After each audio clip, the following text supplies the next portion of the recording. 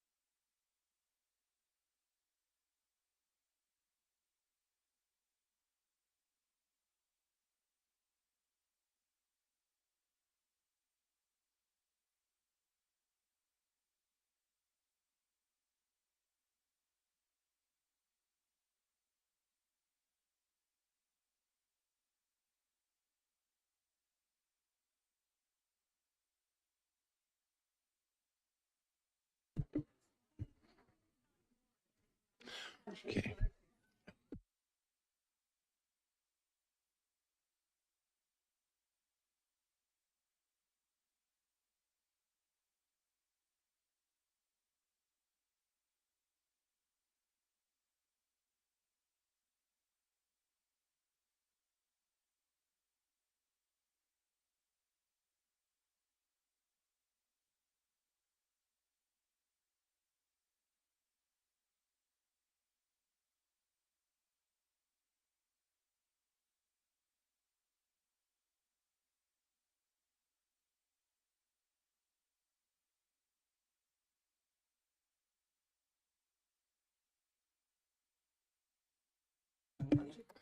Well, good evening, everyone, and welcome to the September 10th, 2024, 5:30 special meeting of Brentwood City Council. We do have a quorum. If I could get a roll call, please. Councilmember Mendoza. Here. Vice Mayor Meyer. Here. Councilmember Orlemans. Here. Councilmember Pearson. Present. Mayor Bryant. Here.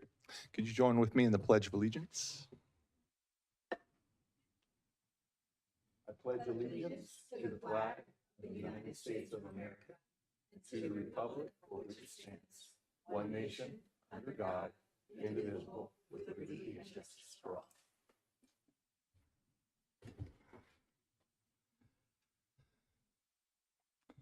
Okay, at this time, we'll open public comments. The public comment time period tonight will be 5 minutes for public speaking. At this time, the public is permitted to address the city councils on items on this agenda. If you're participating via Zoom, please raise your hand to speak under public comment. If you're in person, please file a speaker's card with the city clerk. We will take public comment from those participating in the council chamber first. Then from those participating via Zoom, remarks are limited to 5 minutes. Your microphone will be muted if you speak on items that do not pertain to agenda items or after the timer has expired. We also received 4 public comments, written public comments, and they are reflected on the screen. The first speaker I'll call is Danny.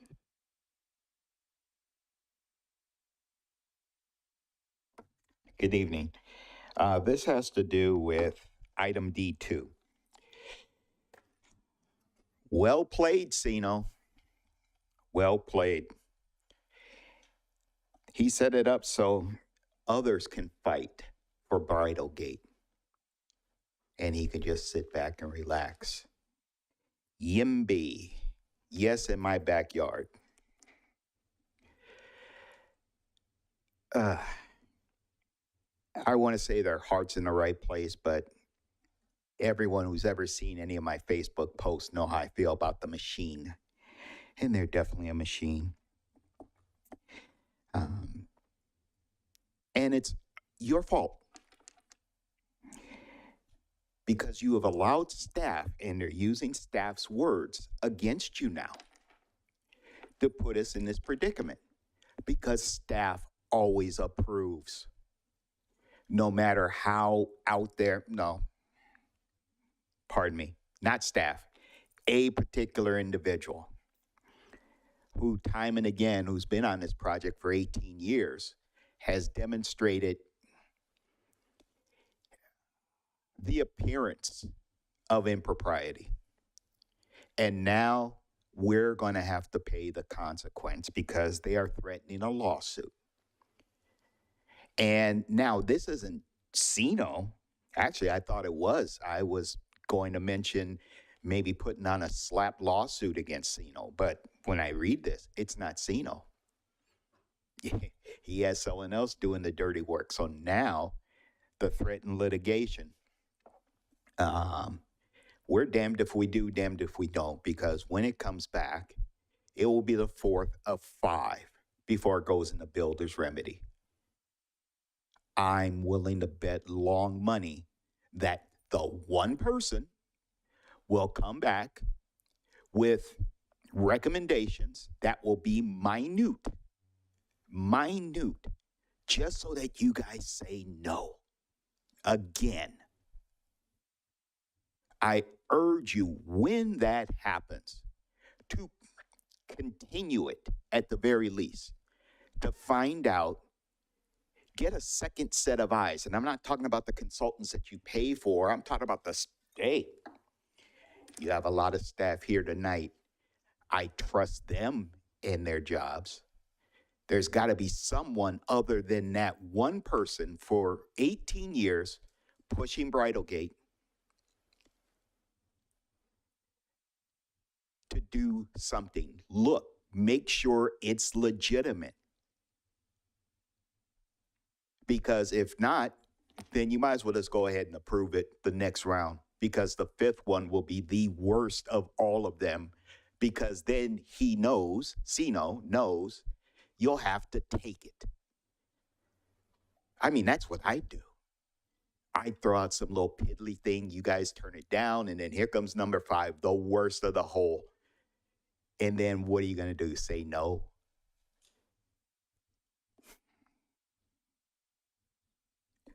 Well played, Sino. Well played. The best of luck in whatever you're going to do behind closed doors with this. Thank you. Brittany?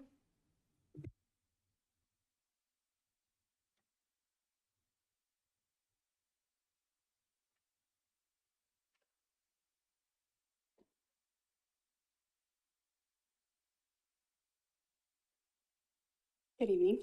Can you guys hear me? Okay. Sorry, I'm so nervous. Good evening, Mayor and Council. My name is Brittany, and I'm an administrative assistant with the Community Development Department. I've been with the city for 2 years. In all honesty, I'm not here to talk about myself. My position specifically doesn't seem to be negatively affected by the classification and compensation study. In fact, I'm potentially receiving a pay increase, which I would gladly give up if that meant my fellow coworkers would not be Y-rated. My question to you would be why I should feel that is necessary to give up when we aren't on the brink of a housing crisis. We aren't facing potential bankruptcy or another pandemic. If anything, Brentwood is thriving. I know, I see it daily. The new businesses that are constantly opening up, the housing developments that are continuing to be built. The average home in Brentwood is selling for $908,000.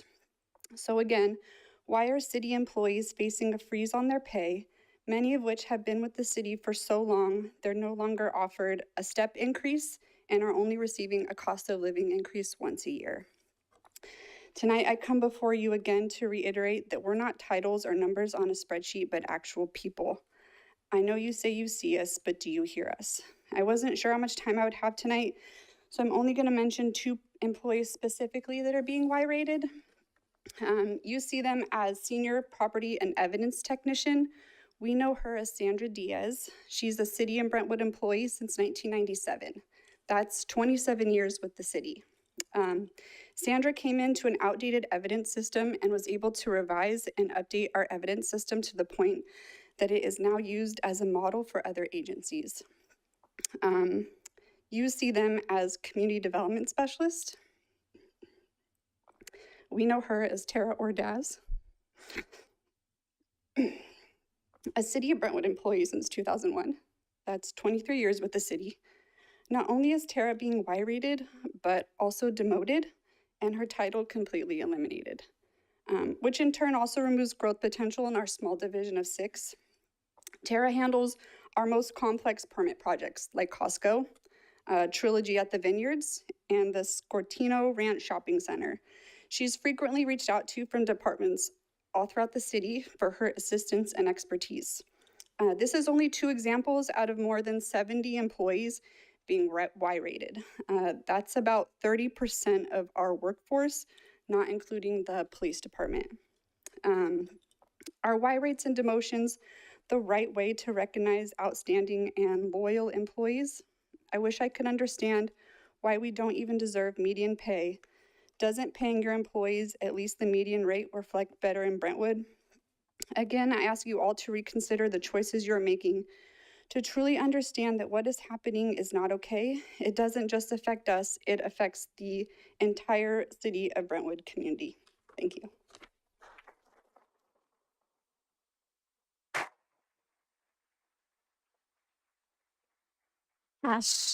Ashley?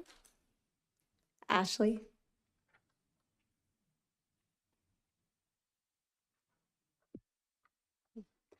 Good evening.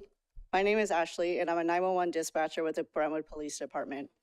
I've spent the last 5 years of my dispatching career with Brentwood. I recently had to make the difficult decision to step down from my full-time status in order to take care of my children, due to the high cost of childcare alongside the demanding and unique hours of my job. Throughout my career, I've missed my family on holidays. I have texted my husband happy anniversary. I have worked all night and all weekend. I have adapted my life to work 12-hour shifts on a regular basis, 3 to 4 days a week. I've worked nonstop during a global pandemic. I have given birth to twins and then returned to work. I've listened to 911 calls and radio traffic that will forever have an impact on my life due to the severity of my job.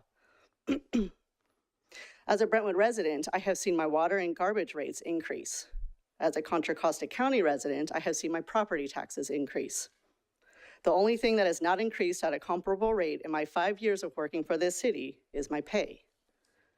If you had an emergency, would you want someone to answer your 911 call? Would it matter the time or the day? Or would you expect the help to be there? Because it has been. While working, I have had to call the after-hours public works line countless times day and night. And they answer, they also respond. The dispatchers have never not answered the phones, and yet here we are. More and more is expected of us, and yet we're not being compensated. I started my career with the county sheriff's office and lateral to this city in the hopes of serving my community long term. I was willing to balance the exceptional workload with my family life. The city has now made this impossible for me. Without adequate compensation to cover the rising costs of services in this town, which include childcare, as well as this city coming nowhere close to keeping up with the rates of inflation regarding our pay, it is no longer feasible for me to work full-time while still taking care of my family. And I'm not the only one having this serious discussion.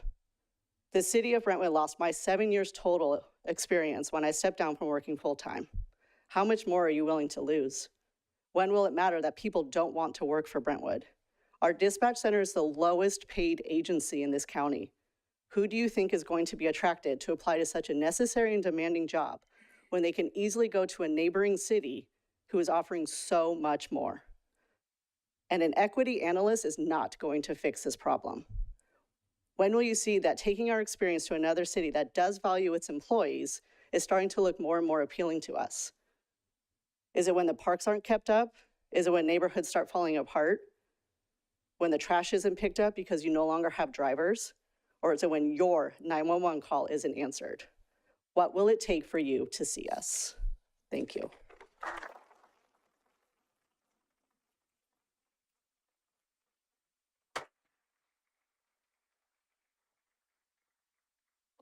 Heather?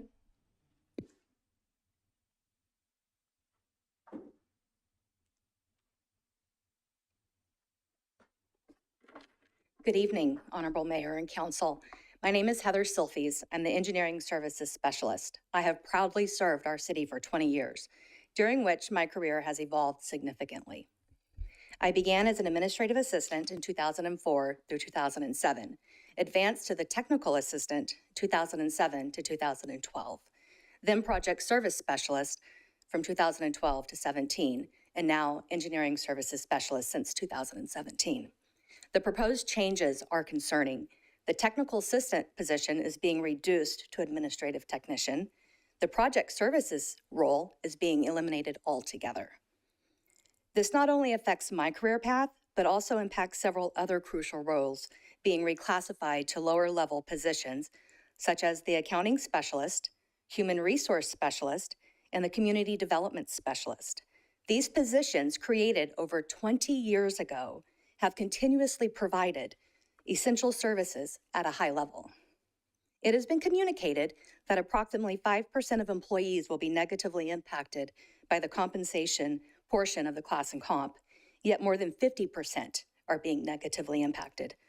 Y rating, reclassifying, and eliminating roles that are vital to both internal and external customer service. Despite being told to leave if we are unhappy, we remain committed to serving the citizens of Brentwood because of our dedication to this community. The proposed city manager salary reductions would place us below the median of the comparable agencies. Adding to the concern is the newly created position, the equity analyst, at $137,000, funded entirely from general funds. For a city of our size of 300 employees, this seems unnecessary, especially when divisions remain understaffed compared to pre-recession levels. We should prioritize positions that directly support our workload and commitment to the residents of Brentwood. In my 2 decades with the city, I have never anticipated such a direction. Brentwood has historically been a model agency admired for our fiscal responsibility, processes, and procedures. We navigated the recession better than most without furloughing staff and while maintaining exceptional customer service. Brentwood attracted new employees because we were unique, fostering a collaborative environment. We took pride in employee retention. Now, many departments struggle with high turnover and ongoing investigations. Thank you.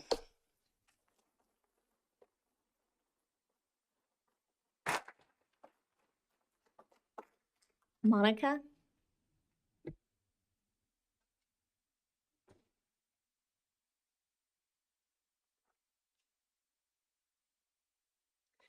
Good evening, Mayor and Council. My name is Monica Raposa. I'm a 20-year city employee for the city of Brentwood. I currently work in the Public Works Department for the Solid Waste Division. My words tonight are not my own. I'm speaking on behalf of someone who was not able to address you themselves. I've been working here for 17 years before the mayor was even a council member. I ran some numbers recently, and what I want to share with you tonight is that my take-home pay today, 17 years later, is only about 4.25% more than it was when I started back in 2007. What's remarkable about that number is that I've received 2 promotions during those 17 years. Can we let that sink in? 17 years of devoted service to this city, 2 promotions for hard work and dedication to the city, and my take-home pay 17 years later is only 4.25% more. What is also remarkable about that number is my city mandated contribution to my retirement, to my retirement has increased by 8%. I'm now paying $600 a month towards my pension, which is actually less than some PG&E bills, so I shouldn't complain, right? I'm very grateful to have a pension, but who knows if or when I'll be able to retire. My grocery bill last week was $682 at Food Max. $682 at Food Max. Not Safeway, not Rayleigh's, but Food Max. My current deduction from my paycheck for health care, retirement, and taxes is $3,000 a month. $3,000. I'm raising 3 boys in this city, a city I love to live in, a city I love to work for, and I'm not able to pay my bills. I'm lucky enough to own my own home here, but I've had to pull equity from my house just to make ends meet. We're asking you to value contributions we make to this city. We're asking you to recognize the sacrifices we've made over the years during the recession and during COVID. We're asking you to do what you promised us you would do. Mr. Mayor, you've been here long enough to remember when the city asked employees to see the city through the hard times, and we promised that when the time would come, the city would make this up to us. Honestly, it feels like you've forgotten us. It feels like you really don't care about us. Honestly, it feels, regardless of what I think, you can all admit that every one of these employees still cares about the city and the residents that we serve. We care, but we are struggling. We always hear that the city of Brentwood is in great financial health. If that's true, then just do what's right.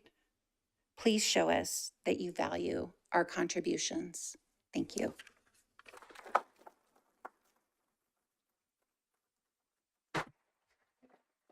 Jaylene.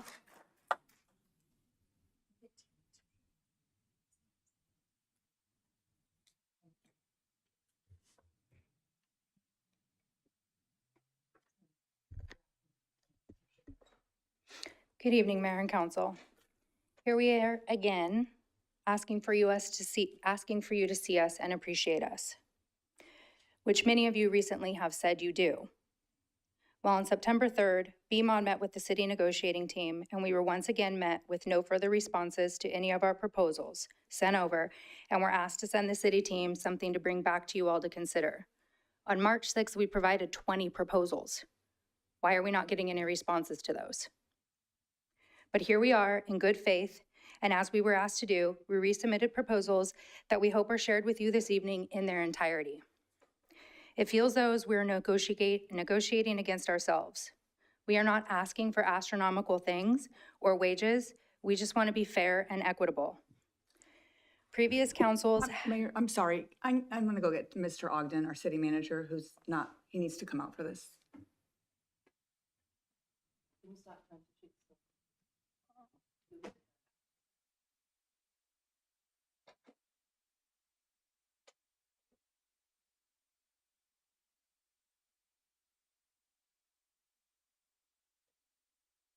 Sorry. Okay.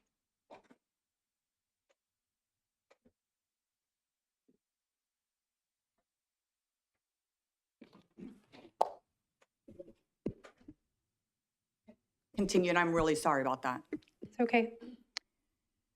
Previous councils had a philosophy of making sure Brentwood employees were within the 85th percentile for pay rates in comparison to our comparable agencies. Mayor, you were part of those councils that used to do that for us. When and why did that change? Is our current council okay with having Brentwood be mediocre at best? Is that what you want from us? Mediocrity or being mediocre? I'm sorry. Your actions speak louder than your words. In 2022, during COVID, the council received a 22.5% raise for their stipends. In an article back then, and I do not mean to call anybody out, I'm quoting another person's article. Councilmember Mendoza was quoted saying, "A lot of us put in a lot more than people expect. We are on calls for Saturdays and Sundays. We have standing meetings Monday and Thursday. We are working a lot. It's not about a raise. It's about being equitable." The article also noted she stated the city needed to attract talent. What do you think we do as employees? We work hard for our community just as hard as all of you. We are available and do work weekends, after hours, unaccounted for hours, and more. Just because we're off duty does not mean when a citizen recognizes us out and about, we do not stop and talk to them or answer their questions. Many of us live here and it happens all the time. Would you rather us tell them to call back during our business hours and walk away? We want Brentwood to be better. That's why we do all we do. We want the city to attract talented and qualified people to work alongside us with similar work ethics, loyalty, and commitment to the city to make it better. Not individuals who fit a type or agenda and will just leave for opportunity elsewhere, especially when they realize working for Brentwood is not better in Brentwood. Again, we just want to be equitable, not only for ourselves, but for recruiting and retention too. We are here and want to be here. We're asking for your support and for you all to want us to stay here and continue to work hard for the community we love to serve. During closed session, if you guys have any questions about any of the proposals or don't understand something that BMOD has submitted, I'll be waiting right out here to answer any questions you have. Thank you.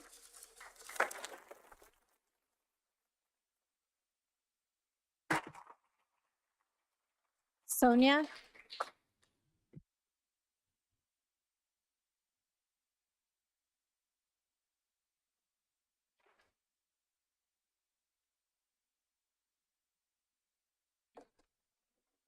Good evening, Honorable Mayor and Council members. I'm once again speaking on behalf of other city employees I represent. Many of them are afraid to speak up, but we've signed up to be their voices. This is at least the 6th meeting we've been here, and we're still waiting for progress. We'll keep coming if we have to, because it's imperative that our city employees are given the compensation and the benefits they deserve. We continue to work hard, ensuring the safety and well-being of our residents, as you heard from Ashley, maintaining our infrastructure, keeping our city running smoothly, while many struggle to make ends meet and provide for their families due to stagnant wages and rising living costs. City employees deserve to be able to afford the necessities of life, housing, health care, education for their children. It's sad and unacceptable that some are forced to worry about these things while continuing to give our all to our community. I heard a lot of people tonight who feel betrayed. Your meeting tonight will likely go on for hours, as they often do. And in the grand scheme of things, we must seem like a very small blip on the radar. But you're holding people's lives in the balance. We have lost valuable employees as a result of all this, and we will probably lose more. Are we just numbers? I urge you, the decision makers of our city, to prioritize the well-being and livelihood of our city workers.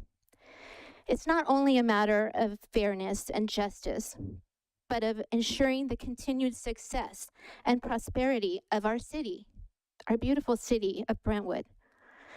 By investing in our employees, we are investing in the future of this community.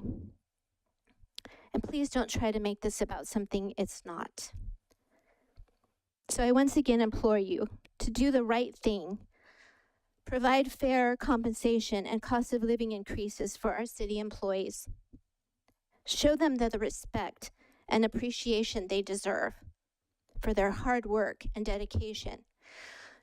You heard from people who have years and years of experience in this city.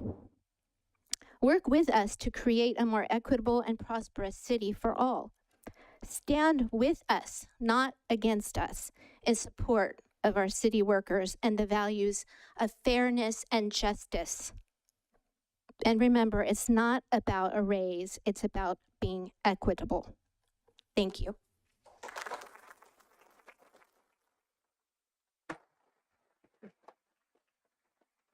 Beth?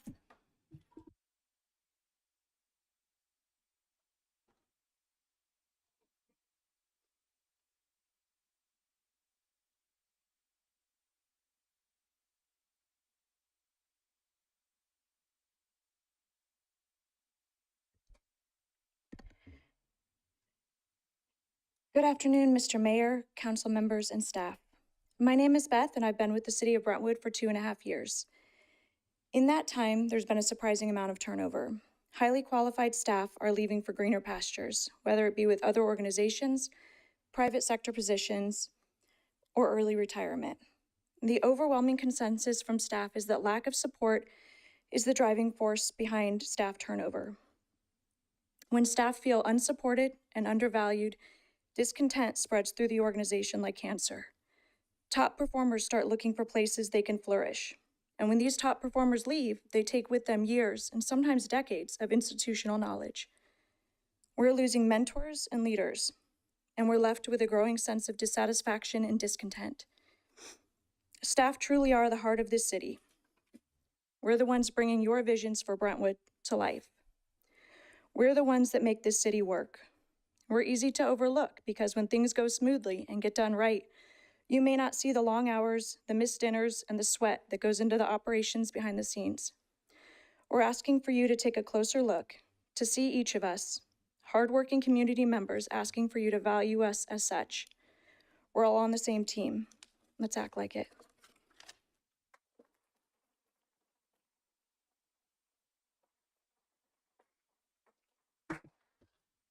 I have no additional speaker cards, and there are no hands raised in Zoom.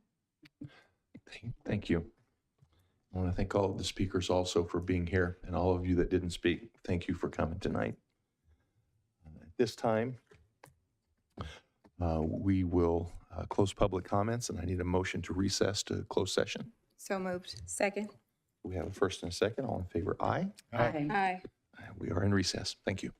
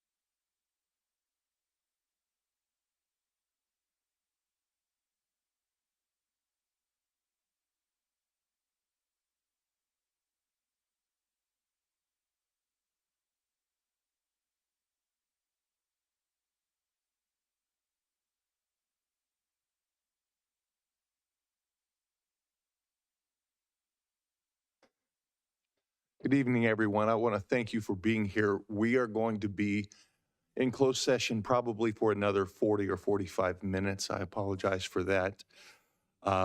But we will be out here as soon as we can. I apologize for the lengthy, of course.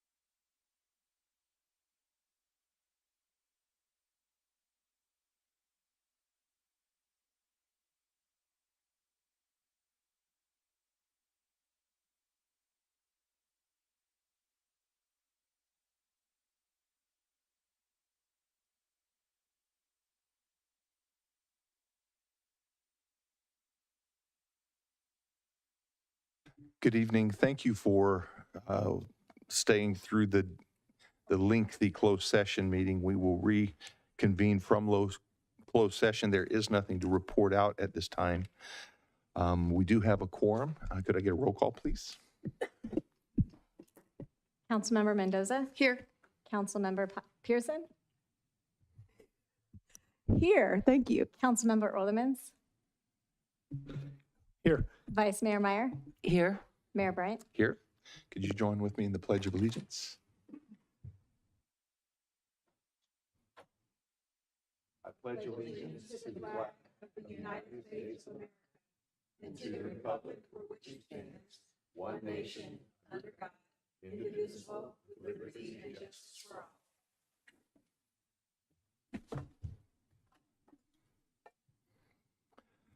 This time we'll open public comments. The public speaking time tonight will be 5 minutes per speaker. Turn it to you, Amanda. At this time, the public present in the chambers are permitted to address the City Council on items that are not on the agenda, items that are listed under presentations, informational reports, or on the consent calendar, and requests for future agenda items, new requests. Comments for the meeting's detailed agenda items or business items should be made when that item is called. Please limit your remarks to 5 minutes. The microphone will be muted when the time expires. I did receive 3 written public comments for the general public comment portion of the meeting, and that is displayed on the screen. The first speaker is Lisa.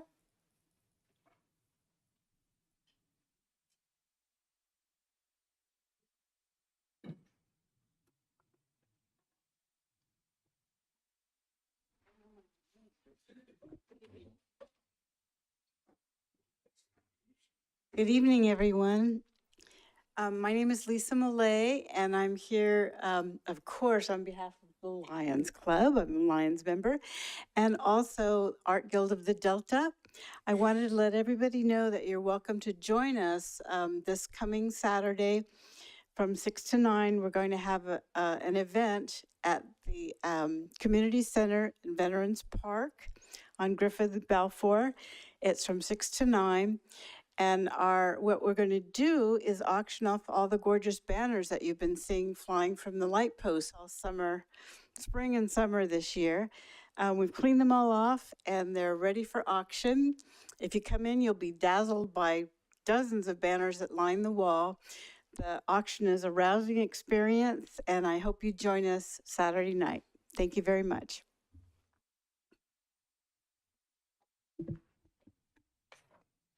Melissa?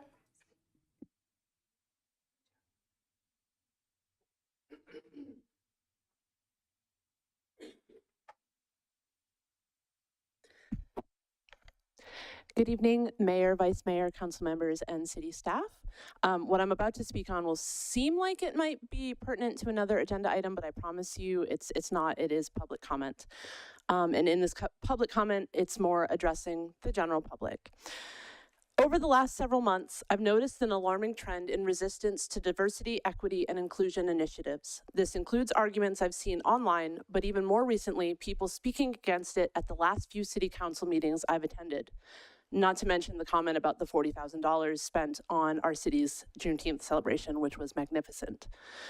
The vocal consensus seems to be that adopting DEI initiatives means that qualified candidates will be passed over for racial minorities, which, well, let's be honest, is problematic in and of itself.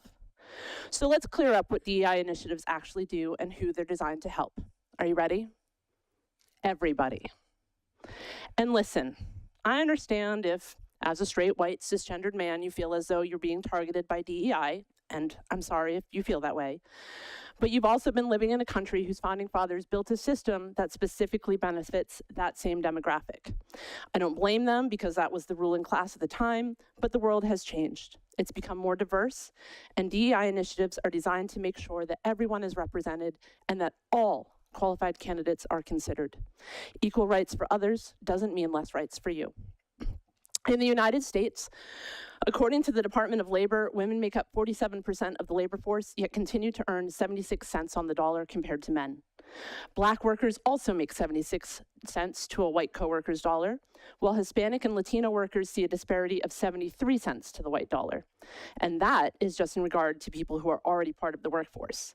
DEI means equal pay for equal work.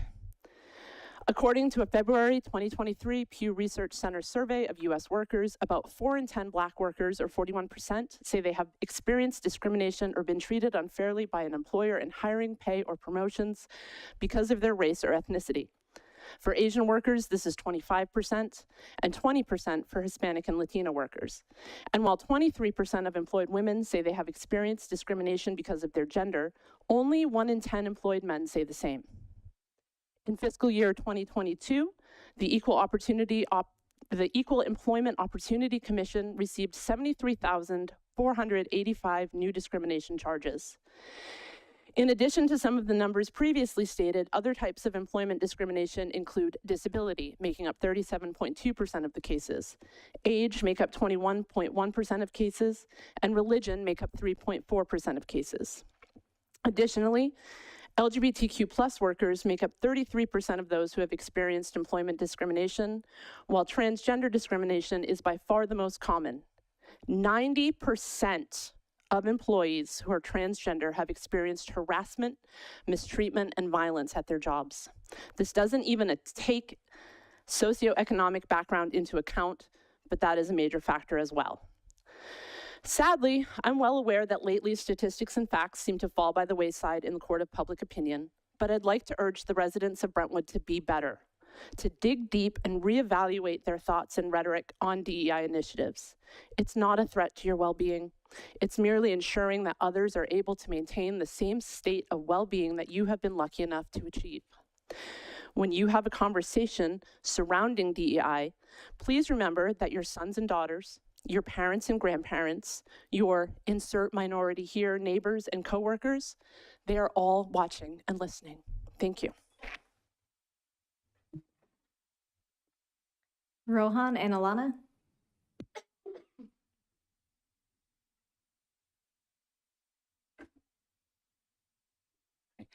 Good evening, Council. I am Brentwood Youth Commissioner Rohan Aban, grade 11 from Heritage High School. Hi, I'm Alana, and I am grade 6 at Adams Middle School, and I am new to the Youth Commission. All right, we are currently here to update the Council on the Youth Commissioner's current events and activities, which consist of the Homecoming Parade at Liberty. And so currently this Friday, we're planning to attend the Homecoming Parade.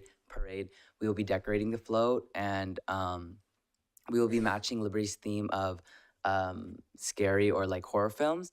And so we plan to make our float kind of like an It themed, with one of our commissioners wearing a raincoat. And then our next event is the Multicultural Festival. So far, we've only addressed our ad hoc committees, meaning we have some of our commissioners overseeing the overall event, and we plan to discuss more on that later. We're also looking forward to the hometown Halloween this fall. We are going to be dressing up as the Inside Out 2 characters, the 7 of them. And so we're looking forward to that and seeing all of the kids' costumes there as well. And so far, that's all we have for today. Thank you. Thank you. And you did a great job as our youth commissioners giving the update. Thank you so much. Outstanding. Emiliano.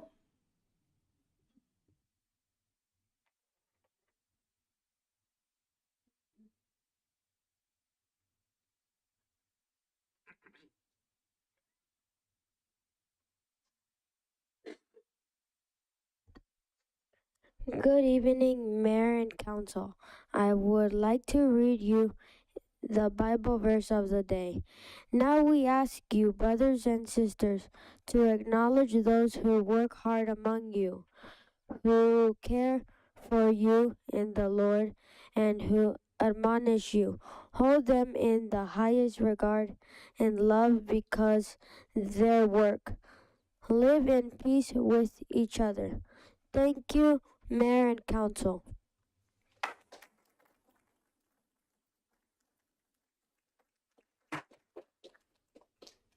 Scott.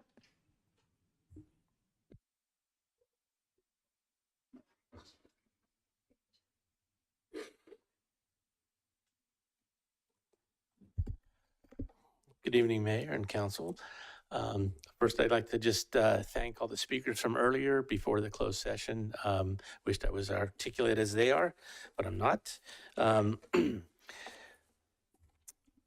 So I've been employed with the city for 24 years this year.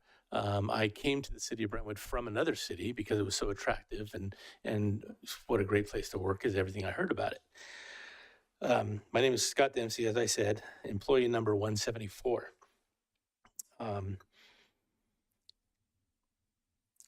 Just coming from the other city, I saw all the benefits of coming to Brentwood. The pay was reasonable. Actually, it was better than where I was. It was more attractive. The retirement, the benefits were better. Everything about it was attractive, and the retention policies were all in place, and it was what I was looking for. Working here about 13 or 14 years, I decided to leave my house, and we moved to Brentwood because we knew it was a wonderful place to live and work. All those things that drew me here was the city staff is what really, really attracted me here. The city staff cares so much about everything that happens here in Brentwood. The streets, the condition of the streets, the thoroughfares, the planning that went into the city, the building department, the programs the Parks and Rec has at the senior center and the youth commissions and everything that goes together with it, even graffiti removal, it's gone within a day. It's incredible amount of work that goes into the city by the staff. They love their jobs and they love performing and doing the things that make the city great.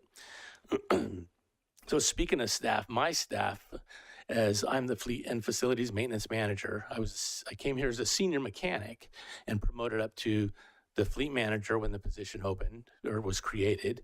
And then I went on to become the city's first fleet/facilities maintenance manager, which I am currently.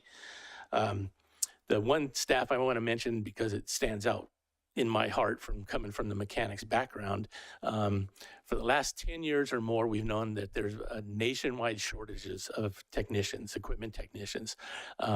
So when we try to hire these technicians to come in and work for the city, we're reaching out, we're trying to get the best of the best to come work for us, and it's getting harder and harder on a daily basis. When we aren't competitive with our benefits, our retirement, our pay, first thing I was ever told when I came to work for a city is you won't get rich here, but you'll be comfortable in retirement. Well, that was true back then. Today, it's not true anymore. Of course, we all know you'll never get rich here working for a government, as any employee here can attest to.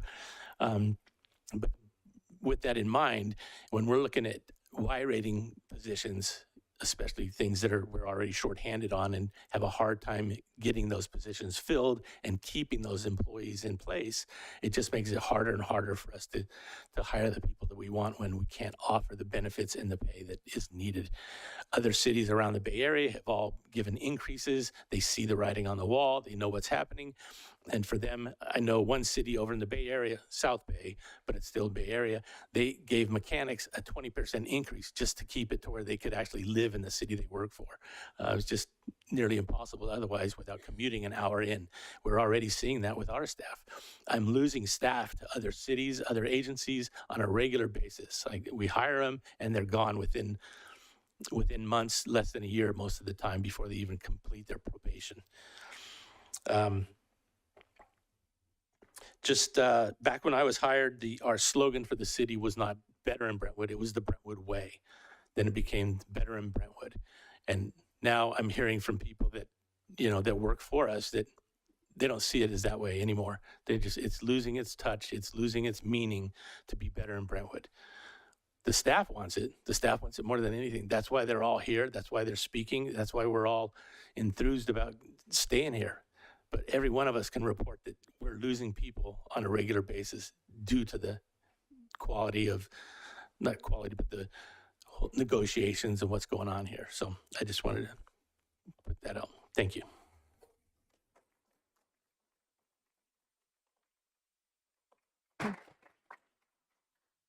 Romika?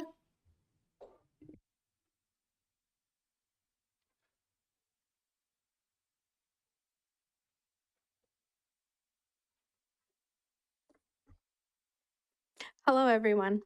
I'm here today to express my profound disappointment regarding the recent negotiations concerning a much-needed salary increase for the city employees. Despite the ongoing efforts, the response we have received, or their lack of, falls far short of addressing our needs, leaving us feeling undervalued and unsupported. This outcome has become evident that you, the city council members, and the city's negotiation team have not only undermined the welfare of the dedicated employees who keep Brentwood running, but it also raises serious concerns about your commitment to the core values that we at the city of Brentwood uphold: integrity, passion, accountability, respect, and quality. First and foremost, it's disheartening to witness the lack of integrity demonstrated throughout this process. Negotiations should be a reflection of fairness, and yet the approach taken appears dismissive of our needs with little regard for the genuine concerns of the employees. Many of us who have committed years of service to this city feel betrayed, as you have sent a clear message that our voices are not a priority. Equally concerning is the apparent lack of passion for doing what is right for the city workforce. City employees, from administrative staff to the frontline workers, are the backbone of Brentwood's success. We work tirelessly and with dedication, not only out of a sense of duty, but out of the love for this city. It is disheartening to witness your refusal to support us who serve Brentwood every day. Without a council that advocates for its employees, how can we continue to be passionate about serving the city of Brentwood when we feel so disregarded? The absence of accountability is perhaps the most concerning aspect of these failed negotiations. This is not just a matter of compensation, but rather about recognizing our contributions and holding yourselves accountable for fostering a healthy and productive work environment. This not only undermines our morals, but also sets a dangerous precedent for how employees can be expected to be treated in the future. Respect for the workforce is another principle that seems to be extremely lacking from this process. We city employees deserve to be treated with dignity and consideration for the day-to-day operations that we make possible. Respect is shown through actions. At the last council meeting, some of you stated that you see us. However, after the most recent negotiations meeting, coupled with months of dismissing our requests, your actions have disrespected our commitments and employee contributions. You made it very clear that you do not see us, and this has left us feeling devalued and demoralized. Lastly, we must address the city's failure to uphold quality in its relationships with its employees. Quality leadership from those in charge means ensuring that needs of the workforce are met, fostering a supportive work environment where employees can thrive. We deserve leaders who prioritize the well-being of their employees, especially in challenging times. Instead, the lack of willingness to meet our requests for fair compensation has led to a growing sense of frustrations and disillusionment.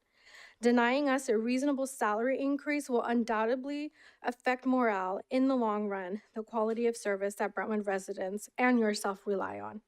It is clear that our city has fallen short, as you all have not lived up to the standards and principles you profess to uphold. We are not asking for extravagant demands. We are simply asking that you do what is right. I urge you to reconsider your stance, not only for the sake of its employees, but for the overall well-being of the city we all work so hard to support. It is my hope that you all will reflect on your roles as leaders in this community and take meaningful steps to repair this relationship by addressing our concerns and committing to a fair resolution. We employees and citizens of Brentwood deserve nothing less. Thank you.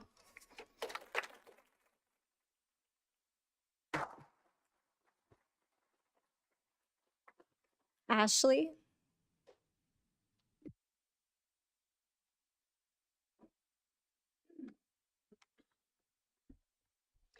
Good evening. My name is Ashley, and I'm a 911 dispatcher with the Brentwood Police Department. I have spent the last 5 years of my dispatching career with Brentwood. I recently had to make the difficult decision to step down from my full-time status in order to take care of my children due to the high cost of childcare alongside the demanding and unique hours of my job. Throughout my career, I have missed my family on holidays. I have texted my husband happy anniversary. I have worked all night and all weekend. I have adapted to a life of working 12-hour shifts on a regular basis 3 to 4 days a week. I worked nonstop during a global pandemic. I gave birth to twins and then returned to work. I have listened to 911 calls and radio traffic that will forever have an impact on my life due to the severity of my job. As a Brentwood resident, I have seen my water and garbage rates increase. As a Contra Costa County resident, I have seen my property taxes increase. The only thing that has not increased at a comparable rate in my 5 years working for this city is my pay.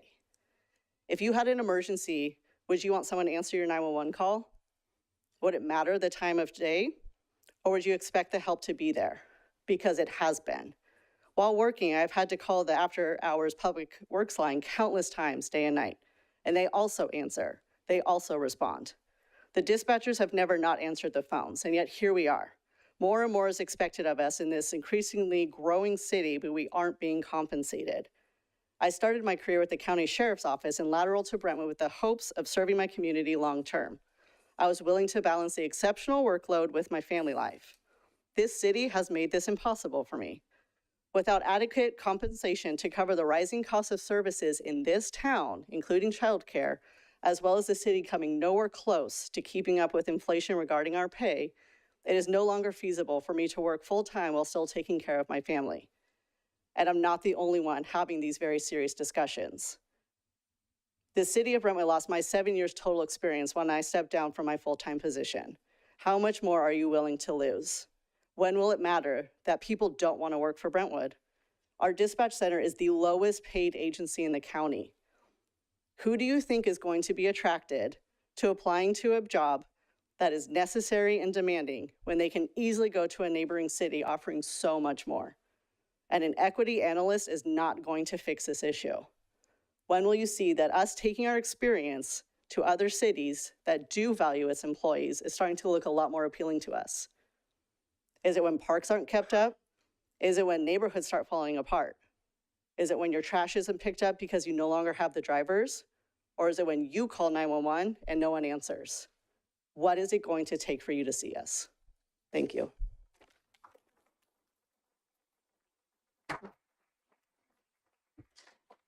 Heather?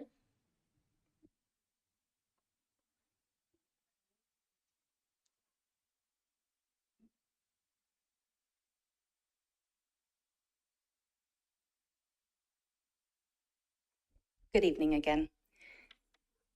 My name is Heather Silfies, Engineering Services Specialist, and I have proudly served our city for 20 years, during which my career has evolved significantly.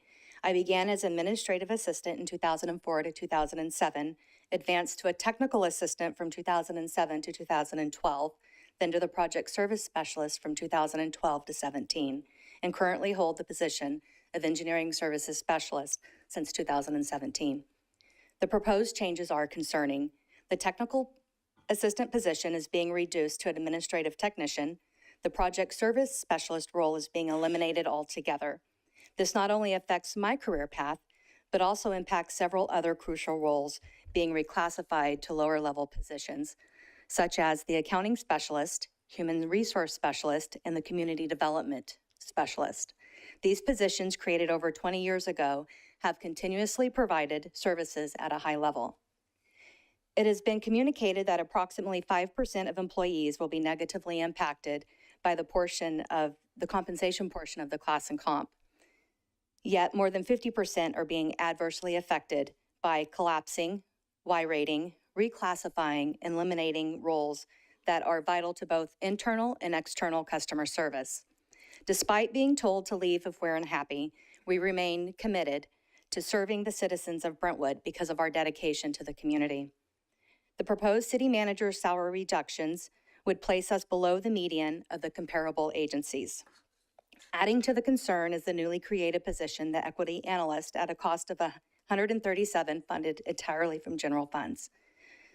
This seems unnecessary, especially when some divisions still remain understaffed compared to pre-recession levels. We should prioritize positions that directly support our workload and commitment to the residents of Brentwood. In my 2 decades with the city, I never anticipated such a direction.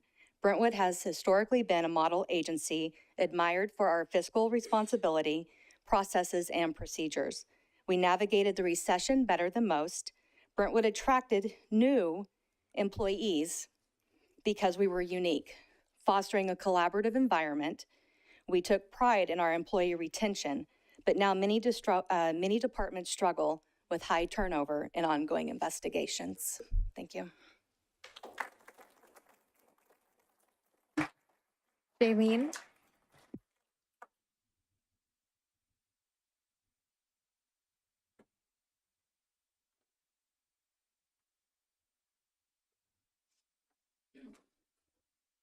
Good evening again, Mayor, Council. Thank you for still allowing us to have the 5 minutes to speak after the extended closed session. We do appreciate that. I'm speaking again tonight just to reiterate how important the decisions you all make are to all of us. We are the ones working for the city and the citizens. The fact that you are willing to let class and comp, mandatory trainings, and negotiations be the morale killers, anxiety makers, and reclusiveness amongst staff is disheartening to say the least. The decisions you are all making will not affect you, your pockets, your family, the ability to provide for them, or your mental health. It will continue to cause angst and divide amongst employees. It will affect our pockets, our ability to provide for our families, our mental health and well-being, and us being able to work in a place where we feel safe and wanted, not retaliated against or labeled for our personal beliefs. I said it 2 weeks ago, and I'll say it again. The majority of you know what is right, and you sit there and say nothing. This includes the city's executive team, most of them. We are fighting for ourselves because no one else will. I encourage you all to take a long, hard look at us and tell us why you want to continue to treat employees this way. Why is this okay with you? You were elected to be a voice for citizens, not employees. We hear a lot of I and me coming from your seats up there and campaign materials, not we. We work together. We make this city what it is. We will continue to strive to bring back better in Brentwood for its employees and citizens. You encourage us to keep showing up, and you're saying it makes an impact, but we have yet to see that. We really hope we do. We truly hope to see your actions backing up your words during our next meeting with the city team. Maybe the city should consider adjusting their team. Thank you.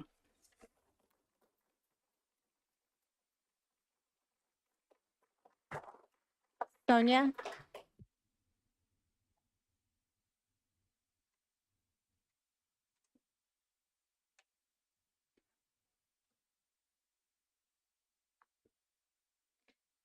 Good evening again, Honorable Mayor and Council members. I'm once again speaking on behalf of other city employees I represent. Many of them are afraid to speak up, but we've signed up to be their voices. This is at least the 6th meeting we've been here. We're still waiting for progress. We will keep coming if we have to, because it's imperative our city employees are given the compensation and benefits they deserve. We continue to work hard, ensuring the safety and well-being of our residents, as you heard from one of our dispatchers, maintaining our infrastructure, keeping our city running smoothly, while many struggle to make ends meet and provide for their families due to stagnant wages and rising living costs. City employees deserve to be able to afford the necessities of life: housing, healthcare, education for their children. It's sad and unacceptable that some are forced to worry about these things while continuing to give our all to our community. I heard a lot of people feel very betrayed. The meeting tonight will likely go on for hours. In the grand scheme of things, we must seem like a very small blip on the radar. You'll leave tonight and go on about your business, but I hope you realize you're holding people's lives in the balance. We have lost valuable employees as a result of this. We will lose more. Are we just numbers? I urge you the decision makers of our city, to prioritize the well-being and livelihood of our city workers. It's not only a matter of fairness and justice, but of ensuring the continued success and prosperity of our city. By investing in our employees, we are investing in the future of our community, our beautiful Brentwood. Please don't try to make this about something it's not. Once again, I implore you to do the right thing, provide fair compensation and cost of living increases for our city employees. Show them the respect and appreciation they deserve for their hard work and dedication.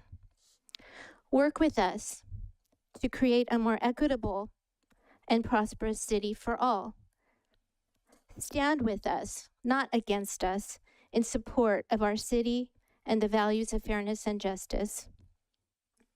It's not about a raise, it's about being equitable. Thank you.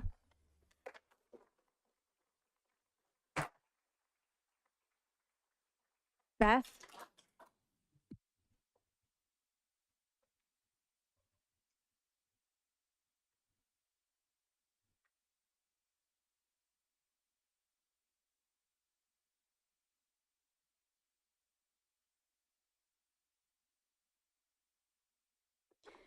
Good evening. I'm here to speak on behalf of a coworker. These are her words. I've been working at the City of Brentwood for 17 years, before the mayor was even a council member. I ran some numbers recently, and what I want to share with you tonight is that my take-home pay today, 17 years later, is about $1,200 per month more than what it was when I started back in 2007. $1,200 isn't too bad, right? But what's remarkable about that number is that in those 17 years, I've received 2 promotions. Can we let that sink in? 17 years of devoted service to this city, 2 promotions for hard work and dedication to this city, and my take-home pay 17 years later is $1,200 more. Less than $100 per year of service. What is also remarkable about that number is that my city-mandated contribution towards my retirement has increased by 8%. I am now paying $600 a month towards my pension, or half of my total salary increase over those 17 years. I'm very grateful to have a pension, but who knows if or when I will even be able to afford to retire. My grocery bill last week was $682 at Food Max. $682 at Food Max, not Safeway, not Rayleigh's, but Food Max. My current deductions from my paycheck for healthcare, retirement, and taxes is $3,000 a month. $3,000. I'm raising 3 boys in this city, a city I love to live in, a city I love to work for, and I'm not making my bills. I'm lucky enough to own a home here, but I've had to pull equity from my house just to make ends meet. We're asking you to value the contributions we make to this city. We're asking you to recognize the sacrifices we've made during the recession and during COVID. We're asking you to do what you promised us you would do. Mr. Mayor, you've been here long enough to remember when the city asked the employees to see this city through the hard times.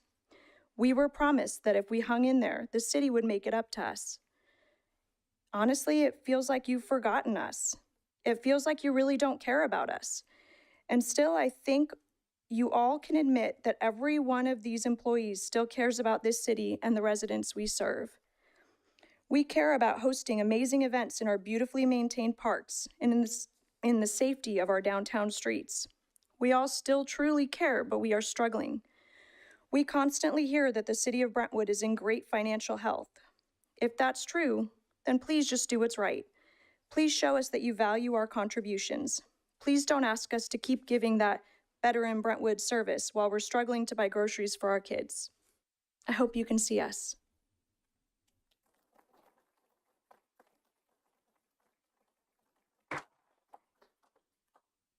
I have no additional. Danny Dorman.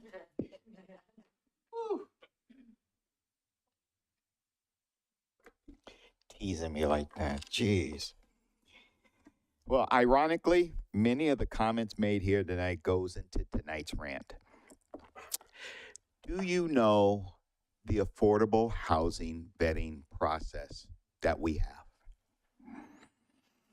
I was told by someone who applied over the weekend that the vetting process includes omissions and mistakes on the application.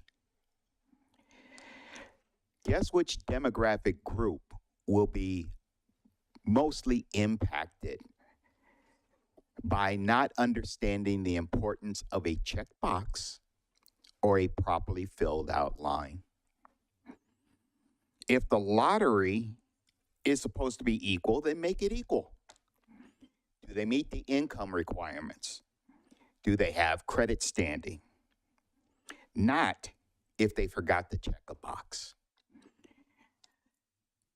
Otherwise, this can be viewed as backdoor redlining. As I said, do you know? I mean, we're here, I'm here on a regular basis fighting about home ownership in one form or fashion. I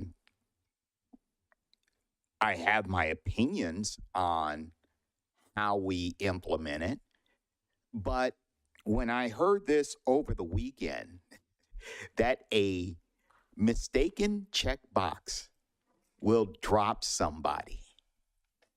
Not even hey, you know what, Mr. Dorman, we're sorry. Could you, fill this in, or you missed this or whatever. No, if the box isn't checked, goes in the round file, and I would never know why I wasn't qualified. And now this dovetails into my support for Susanna, Jovita, and Anita for these chairs. The next 2 years are gonna be tough. I mean, just listen to what was said tonight. It's gonna be tough. And do we really want people who've only poked their heads out once every 4 years running for one of these chairs? Or do we want someone who hasn't participated in any meeting, maybe on Zoom, but never heard nor seen two particular people running for 2 of the offices? Or do we need someone who is demonstrating that he's in over his head? I mean, he's a nice guy. On planning, I think he does a good job. But he's barely treading water there, and that's planning. This is a whole different arena. So that's why we need to keep level-headed, proven track record supporters of our city. Because again, the next 2 years are going to be very tough. So please find out about the vetting process. I'm sure a lot of people would like to know. Thank you.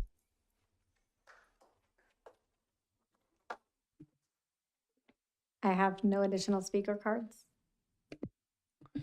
Thank you. At this time, we will close public comments. And move into informational reports from council members, committees, liaison, and staff. Start to my right, Council Member Mendoza.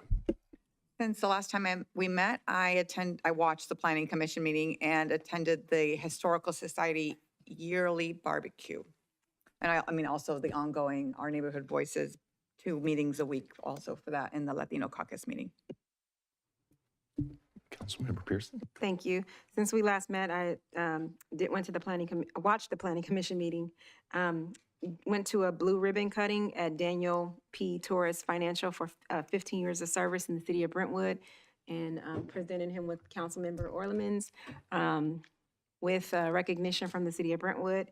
I also attended La Grande Fiesta, which I have to give it to the chamber. It was another amazing event. Thank you. Councilman Orleans. Thank you for everybody who spoke tonight, and welcome. Since the last council meeting, attended the Chamber of Commerce ribbon cutting, for Taurus Financial, the swearing in of a new Brentwood police officer, which we always a pleasure to attend. I had the opportunity to attend the mayor's conference in Walnut Creek because our mayor couldn't make it. And it was very educational, and I appreciate the opportunity to do that. And then I watched the Planning Commission meeting, and I attended the PAL board meeting last night. Vice Mayor? Thank you. Since our last meeting, I watched the Planning Commission meeting. I attended the Imagine Job Fair and Brentwood Party Rentals Law Enforcement Job Fair at the streets of Brentwood. I was a stand-in for the mayor at the mayor's conference. We heard a presentation by the Contra Costa Community College District and updates from Congressman DeSaulnier, Senator Glazer, and 2 county supervisors, and also attended the East Contra Costa Historical Museum annual barbecue fundraiser. Thank you. Thank you. And since the last time we met, I got to participate and attend the swearing in of our new police officer also. Other than that, I was out of state in some training. So at this time, we will move into the consent calendars. I would like to pull item F1. Do I have a motion for the rest of the consent calendar? Move to accept consent calendar less item F1. Second. We have a first and a second. All in favor? Aye. Aye. Okay, it passes. And we'll move item F1. This is a proclamation recognizing the 95th anniversary of the Brentwood Lions Club, and we have a presentation to make, and our vice mayor will be standing on the other side of the podium as a lion.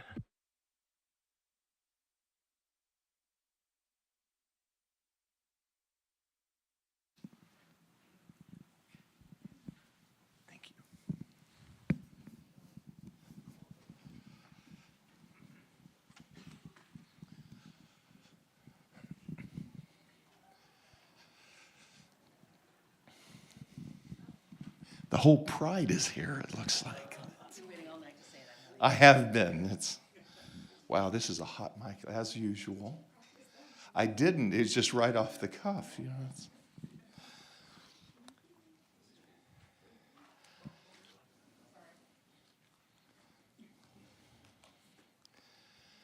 This is a terrific opportunity. We do a lot of proclamations, and they are very important to our council and community.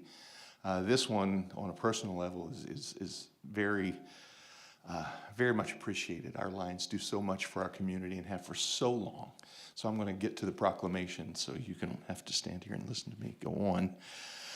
Whereas the Brentwood Lions Club was organized in 1929, becoming Brentwood's first service organization and laying the foundation for decades of community service and leadership.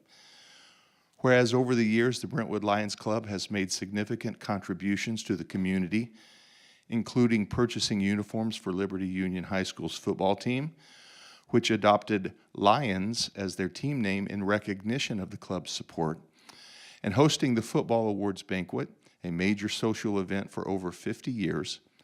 And whereas the Lions Club of Brentwood has been a driving force behind numerous community projects, such as organizing town cleanup efforts, assisting in the development of public parks, supporting youth organizations, and helping to establish local services.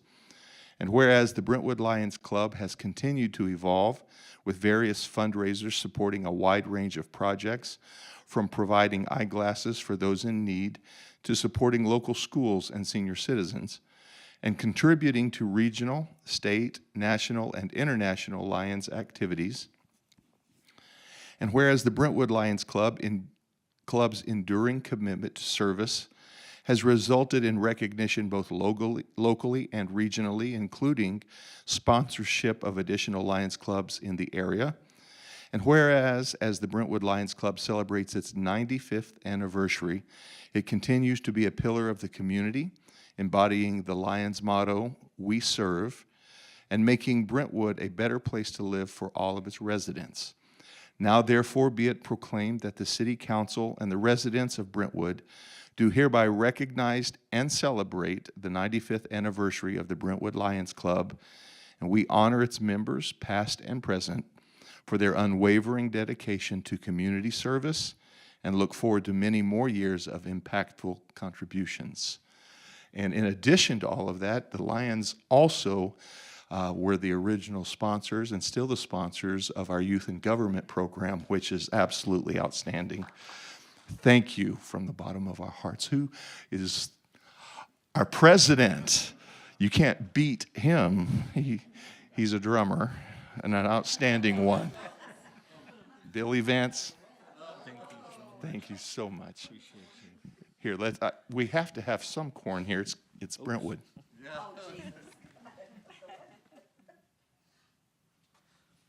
We'd like to present you this as a token of our appreciation for your support. Thank you so much. Thank you. And thank you so much.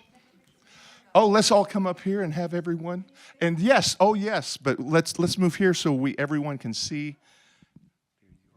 Thank you. Oh, I wasn't asking for that. Oh, well. President Billy speak. Yes, I'm sorry.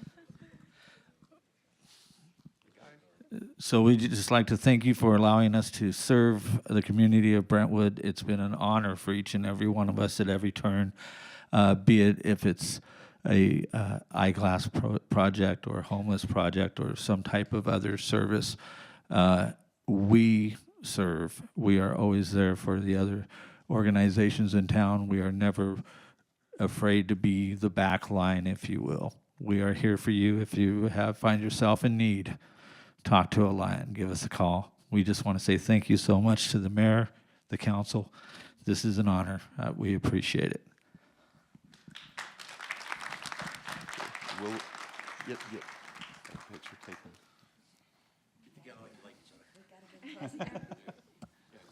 Step forward. Here, I'll put this here and just.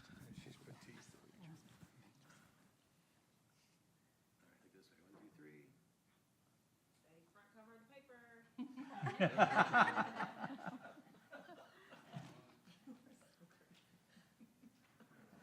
got a couple pounds less when we started this.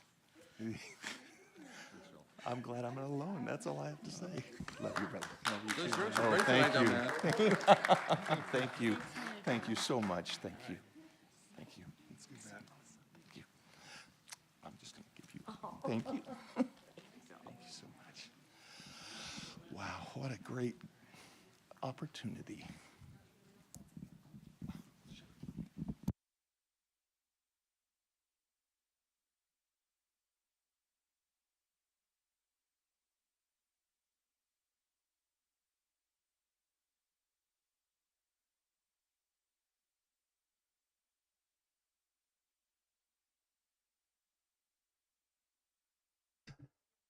At this time, I would like to move approval for item F1 of the consent calendar.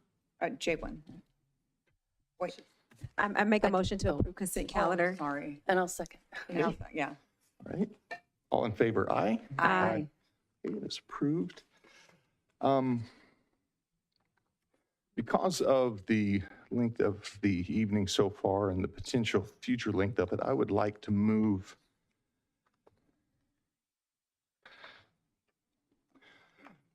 items J1 and J3 to the next, to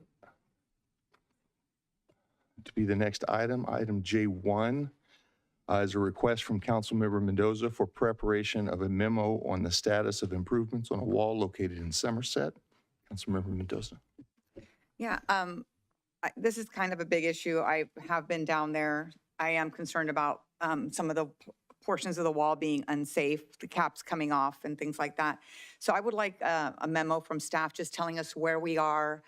I know that you're talking to other entities about the wall and kind of the funding and all of that, but if we can get an update of where we are with all the latest information, and it doesn't need to come back to council here, if you could just send us a memo as soon as possible, that would be very appreciated.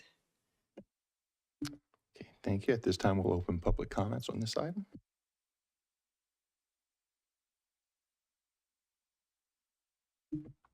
At this time, the public is permitted to address the city council on this agenda item. If you're participating via Zoom, please raise your hand to speak. If you're in person, please file a speaker's card. We'll take comments from people in the audience first, and then those participating via Zoom. Remarks are limited to 5 minutes per person. Your microphone will be muted if you speak on items that do not pertain to this specific item or after the timer has expired. We received 0 written public comments.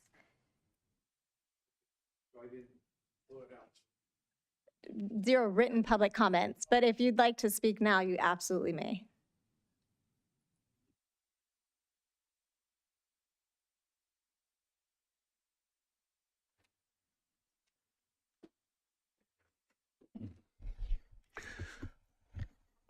Mayor and City Council and staff, we represent Somerset 1, and we would like to have that memo be public if we can. And we'd like to be able to understand that memo and hope it's coming forth soon. Thank you. Thank you.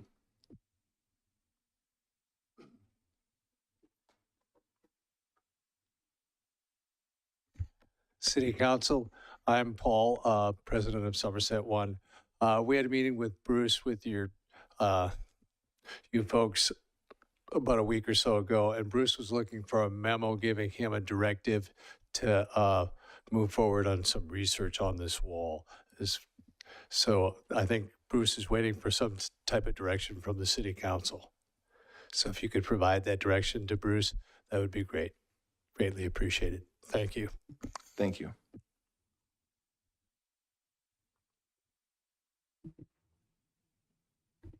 I have no other speaker cards filed or hands raised in Zoom. Thank you. At this time, we'll close public comment, move into council discussion on this item. I'd actually prefer not to have a memo done. I think it puts us in a place of legal liability. I prefer for us just to bring this back as a future agenda item request to have an actual update on what's the status, if you all need council's direction on how we proceed, as the gentleman said he's waiting for some updates possibly. And then we can move forward from there. And if we need to have a confidential memo with our council advising us, I'd prefer that, but I prefer not to have a written memo unless it was in the form of an actual staff report to come back to us. And I think you all at the last meeting gave us an update. Is there any updates that we can get tonight as to where we are from the last meeting? Because we got an update a couple of times. Yes, good evening, council members. So really the update is the same at this point as I previously gave. So we are working with our landscape lighting assessment district consultant on looking through our funding options. We did have a meeting with the HOA board back on August 26th. And we had Wood Rogers, our consultant, who did the assessment study at that meeting to be able to explain the study to the HOA board and go into detail on some of the, basically the wall itself and answer questions on that. So at this particular time, we're working through the funding and the funding options and the logistics of the project. And when we have that ready to go, we intend to bring that back to the city council to review the funding options for consideration and how we might move this forward. And just to piggyback on that, I'm sorry, I know you, Vice Mayor, your hand's ready, but do you have an expected timeline that you would bring this back, just so residents know like what the expectation of time is, and then we also would know the expectation of time for this to come back? Sure. So right now, back when we had the CIP workshop, this moved forward and was discussed at that time, but it was an unfunded project. It remains an unfunded project right now. The plan is through this fiscal year is that we work through this funding possibilities, and when we have those funding options available, to bring it back to the city council so that in the next CIP cycle, if we have the funding approved, then we can move it forward in the next fiscal year and put it into the CIP to move it forward.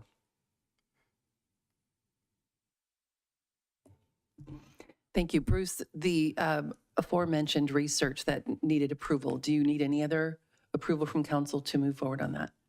No, at this particular time, we're working with our consultant, and we're coming up with those funding options. So we we have the direction we need to move that part of it forward. Okay, thank you. And then I also was able to tour, and thank you for that. But one of the things that we witnessed, and Tim, I mentioned to you, was the blocked emergency vehicle access gate. I don't know if that would be part of the same, but I know that the residents were also concerned about that. So at this point, the gate that's on Fairview, I think it is what there's not currently access there. So would that be part of the same report, or is there something you can update us with on that? At your request, we have code enforcement looking at that issue right now, so I don't have a status update. Okay. All right, thank you. So I guess my ask is, I know we have the CIP process, but that sometimes can move a little slow. So I know you're working on funding options. So as soon as you have that, can that come back? Like if we could just get quick agenda items every time you have something available, I think that would be helpful, because sometimes things drag on a lot when they're in like the timeline of the CIP. And just based on what I saw, I do have concerns. So I don't know how that works to go out of the CIP process, but I'd like that to come back. Like when you figure out some funding options, or if you want to come back to us and talk about funding options, I think we need to have those conversations sooner than later. Yes, the plan is when we have those funding options in place, we won't wait for the CIP process. We will bring that forward. And then based on the consideration from the city council, it can be put into the next CIP process, or it can be approved and the CIP can be updated for it to move forward at that time. Okay, thank you very much.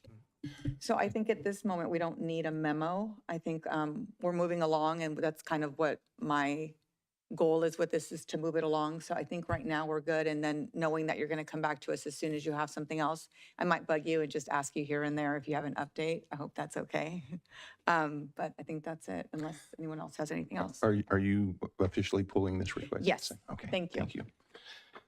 And at this time, we will go to item J3.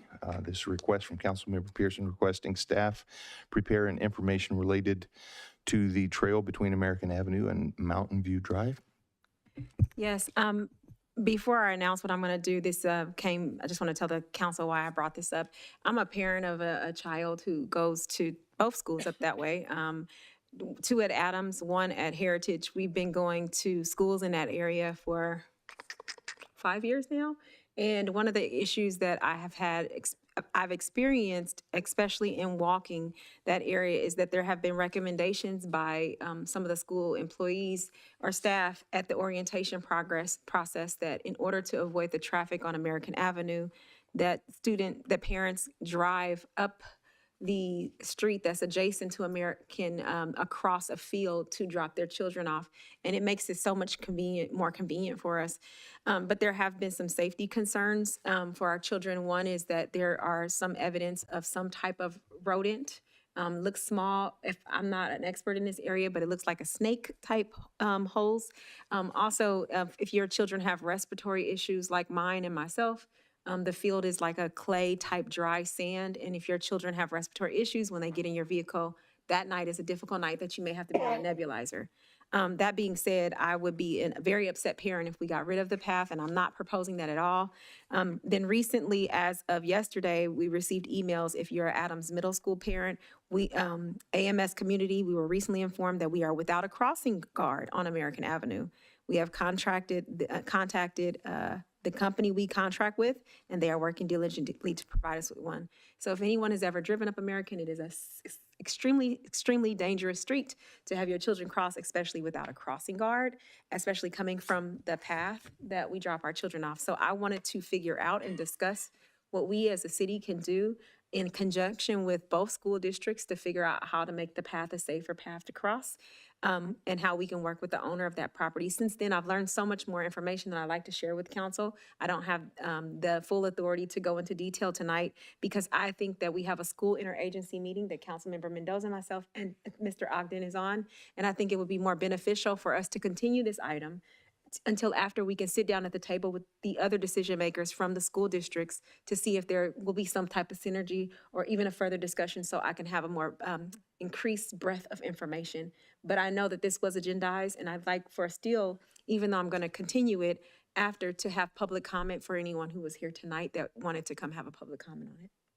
Thank you. So before I ask for a vote or a motion for the continuance, we will open public comment at this time. At this time, the public is permitted to address the city council on this item. If you're participating via Zoom, please raise your hand to speak under public comments. If you're in person, please file a speaker's card.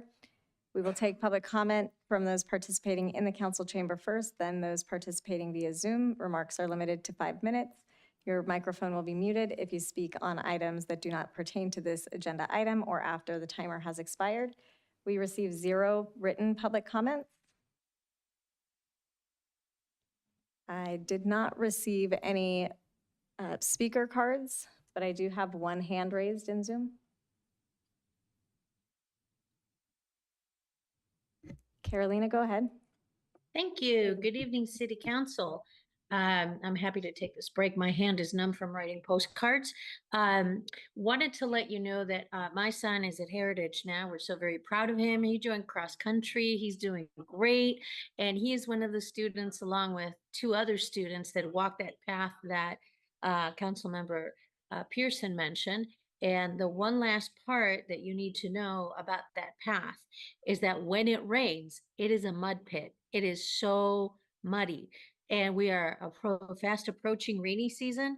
So the sooner we get this figured out, dealt with, handled, the best it will be. I'm not looking forward to what is coming for students that make that walk. That walk actually saves so much traffic in the morning. If that path is not available, the traffic down Balfour, down American will be hellacious. So I appreciate the opportunity for the cross organizational meetings that need to take place to deal with this. Thank you very much.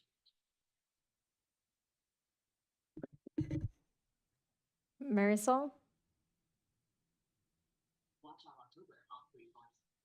Hi, my children both went to Heritage. My daughter just graduated last year.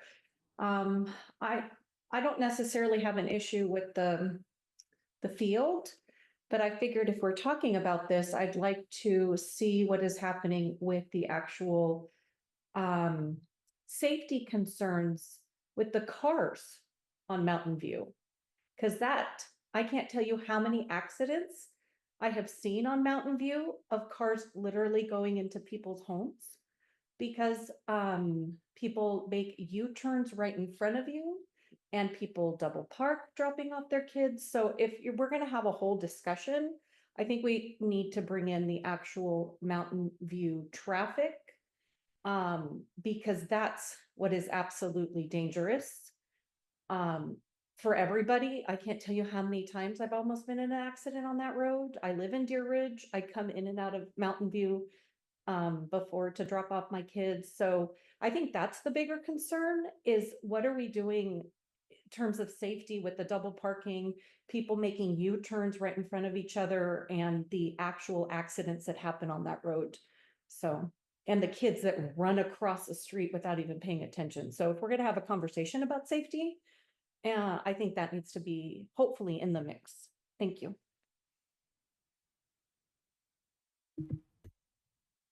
Cinziana, go ahead. Good evening. Thank you for the opportunity to speak. I really hope that the District 2 representative and City Council will actually care about the safety of students going to the schools in District 2, as opposed to offering help and support for improving safety in other districts. I understand as a city council member, we need to oversee the whole city and have a holistic approach to it. However, there are very important safety issues around the new Montana school in her district, and I don't hear a word from her addressing that. Thank you. I have no additional hands raised. Thank you. At this time, we'll close public comments. And do I have a motion for the continuance? I'll make a motion and I'll also make a little statement since as a council member, I get to talk. So I just want to say to the public that I care deeply for all of our children in every district because that's what I was elected for. And if you run the tape back, if you really look at evidence, which is what I do as an attorney, I talked about traffic at all our schools. So run it back. On that behalf, please, I'd like to go ahead and make a motion to continue this. Thank you. And I'll second. Okay, we have a first and a second. All in favor, aye? Aye. Clarification. Yes, I'm sorry. We understand that you'd like to bring this back after the interagency meeting on the 12th. Are you leaving it to staff to determine the correct agenda to add this to, or did you have something particular in mind? No, I defer to what you all will place it on the most available and whenever you're available. Thank you for clarifying. Okay, I have a first and a second. All in favor, aye? Aye. The item moves. At this time, we will, I'd like to move the public hearings to the back of the agenda tonight and move into item G4. I'm sorry, the LLD items to the back and move into item G4. Item G4 is a call for review of a design review and a conditional use permit for a new Popeyes drive-through restaurant. And I know I've moved this around a bit, so. J2 later. Yes. And Miguel Contreras will present. Miguel? Thank you, Mr. Mayor. Good evening, council members, members of the public. Miguel Contreras here to present Conditional Use Permit 23-006 and Design Review DR 23-006, which is for a Popeyes restaurant located at 7820 Brentwood Boulevard within the existing Brentwood Plaza in the Brentwood Boulevard specific plan, and specifically within the commercial office, industrial, residential, or COIR zoning district.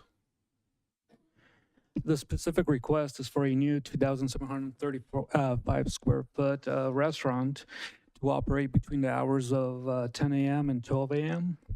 And the restaurant would include a drive-through component and associated site improvements, including trash enclosure and parking areas in the rear.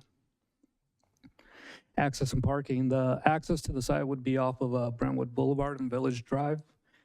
The parking would be reconfigured to accommodate the use. The plaza in total with all the uses requires 149 parking stalls, and the project would ultimately provide 158 parking stalls with a shared access and parking agreement. The drive-through component, a CUP is required for a drive-through component in the zoning district. As you can see by the diagram, it's a one lane that splits momentarily to 2 lanes for ordering and then merges back into 1 lane. The drive-through would have a 21 vehicle capacity, and it would be obstructed by a 48-inch masonry wall from the public right-of-way. The restaurant would feature 1 pickup window and 2 speaker boxes. The speaker boxes would be fronting Brentwood Boulevard. The landscaping as proposed, you could see it in green. It's 12 trees, 9% of the site is landscape with trees, shrubbery, and ground cover, and also a vegetated trellis. The BBSP does require that all new development provide 10% of the site to be usable open space. So you can see this in the orange highlighted area, which would include a trellis. Originally, it was proposed with 5 benches and 3 tables. And this open space wouldn't be exclusive to Popeye's customers or employees. It would be open to all members of the public. The architecture of the building would incorporate a painted stucco, brick veneer, simulated wood slats, a flat roof with a cornice, vertical and horizontal projections, And all mechanical equipment would be below the parapet wall and not be seen on the right-of-way. The project was routed out to our peer review architect. The initial project wasn't very impressive, and these are the peer review architect's suggestions. These would include adding a trellis over the open space area, adding a trellis over the pickup window, adding the low wall around the drive-through component, increasing the depth and the height of the architectural projections, increasing the depth of the awnings, and the utilization of more brick veneer instead of stucco. So the applicant did actually incorporate all these suggestions from the architectural consultant. The conditional use permit specifically would be for the restaurant use to be able to operate within or between 10 a.m. and 12 a.m. And that's because the Brentwood Boulevard specific plan does not allow restaurants to operate anytime between 10 p.m. and 7 a.m. without a conditional use permit. And the drive-through feature, the project would be conditioned to not interfere with Brentwood Boulevard or Village Drive traffic. And the project has also been conditioned so the community development director can refer the project back to the PC for in case of complaints or issues. So this project was heard on April 16th by the Planning Commission. The commission indicated that the economic findings for approval as proposed, and therefore directed the applicant to return at a later date without the drive-through component, and to improve the open space by making it more robust. A few months later, the applicant resubmitted the application, and no changes were made to the drive-through component. And small improvements were made to the open space, which included 3 additional benches and 4 additional tables, and approximately 147 square feet of landscaping. On the August 6, 2024 PC meeting, the commission ultimately approved the project with conditions requiring that the final design of the drive-through, including queuing capacity, be approved by a design review subcommittee, and also for the final design of the community courtyard, which is really the open space, to include additional green space and additional tables, additional shade, and also to be approved by the design review subcommittee. Consistency, so the project would be consistent with the Brentwood Boulevard specific plan. It would also be consistent with the COIR zoning district, and the project would qualify for a class 32 categorical exemption, exempting projects that are infill. Staff recommends that the City Council uphold the Planning Commission's approval and adopt a resolution approving conditional use permit number 23-006 and a resolution approving design review number 23-003.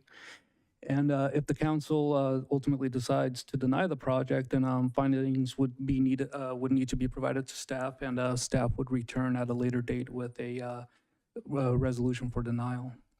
And that would conclude staff's presentation. If there's any questions. Are there any clarifying questions of staff at this time?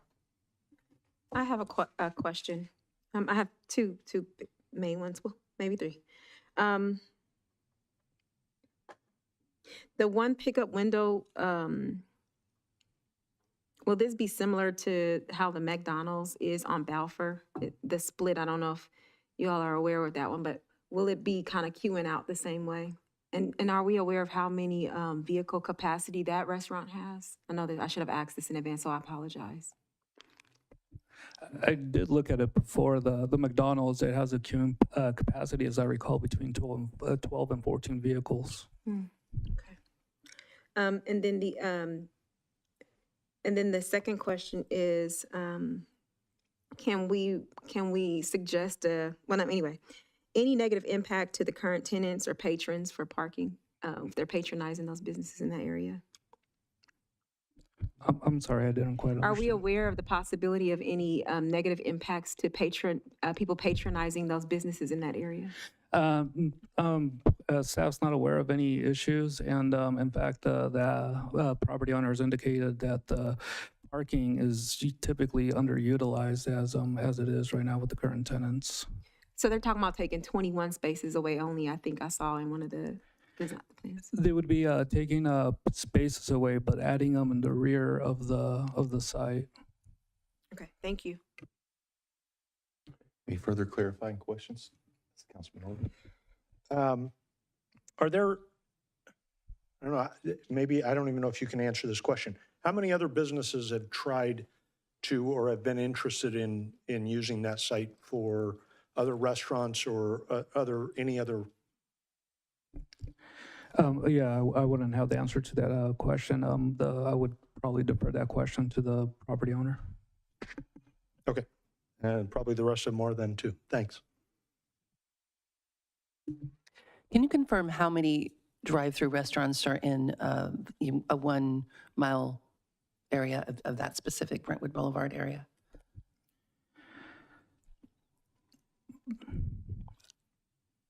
I apologize. I had the number, but we have Jack in the Box, Taco Bell, KFC.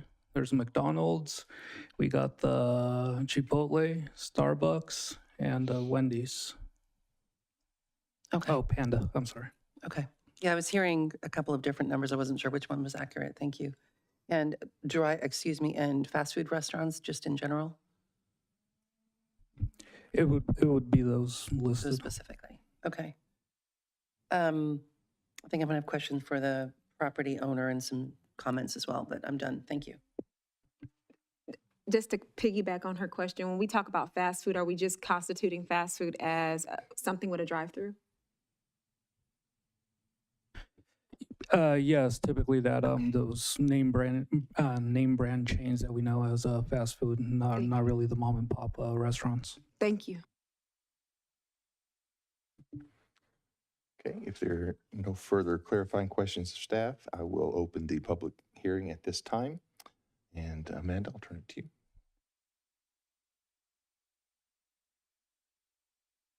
you. At this time, the public is permitted to address the City Council. If you're participating via Zoom, please raise your hand to speak. If you're in person, please file a speaker's card. We will take public comments from those participating in the council chamber first, and then from those participating via Zoom. Remarks are limited to 5 minutes. Your microphone will be muted if you speak on items that do not pertain to this agenda item or after the timer has expired. We received 9 written public comments for this item. And the first speaker is Jason. Oh, I'm sorry, the first speaker will be the applicant, and they'll be given 10 minutes to speak.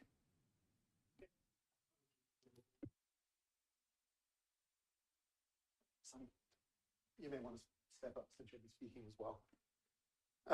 Good evening, Council. My name is Charlie. I am the applicant here on behalf of the franchisee who is looking to develop this site. I'm pretty much here just to introduce him, answer any questions you might have, technical questions about the project, and to let you know that ideally what we would like to see, if possible, is an approval of the design as it was presented to planning and what we had originally negotiated with planning. We understand that the Planning Commission had added a couple of conditions. It was a bit of a contentious meeting that evening, went on pretty late into the evening. And, we tentatively agreed to those conditions. Now that it's coming back before this body for approval or whatever the next step is, we honestly would like to present the project as it was originally submitted because we feel that that is a superior design for the function, because anything that we would do to reduce the capacity in that drive-through lane could have deeper impacts to the shopping center, to the parking, or not necessarily the parking, but the traffic flow within the shopping center and how it interacts, obviously, off-site and throughout the local streets. So with that being said, I'm going to allow Sonny Guy, he is the franchisee, to speak on behalf of the business. Good evening, Mayor, Vice Mayor, and Council members. My name is Sunny Guy, and we are franchisees for Burger King, Taco Bell, and Popeyes. And it's a family-operated business, my son and me. Um, you've seen everything on the project, and I may have a couple of comments, but one thing I want to let you know is who we are. And I believe we sent out an email. I'm not sure how many of you read. We are the people that kept our drive-throughs open and fed the emergency workers during COVID. God forbid we don't have it again. If we do, we will still be there. And we were feeding the first responders literally for free. We work with the soccer moms, the local schools, with everything. We create jobs. We are not developers who build and sell or lease and go away. We create real jobs. And today, fast food is the highest paying restaurant business in California. We are at $20, which sit-down restaurants are not at. So we have more people coming to work for us, kids, school, and we are flexible. That's about us, who we are. We've got proclamations from various cities during COVID, which I've sent you some of those. We give scholarships to our employees and their children as they go to school. Very big foundation, the Burger King Foundation, the Popeyes Foundation holds events. We just had one in Napa where we raised $200,000, where I especially held it myself, and we do that once a year. So it's bringing us to the city, is bringing goodness to the city. This is what I've done. I've started from one store when I came here for the American Dream 30 years ago. Mopped floors, built it up the slow and hard way. Nothing fell from the sky. As regards Charlie's contention, we worked with Miguel on this plan multiple times to get to what was perfection. And shortening drive-through lanes is not an ideal situation, but if design review wants it, I have no reason why, because everybody looks for more. But remember the future. If you want to see AI in play, go to my Burger King in the parking lot of the Lucky's at Granada Center in Livermore. You will see where we are going. We need that because Chipotle, just a correction, Chipotle is not a fast food. It's called a fast casual. And if you go to the Chipotle, there is no ordering screen. You can't pay. There's nothing. All you're doing is picking up food. In 5 years, I expect me to be there as well. Everybody's got these smart handhelds. Everybody's got the apps. People order, pay for it. And that drive-through component is very essential because it's only going to become a pickup. Now, why do we have two menu boards? The reason is in the interim 5 years, while some people still want to order off a screen and some people have ordered, and you have DoorDash, Uber Eats, and everybody coming in, that's going to be the zip lane, the second one. One's going to stay on. One is like, okay, you paid for it. You don't need to stand behind the guy. And then the guy who's ordering says, oh, all these people are going past me. What does it take? And somebody in the drive-thru with a handheld will say, here's the QR code. Get this app. You could be going through that lane next. So the speed of service is actually improving with AI at the drive-thru. And we've experimented AI, and we haven't seen anybody get mad at AI because language-wise, courtesy-wise, whatever it is, we all know AI is the future, talks very intelligently and makes people happy. So between that component, between what we work with the city, it is going to be a beautiful project. I've had planning commission members say that it's like a diamond in a center. But we have the landlords out here who really want this thing so that that'll bring life to that area. I don't think they've had any inquiries for restaurants going out there prior to this. And we know we will do a good job. The nearest one in Antioch, Pittsburgh, we own them, we operate them. The city needs one. We have Uber Eats and DoorDash bringing food to Brentwood all the way from there. And it's expensive because it's all metered on what you pay. So my request is that with everybody in play over here, and especially the corridor that we are talking about, literally, we are the first project in that corridor in 10 years. What is called Brentwood Boulevard specific corridor, Mega? Nothing has happened in 10 years. Something is about to happen where I'm about to put $3 million on our friend's dirt over here to make it happen. And we know that parking is totally underparked. and it can be configured, made look nicer, what we add. It'll be a star project in that corridor.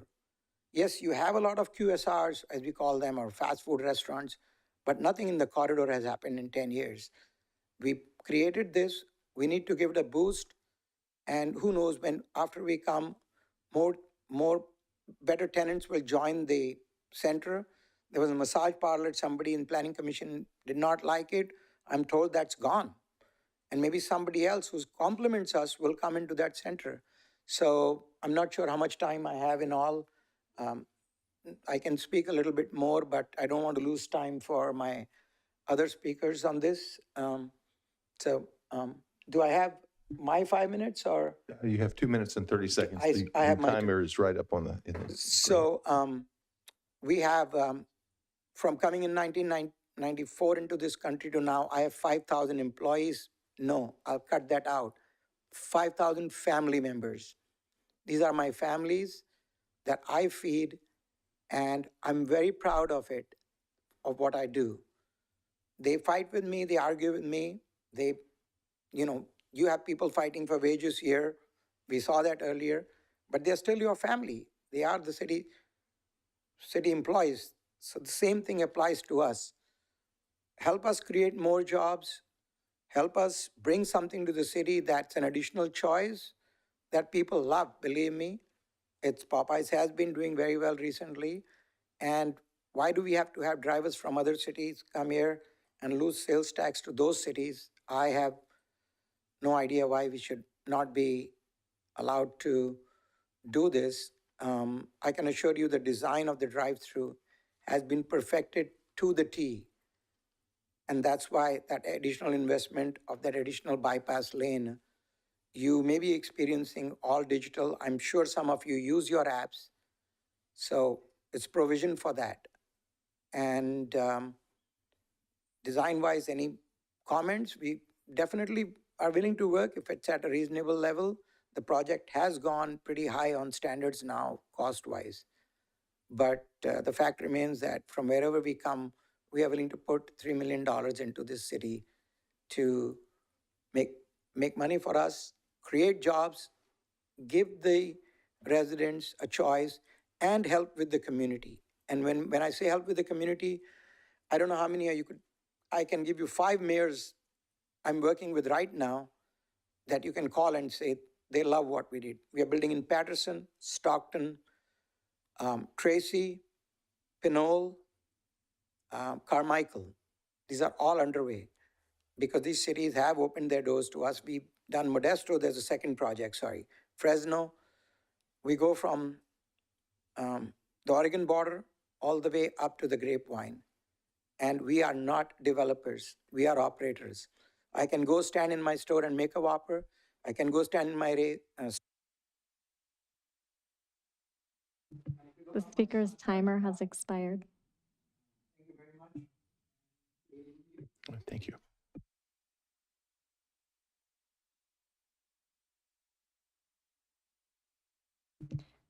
The next speaker would be Jason.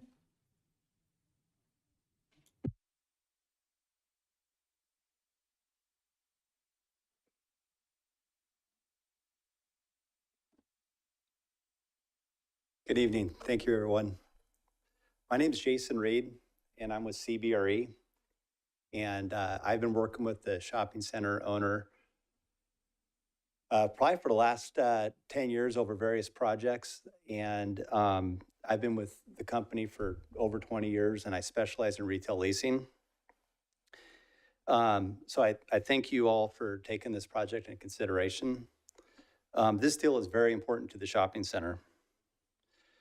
This is an opportunity for the ownership to stimulate economic development within the shopping center. In my experience in leasing leads to more leasing activity.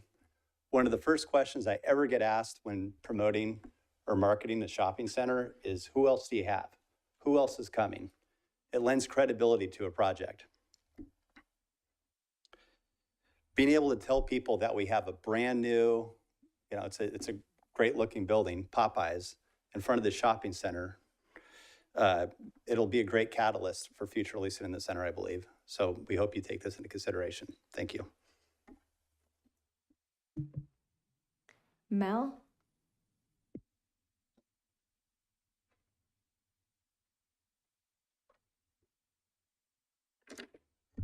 Hello, my name is Mel Young, and I want to thank you for taking the time this evening for listening to me. I represent the owners of the shopping center over here on Brentwood Boulevard where the Popeyes is proposing to go.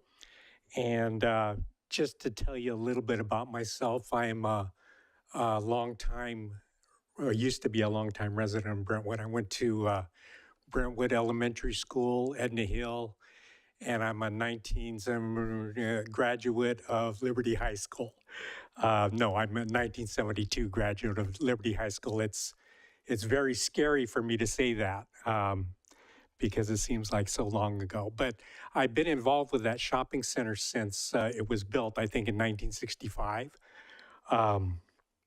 So being a part of it all these years, and seeing this opportunity of maybe having a Popeyes go in there, it would serve as a catalyst and a stimulus to get that center looking, nice and what we would expect at the city of Brentwood. So I do ask for your support. I know that there's some questions I think that you have of me from listening to the conversation before, and I'll be more than happy to answer them. If I don't have the answers, I'll make something up that sounds good and maybe you'll believe me. But no, I'll have Jason come up and maybe he can help me out with that. But I think all the tenants are looking forward to having a Popeyes in there. I know I am, and I know the partnership is. So I urge you to support this CUP to get that Popeyes in there. So I don't know if you want to ask me questions now or later. It doesn't matter to me. We'll ask you questions later after Okay. your public comment. Okay, well, thank you very much for your time. Bob?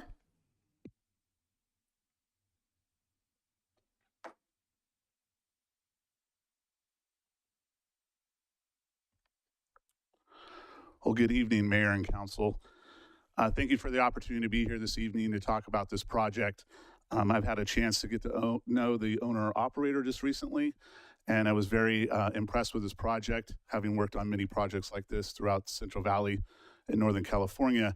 It's pretty consistent with a lot of the design elements that you're seeing with fast food as far as drive-thrus are concerned. So I appreciate the work that went into that and how that design came out in the end.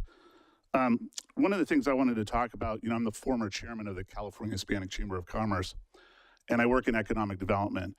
And when you see a project like this come to fruition, you get really excited because you go into the businesses and you ask them, what do you think is the most important aspect of your business being able to grow?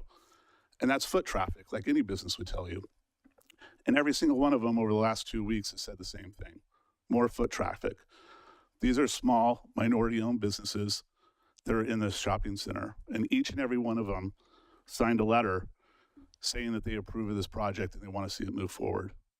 Additionally, I know a lot of residents, folks talked about residents being discussed and talked to about this project.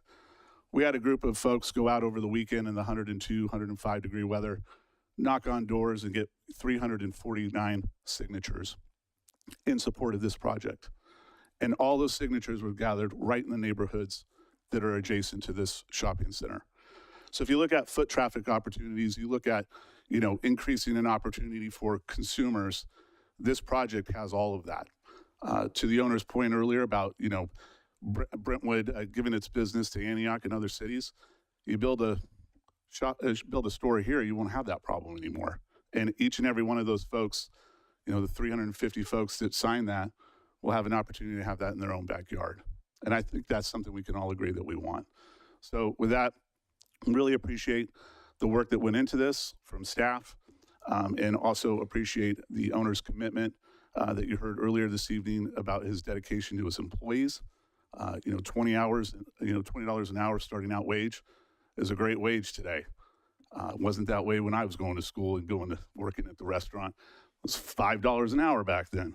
So we're making progress, and I think this project really lends itself to a commitment to bettering its community, bettering the shopping center, and bettering the neighborhood that would be an anchor opportunity for them. So with that, thank you.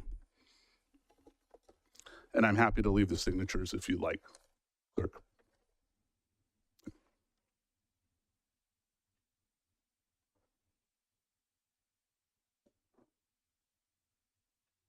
Laura?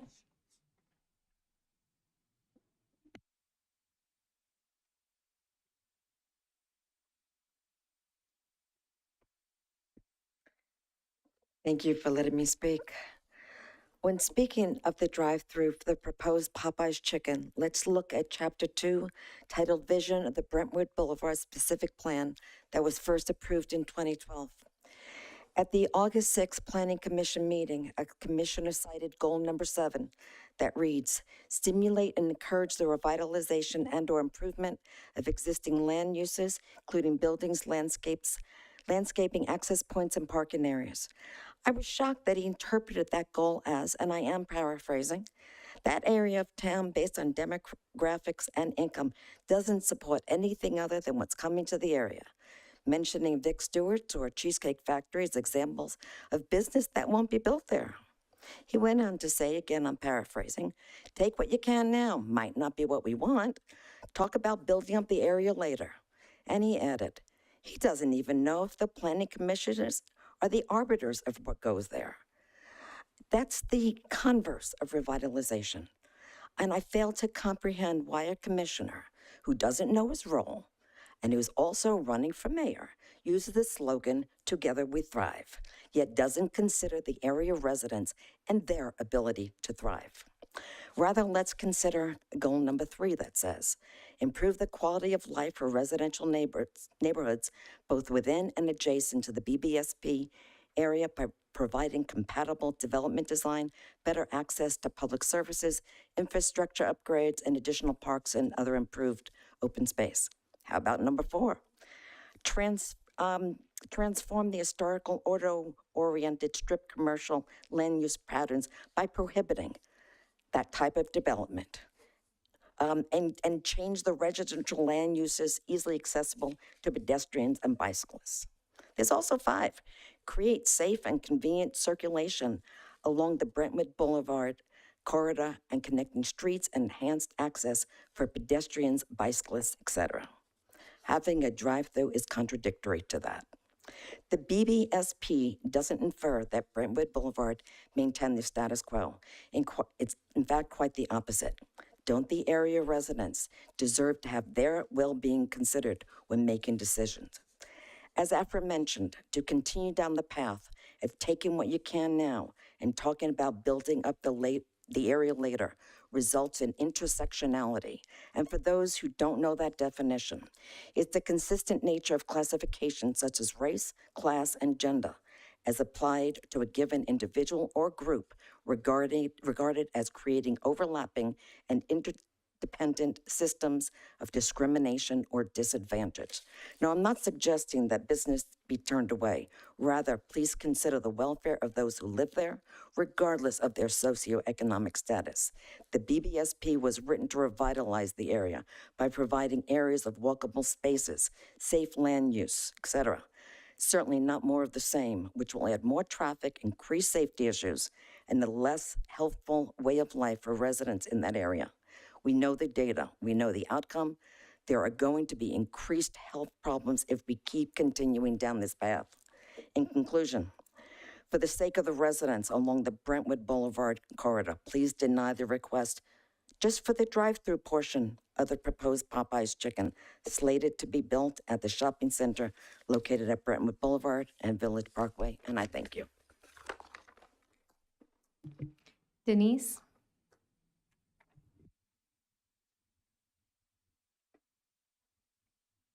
Mr. Mayor, City Council, staff.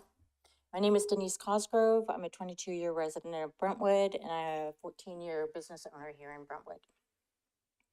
Over the past year and a half, I've watched the Planning Commission and City Council work through the process of approving projects in this city, and to be honest, I'm disappointed in the lack of consistency in the process.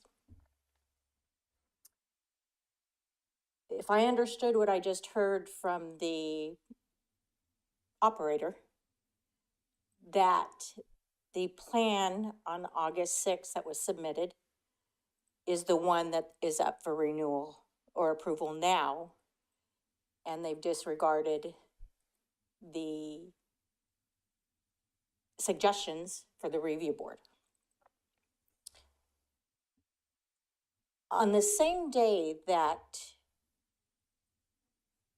Popeyes was denied, the Planning Commission approved a Dutch Bros with a 27-car drive-through at the streets of Brentwood.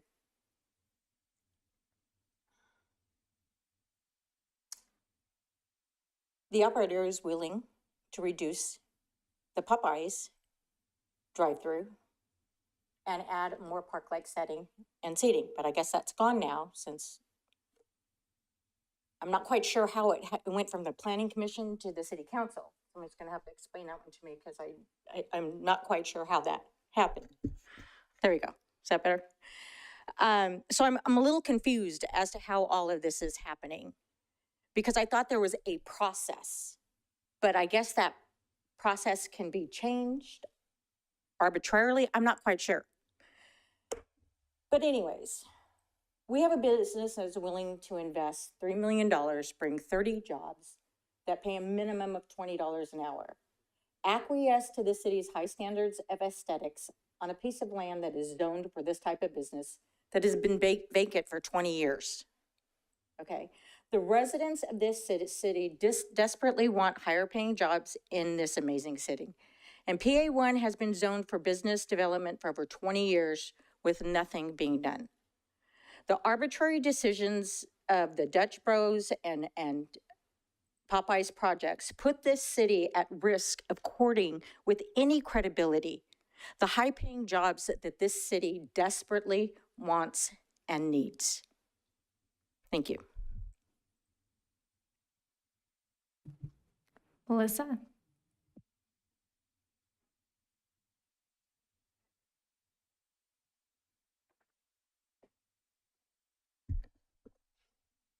Hello again.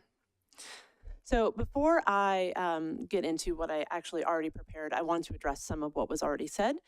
That area, that parking lot in front of Azucar and the Mexican seafood restaurant over there, whose name is out of my head,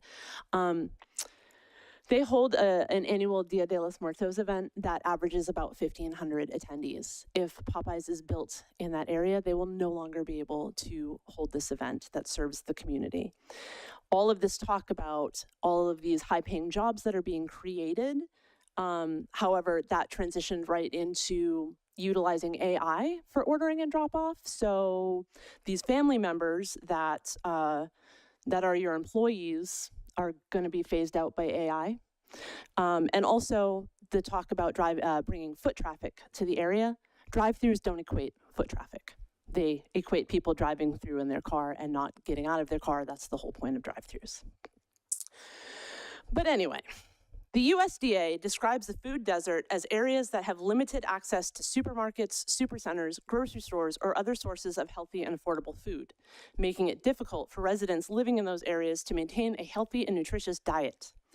Communities with limited food access are identified by several factors, including access to healthy food in local stores as measured by distance to a store, supermarkets or large grocery stores, or by the number of stores in an area. Household resources, including family income and/or vehicle availability, and neighborhood resources, such as the average income of residents and the availability of public transportation. According to a 2022 USDA Food Access Research Report, about 39 million people, or 13% of the US population, are living in low-income and low-access areas. While this agenda item isn't linked to a potential grocery store, fast food establishments, which we've established Popeyes is, also contribute to the detrimental effects that low access to healthy options can have. The lack of access to healthy foods and easy access to fast foods can be linked to diet-related conditions such as high blood pressure and cardiovascular disease, a higher incidence of obesity, increased prevalence of diabetes, and other weight-related conditions, especially in children. A lack of fresh fruit, vegetables, and unprocessed meats can lead to deficiencies in zinc and vitamins A, B1, and C in pregnant individuals. I was able to utilize the USDA's Interactive Food Access Research Atlas to determine that the areas immediately surrounding the proposed Popeyes location is classified as low income and or low access, meaning that the poverty rate is 20% or greater, or the median family income is less than or equal to 80% of the statewide median family income and or our city's median family income. And in this case, at least 500 people, or 33% of the residents, live farther than 1 mile from the nearest supermarket. To be fair, this data was taken from the 2020 census, and the opening of Grocery Outlet Bargain Market in 2021 may have changed some of the calculations since then, but I'm sure residents were happy to have a grocery option that wasn't Dollar General or Dollar Tree. That being said, the vast majority of restaurants that already exist or have been newly approved and or constructed along the stretch of Brentwood Boulevard have been fast food establishments. According to what people have to say on social media, residents would like to see some other options, which is why I'd like to urge council members to vote against approving yet another fast food chain which would continue to perpetuate the food access disparity in the area. Instead, I'd like to offer the following suggestions. Partner with residents to determine a community-driven solution, from data collection and development to program planning and interventions, extending support for potential startups and small business owners, and neighborhood-based farmers markets to increase the availability and affordability of healthy foods in under-resourced areas. Our actions speak louder than words, and if the city continues to inundate lower income and minority neighborhoods with poor quality choices, we're actively saying your health and well-being don't matter. I have no issues with Popeyes, and honestly, I even prefer it to KFC. But if we're invested, truly invested in being better in Brentwood, it has to mean that we're invested in being better for all residents and making sure they have the best quality of life possible, including their dining options. Thank you. Nadine?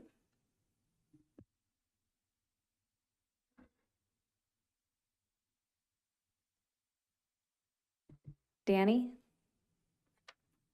I believe he's online now, so we'll come back to Danny when we take Zoom.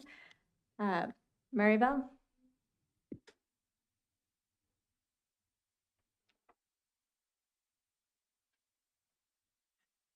I wasn't going to speak today, but considering I started my day off at the Food Bank Summit this morning in Vacaville, I thought it was really, really important to be here today. I took a lot of offense to what was said about the community of Village Drive.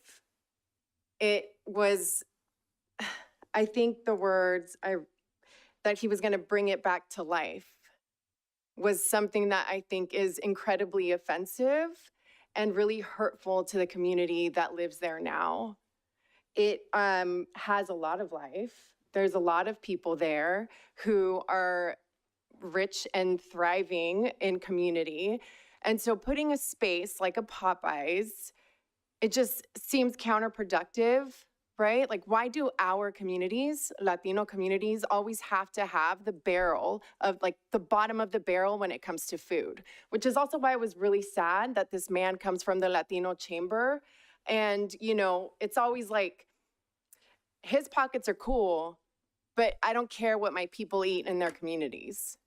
And that's very, very sad to see, especially coming from the food summit this morning where we're talking about access to healthy food. Village Community Center is maybe half a block away. And there's a food bank that comes there, I mean, a few times a week, right across the street from where they want to put their Popeyes. There's another food bank. And what are we talking about? We're talking about healthy options of where people can go to get healthy food. Latino communities are always struggling with diabetes, you know, heart disease, all of these things that affect us on a regular basis. And so touting, you know, the millions of dollars that you're bringing to, like, bring unhealthy food to our communities, I'm sorry, but we're not going to be jumping and dancing for joy. Think about what you're doing and think about, you know, it's not always about like the money that you're bringing. It's about bringing the livelihood. It's not gentrification that we're looking for. It's about access to healthy food. And we do not deserve just, you know, whatever kind of food is going to make, basically, how much money you're actually putting into the food and how much money you're lining your pockets with afterwards, after each sale. So yes, also, if we're going to talk about the drive-through, I think it's very, very important to say that we don't need a drive-through there. It's going to be extremely dangerous for all of the kids that live in that community, that go to that laundromat, that go to Cielo Mar y Tierra, that go to Azúcar, you know, yes. And like Melissa said, we don't have access to healthy markets, Dollar General. So like if the owner of the property wants to think about like what businesses are coming into his community, then maybe go talk to, you know, a Safeway or something, right? Another grocery outlet, something that is going to have more options for a community. I'm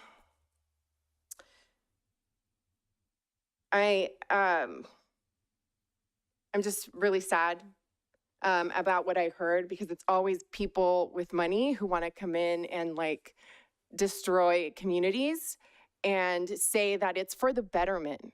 I think it's gentrification and it's sad.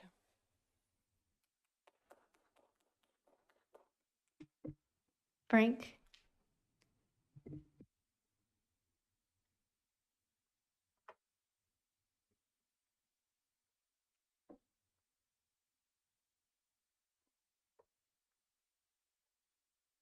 Good evening, Mayor, council members, and city staff. Thank you for allowing me to speak. I just want to kind of clarify a few things. 'Cause I spent this last weekend actually with people walking basically that district, specifically right behind where the last speaker was talking about. I have 346 residents, constituents in that district, in that specific area. A majority of those are Latino. I actually had 4, and I made sure that 4 of the people that were walking there were Spanish speaking, so that there was no misunderstanding or lost in translation and speaking. So out of 346 signatures, we were actually getting invited into the house. They were all for Popeyes. The fact that we told them that we're creating 30 to 40 jobs in a very underserved area, which is where I came from, originally from Stockton. So I know what it's like to not have a high-paying job, you know, coming from the streets and not having choices, especially the kids from school. There are no jobs anymore for kids, the summertime jobs. Those things don't exist anymore for them. Usually it is the Popeyes, the Burger King, the McDonald's that probably most of you here had to go work at. And of course, they were minimum wage. You were hoping to get tips, but if you're working in a fast food, you really didn't get any tips. But at $20 an hour, and I think they peak out at about $35 an hour, 30, 40, in a community that is underserved and could use a catalyst for redevelopment in that area. You're saying that it's been there for, what, 20 years? So we're hoping, a wish and a prayer that Applebee's or, I don't know, a sit-down restaurant that everybody wants is gonna drop out of the sky. I've seen this over and over and over again personally. That's a hard place. So 20 years from now, you'll basically be back in this exact same spot. Now, Dia de los Muertos. I actually have a signed letter which we gave to the city clerk from that exact restaurant that is all for Popeyes, okay? I don't like using the word foot traffic. I like using the word visibility, okay? The more visibility that they come in there, from the nail shop to the beauty shop, to the, I can't remember the name of the business, the one that does the amazing piñatas, and they have a candy store and they have agua frescas in there. They were all for it. But to have actually traffic, because coming down from one end of that strip, it literally just stops, drops, and turns into that underserved community, which is that Brentwood Plaza that has been sitting there for 20 years and nobody has come in there. Nobody has even attempted to come in there. We got business owners. I even have AutoZone. The only reason why I didn't get 40 more business signatures there was because some of them were corporate, and the other one, the business owners weren't there on Saturday and Sunday. Come back on Monday through Friday at a certain time, which I could very well have done that, but unfortunately we walked last weekend. Otherwise, we'd have got more businesses to actually come in. So, you know, when you're talking about a catalyst for economic development, you're talking about jobs for an underserved community, you're talking about 346 constituents in that area, including right behind that specific area that we're talking about. And I do agree that we should eat healthier, but that's a choice that the person has to make, not a choice that I can make for them. I'm 68 years old. I've lived a healthy life. I've made different decisions, never done drugs, never smoked, never, had my first drink when I was 27. Worked out all my life, ate healthy, but that was my choice. I don't make choices for other people. They make their own choices. So the other last part is, we didn't take anything off of that Planning Commission proposal. We actually accepted what the Planning Commission actually directed and said, putting more benches, which you can confirm if you play it back again. We actually said that we would make more parking spaces. That was never taken off the board. You know, what we're saying is the design that we submitted is probably the most perfect design that we can come up with. But, and even Sunny Gay, which is the owner, said, we're willing to do whatever it is that you need. We can make the changes, we can adjust it, but we even put it in the last submittal. That was never taken off. So I'm not sure where, you know, misinterpretation came. He showed it on a map. He showed where the benches were going. He showed the extension. He showed where they said put a shorter wall. We said, okay. We kept saying okay to everything. So nothing has been taken off the table. And I think that this is a great opportunity.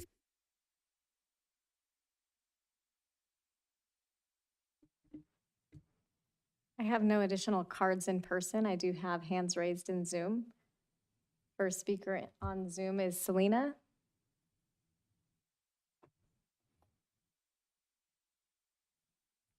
Hello, good evening. I hope you can hear me. Yes, we can. Go ahead.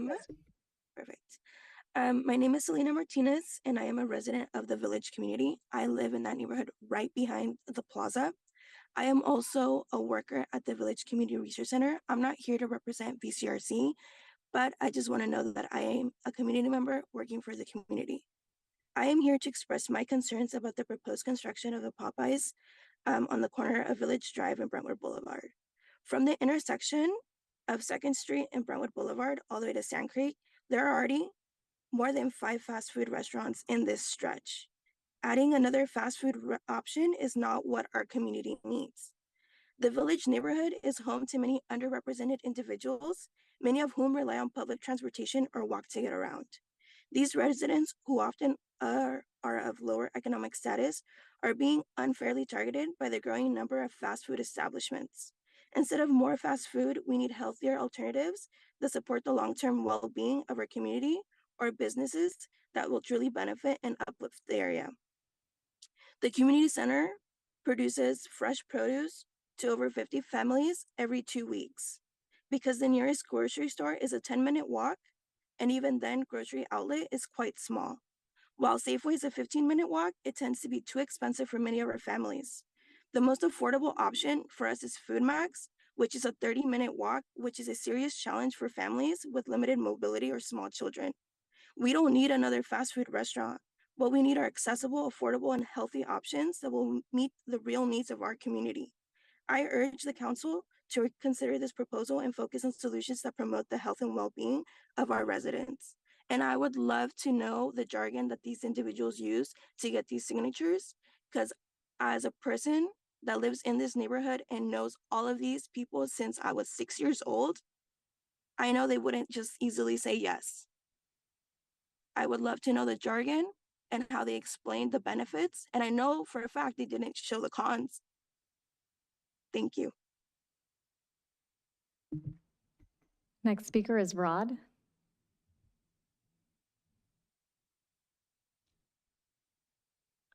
Yes, thank you.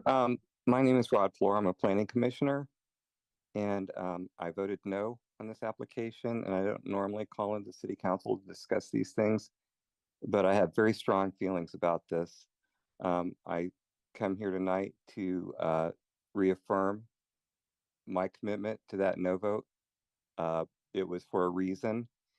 I was not being inconsistent. The streets of Brentwood is in a very different zoning situation than the Brentwood specific plan, and it's specifically COIR. I do know my business. I take my job very seriously.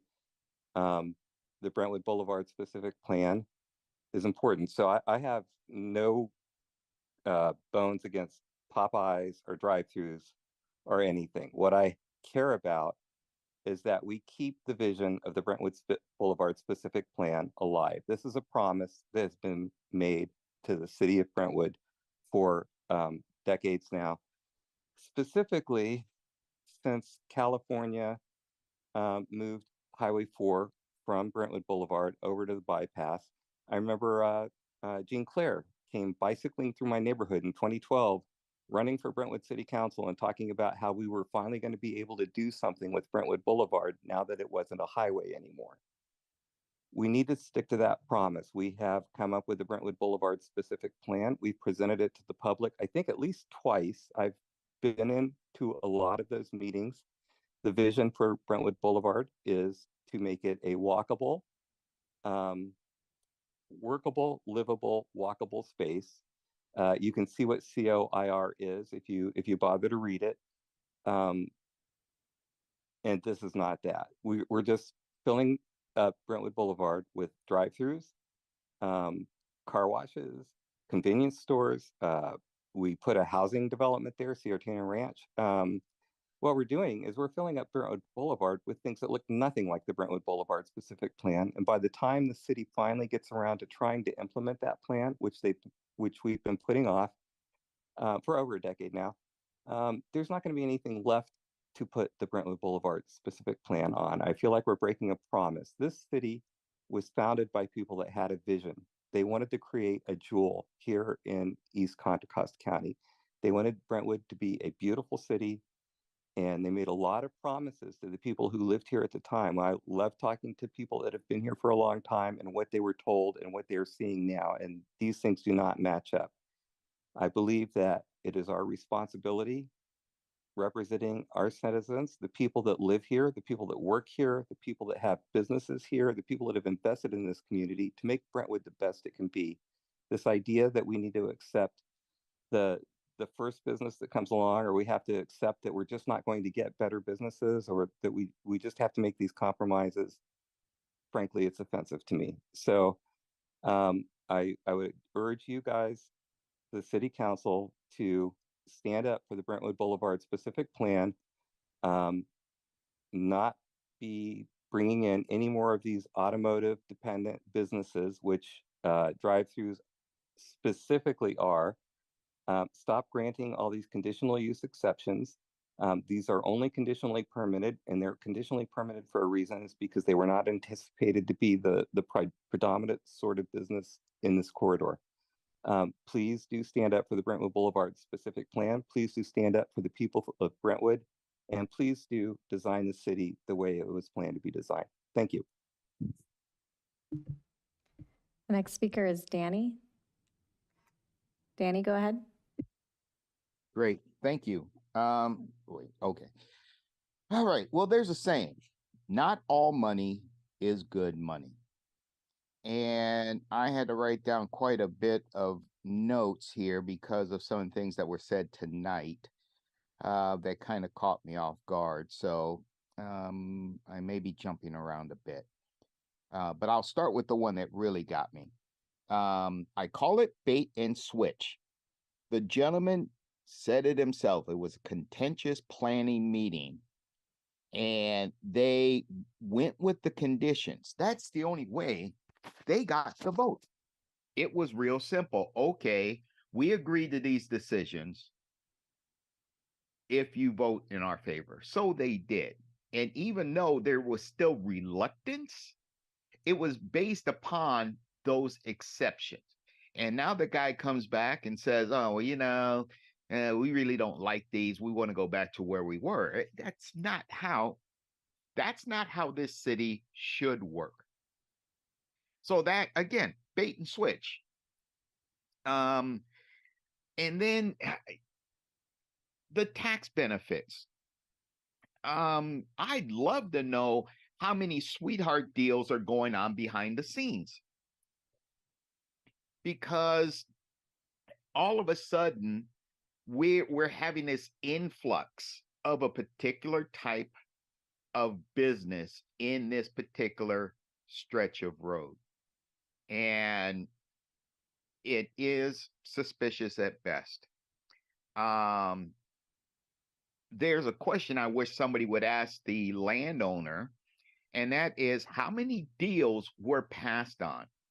Because I keep hearing about Popeyes. They're the only ones who've come in 20 years, and I find that a little bit difficult to believe considering what was built just east and west of Sand Creek on Balfour. So I can't believe that in 20 years, Popeyes is the only offer. That is, as the kids would say, sus. And the gentleman said it himself with AI. They're designing it for AI. Well, you know, AI means you don't need that butt in that seat anymore. So you're actually planning on getting rid of jobs. So if we're going to put a spot there that is job dependent, how about a job where people are there and not Robbie the robot taking the order? And the traffic influx. And that actually, there's a picture. I'm trying to dig up as I rant along here because it was on one of the screens. The conditional use permit. Drive-through feature must not interfere with Brentwood Boulevard or Village Drive traffic. Community Development Director can refer project to the PC. Well, what? It's already built. What are they going to do? Tear it down? You know, this is after the fact. And we know for a fact that there's going to be more congestion. Their own paperwork in that little parking area shows up to a 20-fold increase of car traffic, whether it's on Village Drive or on Brentwood Boulevard. One was from 89 to 1,200 in the same period of time. So there's going to be congestion. So if there's going to be congestion, why are we even considering this? Lastly, look at PA1, look at the amphitheater, look at the sports complex. These things have been in the works for decades. So if we have to pass on this and 5 years down the road, something better comes along, well, look, we're doing that now with PA1, with the sports complex, with the amphitheater. So let's not do this, oh, we got to put it here right now because, you know, the poor folks here, and that drove me nuts too, where it's implied that, you know, that this is shanty town down there and we're going to show the bright light. That's ridiculous.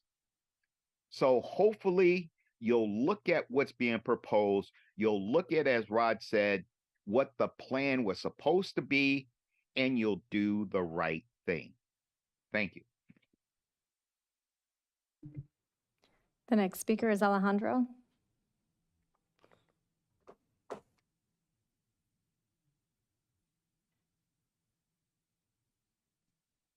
Hello, thank you. This is my first time attending one of these, and I learned so much. I have pages of notes. This is, to me, I've lived here now for just over a year and a half. I'm new to Brentwood, and I didn't really know much about Brentwood, but at the time, I took a leap and found a community that I can raise my family. I have 2 children, one in middle school, one in elementary school. And when I have family come over and friends come over, I always speak on the community. I always speak on how I don't have plans to leave Brentwood. I didn't really know about it, and now I'm already planning my future here. What can I do for my community? I really enjoy it here. I love it here. and that specific area, it would be a disservice to the community by putting another fast food restaurant. I don't want to take up too much time. I think the speakers were Melissa and Maribel. I apologize if I mispronounced those names, but what they brought is exactly what I was feeling and thinking as I heard the proposal. It's not needed. And in that community, if we're only giving options of unhealthy food, how are we expecting people to get healthy options? The gentleman said, it's a choice. It is a choice. But if you're not given any choices, how are you supposed to know better? How are you supposed to, you're not being equitable. You're not providing the access to the people. In my line of work, I work with marginalized groups all the time. And having a Popeyes in that area would just be a complete disservice to the people who live there. And I mean, like I said, when I speak on Brentwood to my family and friends, I don't speak about Jack in the Box. I don't talk about KFC. I don't speak on what is everywhere. I talk about the difference of what Brentwood has that other communities don't have. Thank you.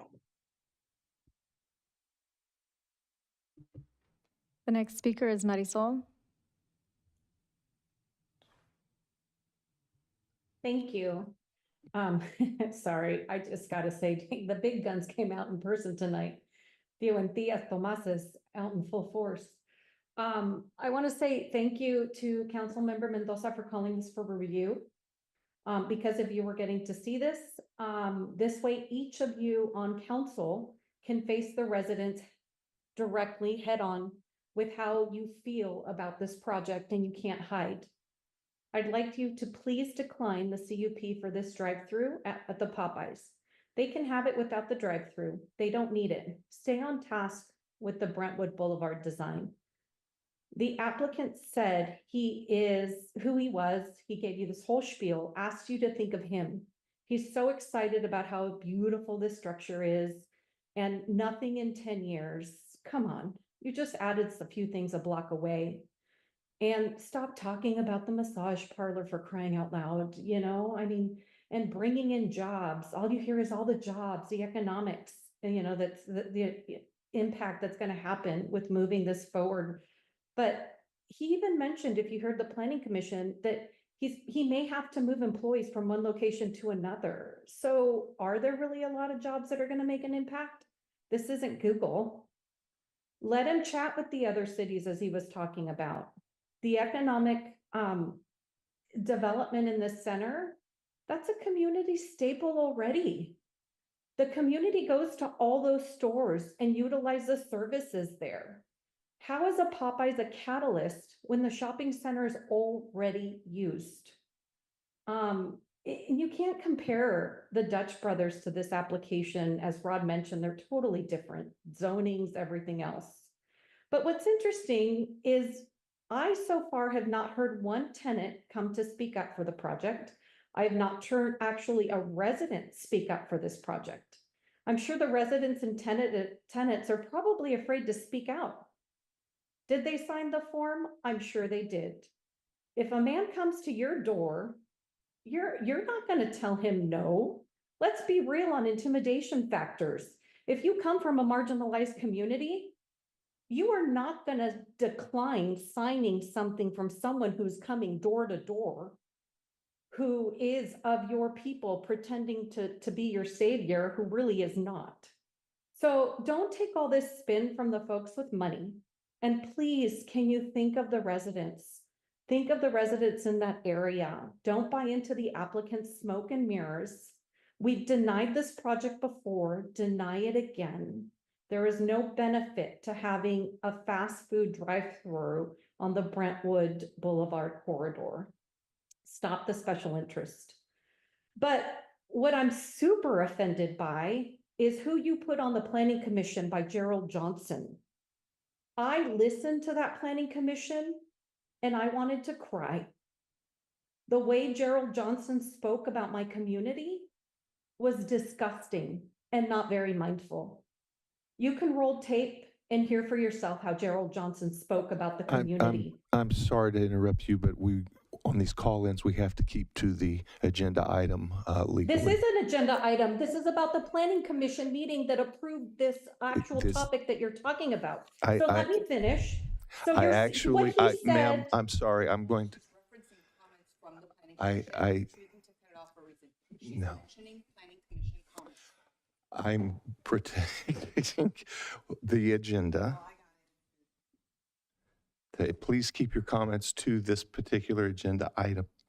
I appreciate it. am. Thank you. So again, the reason that this was approved is because he said the community did not deserve anything better than this Popeyes. So for you to shut me is absolutely my civic duty, and for you to shut me off and say I'm off a topic because Gerald Johnson spoke about this topic is ridiculous. And I hope that I get my minutes back from being shut down, please. So Gerald said that the community was lucky to have a Popeyes because there is no high-end restaurant that would go into that place. So we should take it because the community would be lucky to have it. So I'm sorry, but there is already a sit-down restaurant there, and it's called Cielo Mar y Tierra, and it does very well. There's also Azúcar Dulceria that offers snacks and more to the community. So, God, I'm so furious right now with you, Joel. Furious right now with you that you shut me down and when I was totally on topic because Gerald Johnson discriminated, in my opinion, against the community of that neighborhood. So you need to talk to God tonight about what you just did to me. So please deny this project because again, you are marginalizing the Brown community. The speaker time is expired. The next speaker is Carolina.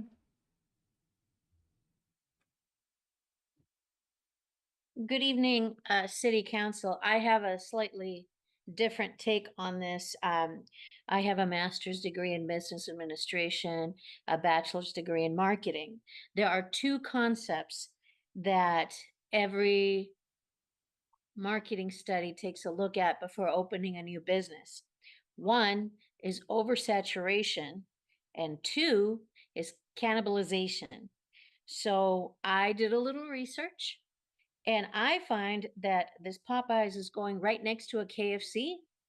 And we have the following chicken restaurants already in Brentwood. Angry Chick, Sticky Chicken, Rappin' Chicken, Bonchon, Jollibee, 2 Wendy's restaurants that offer chicken, 2 McDonald's restaurants that offer chicken, Burger King, Jack in the Box. We're getting a new Chick-fil-A not too far away, Crispy Crunchy Chicken, and all the sit-down restaurants in Brentwood that offer chicken. So if you approve this Popeyes chicken, what you're going to end up doing is pulling the sales from all the other existing chicken restaurants in Brentwood, and you're going to end up with fewer sales all the way around. This is not something that Brentwood needs. We don't need another fast food fried chicken restaurant. I would also agree with the previous caller that having a planning commissioner say that this particular side of Brentwood should just take the Popeyes because it's the best that they can get. I would like to remind that planning commissioner, if you get in your car, drive downtown, and to go 20 minutes in any direction, you can get to just about anywhere in Brentwood. So it is not necessary to put the Popeyes there. I don't know why we need another chicken restaurant in Brentwood, fried chicken restaurant. Like, we don't need another car wash. We should really take inventory of what we have all around Brentwood. I hope we have this already, but this is like too much of not good quality restaurants. We want better quality restaurants. I emailed The Melt, which is a restaurant that provides mac and cheese and also grilled cheese sandwiches, which are absolutely delicious. And they have healthy options as well, and fresh lemonade and fresh juices. And it's kind of like a quick restaurant. It's not a sit down, it's like Chipotle, but with better quality food. Why can't we get that there? That would be wonderful. Because it's got better food choices, they're healthier food choices, and it's not all fried. So, I emailed them. Hopefully they'll email me back. Who am I? I don't know, but it's not this. I just think that this is not needed there. I don't think we need another fried chicken place in Brentwood. Like I said, I found 12 plus all the sit-down restaurants that we have that offer chicken. I mean, I know we like chicken and we like car wash, but how many do we need? So I would say please decline this project. It's not needed. And it's not healthy for the community that you're putting it next to. Like put it, if you're gonna approve it, put it someplace else. Someplace else. Spread the love of unhealthy food. But please don't target this community. Thank you. The next speaker is Cinziana. Hi, good evening. Thank you again for the opportunity to speak. Oh, I only have 1 minute left. Okay, thank you. Thank you for the opportunity to speak. I echo everything that was said by Laura, Melissa, and Rod in regards to Brentwood Boulevard specific plan. Please keep that in mind and do not destroy the future of the city and specifically this area. Brentwood Boulevard specific plan has been created with a vision in mind by generations. I've been personally part of the committee that did the last review for this plan, and we want it implemented. If you keep chipping away piece by piece, we will not have the opportunity to implement the vision of the people. And you are there because of the will of the people who voted for you. So please be mindful of that. I would like to say as a general statement that there's nothing positive about this project. I know it sounds radical and I will be criticized by people on social media, and I don't care. The truth is there's nothing positive about this project. And I would like to bring up the aspect that was highlighted by Assistant City Manager when this project was discussed at the Planning Commission. He mentioned that a new business in any shopping center will raise rent. It is your responsibility to protect existing local businesses like Azúcar Dulcería, Cielo Mar y Tierra. Also, there's a gym in that shopping center. They're all small businesses run by local residents. You have a responsibility to protect them. They are currently part of the fabric of this community and catalyst for amazing ethnic and community events and social engagement. Another aspect that I just keep hearing, jobs. Really? Are these good jobs? All I hear is hyperbole. No numbers were mentioned. How many jobs will be created? How many good paying jobs will be created to support a mortgage even in that lower income area that this particular project will go in? $20 an hour is an aspiration. If we will just have part-time jobs with no benefits, that equates to $7.95 an hour. You need to keep that number in mind. $20, it's what dictated by the state.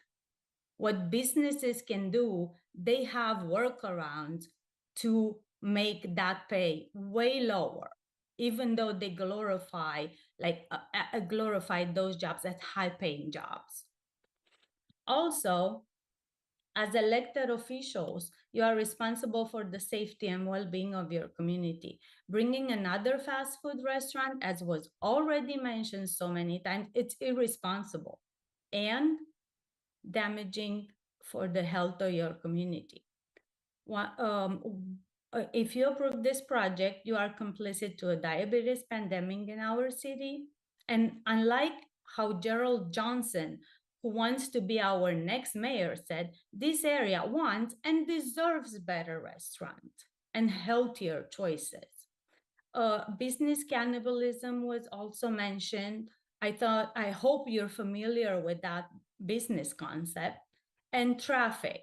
Let's not talk about that. Adding more will create more pain, more traffic, more accident, and more pollution even. So let's make a good decision and deny this project. Thank you.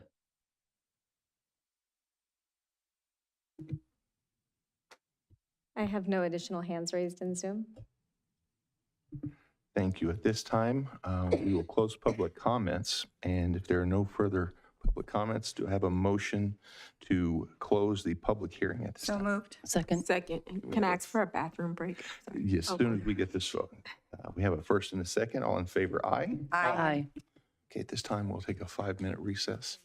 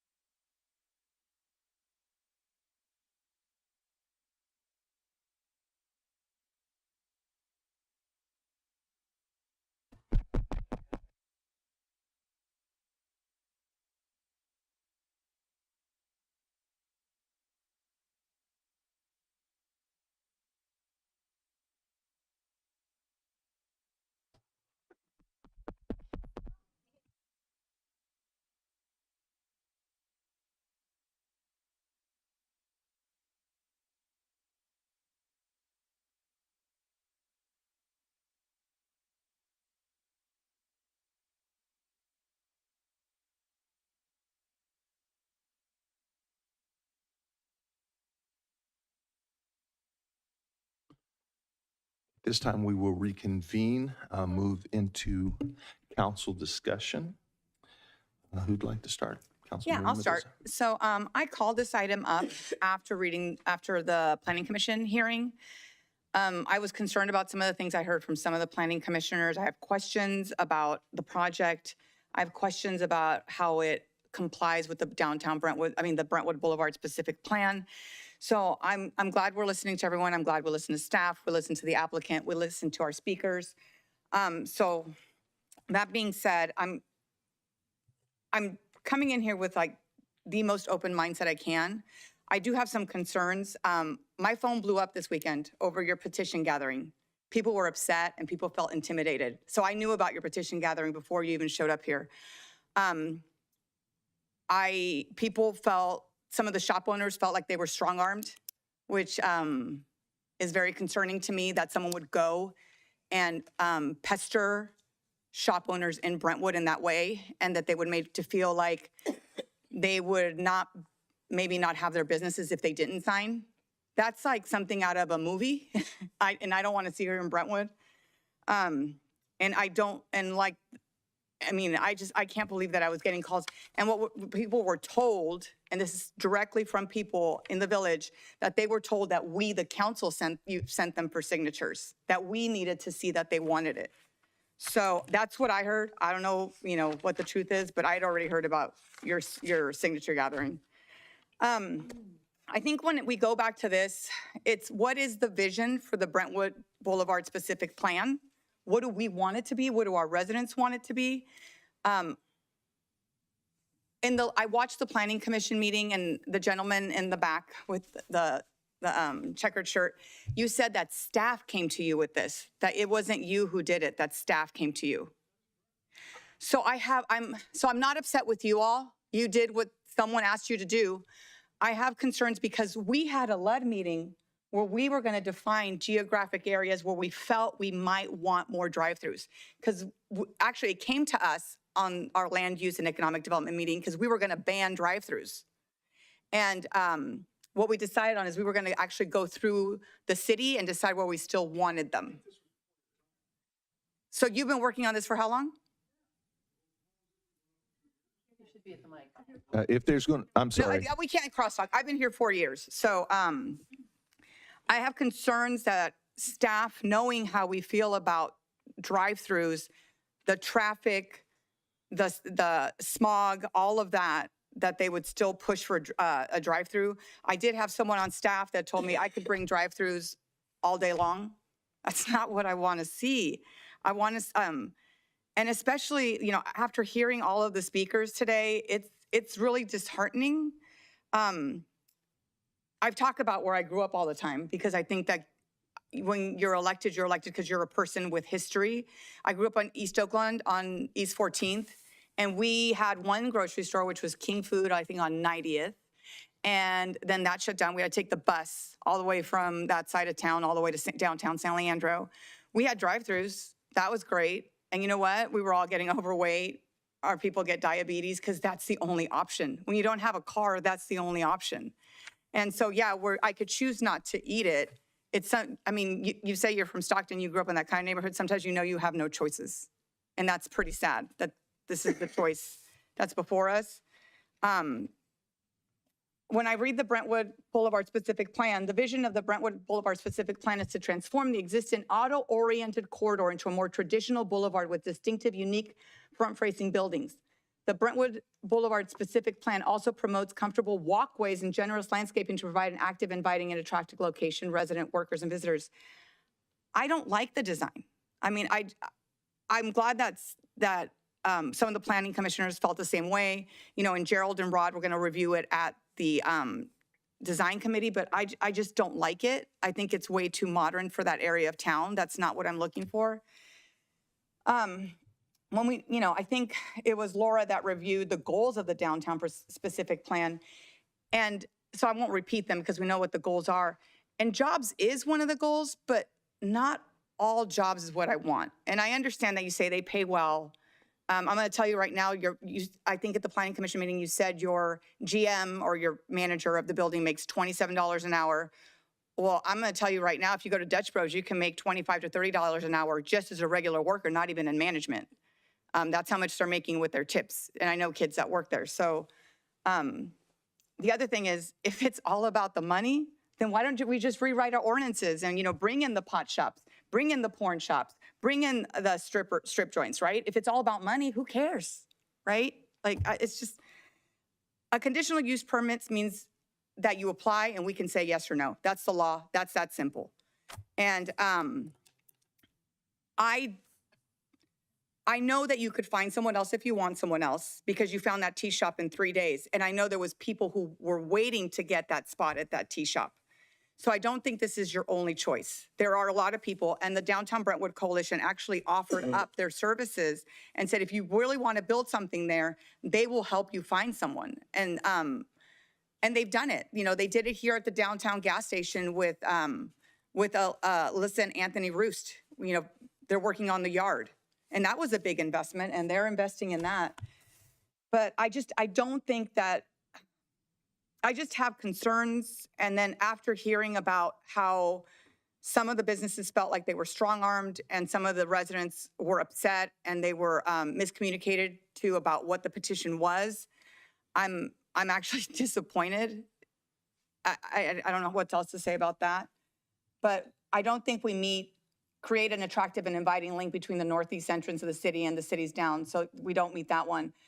Transform the historical auto-oriented strip commercial land use patterns by prohibiting the type of development in the future by requiring a vibrant mix of workplace and residential land uses easily accessible by pedestrians, bicyclists, and transit riders, as well as motor vehicles, and on and on.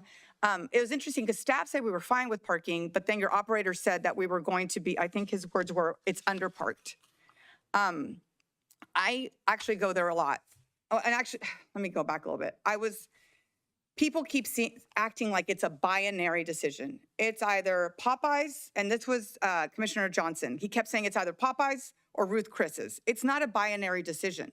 It's not one or the other. There's options in the middle that we can look for. It doesn't have to be that.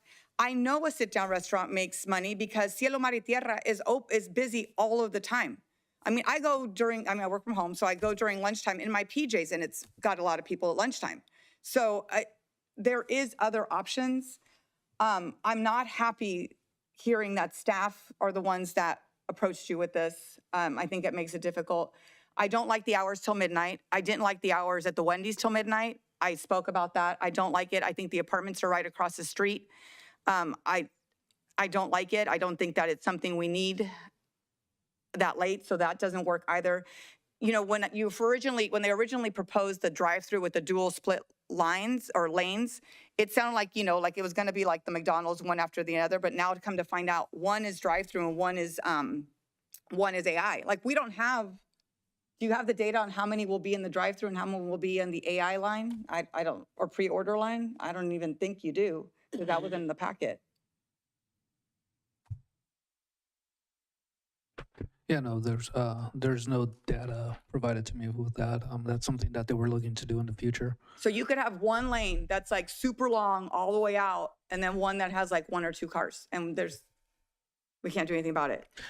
The other thing is that laundromat is full all the time. And if you've ever been to that laundromat, there's a lot of handicapped people that go to that laundromat. I see those handicap spots open full all the time. And we're going to be taking all of the parking away from that side, which is where we have the businesses that we want to thrive, and we're going to move the parking away from them. I don't like that configuration either. I don't like the roof. The roof doesn't meet the guidelines either. They're supposed to be pitched and have parapets, and the roof line, don't like it at all. I don't like that flat roof line. It's not what our Brentwood specific plan is asking for. So if you're going to open a restaurant, you can open a restaurant with no drive-through. I can't do anything about that because that's the way the code is written. But I can have an opinion about the drive-through, which I think is detrimental to our residents, which doesn't support the Brentwood specific plan. And because of that, and because of the hours, and because of removing the parking on the area that is the busiest, I just have a lot of concerns over the project. Vice Mayor. Thank you. I took a lot of notes on things that were already discussed, so I don't want to repeat things, but I do want to say if I recall hearing this correctly in the Planning Commission meeting, that parcel hasn't received a lot of interest, but it's never gone out to bid, from what I recall hearing. So I don't think we can judge the amount of interest that it would get if it had gone out to bid. I want to say I get upset when I think about the Healthy Places Index of that section. And we have done some work in this area that we've looked at tobacco ordinances. We've looked at some of these other ordinances around fast food that are specific to the Brentwood Boulevard area. And we're trying to make improvements there so that we're not disenfranchising further the community that lives directly around that area. The idea is to actually uplift, I think I have a different definition on that than some, but uplift the area with things that are not going to gentrify, but are actually going to bring choices here. One of the callers was talking about access. Several people talked about access, but she was mentioning, I actually spoke with one of them, someone on the phone about this, but that a lot of the residents of the village area walk to their Dollar General for their groceries and don't have transportation or can't afford transportation or can't walk very far. And so they get their basic groceries from Dollar General and they get their fruits and vegetables from the food bank that was mentioned on the phone. We already know that this is a challenged area when it comes to healthy food. I can't support the idea of bringing in a drive-through that's going to encourage that extra kind of dependence on fast food that is not healthy in any way, shape, or form. I wanted to mention the tea place because that got mentioned briefly. I understand they looked at multiple options. They wanted to go downtown, but when this site was offered up, it seemed like a really great fit. I think that's a really good example of uplifting. I think when I told a resident about it that lived in that area that hadn't heard about it yet, she was very excited about it. I want to say, I've heard about the petitions. I don't have any idea about any of that, but I can tell you that there have been hundreds and hundreds of comments on social media sites, various social media sites that are from people, whether they live in that area or they don't, that are saying we don't need more fast food restaurants, we don't need more drive-thrus. So this is very definitely something that concerns me. I have 3 pages of notes. I'm trying to figure out if there's anything that hasn't been said, but I believe the business model was 70% drive-through. So I recognize that the drive-through is the part that's the CUP that could be a challenge here. And leaving the restaurant as it is without the drive-through would not be, evidently, according to the Planning Commission meeting, would not be feasible. But if you're talking about a drive-through, that's a restaurant, I should say, that's 70% dependent on drive-through, that's definitely not going to encourage the walkability of that area, which is absolutely one of our goals there. I'm not sure about the impacts on the existing tenants. I've been there many times myself and seen it very, very busy, very community-oriented. And I don't know if their rents would happen to go up. I'm not sure how they feel about the parking spaces leaving and the events that would be impacted there.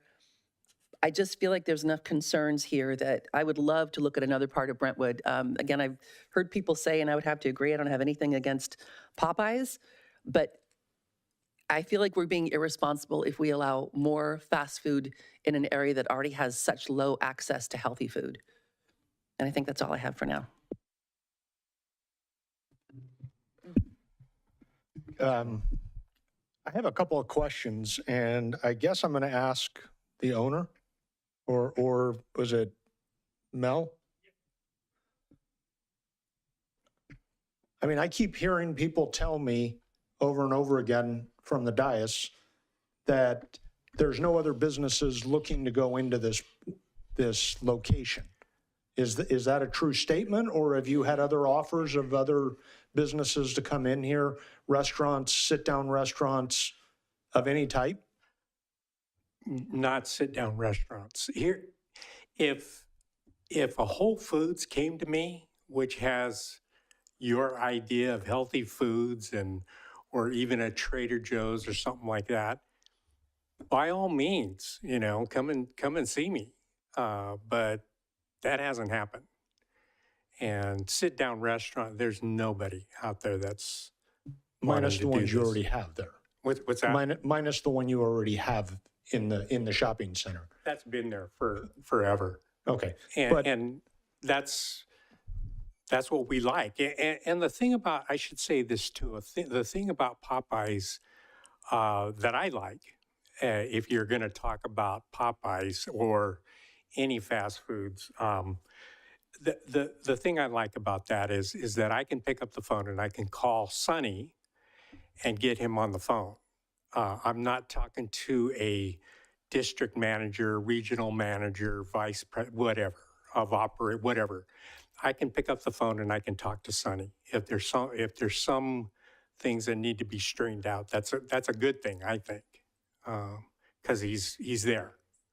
As far as the history of who's come to inquire about the properties, Jason would know more about that than I would. So.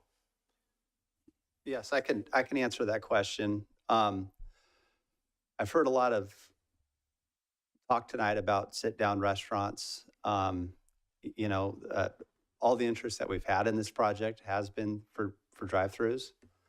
And I don't necessarily think it's reflective on this particular area of Brentwood. We're seeing this industry-wide. It doesn't matter if it's a high-income area, low-income area. The consumer right now is looking for convenience.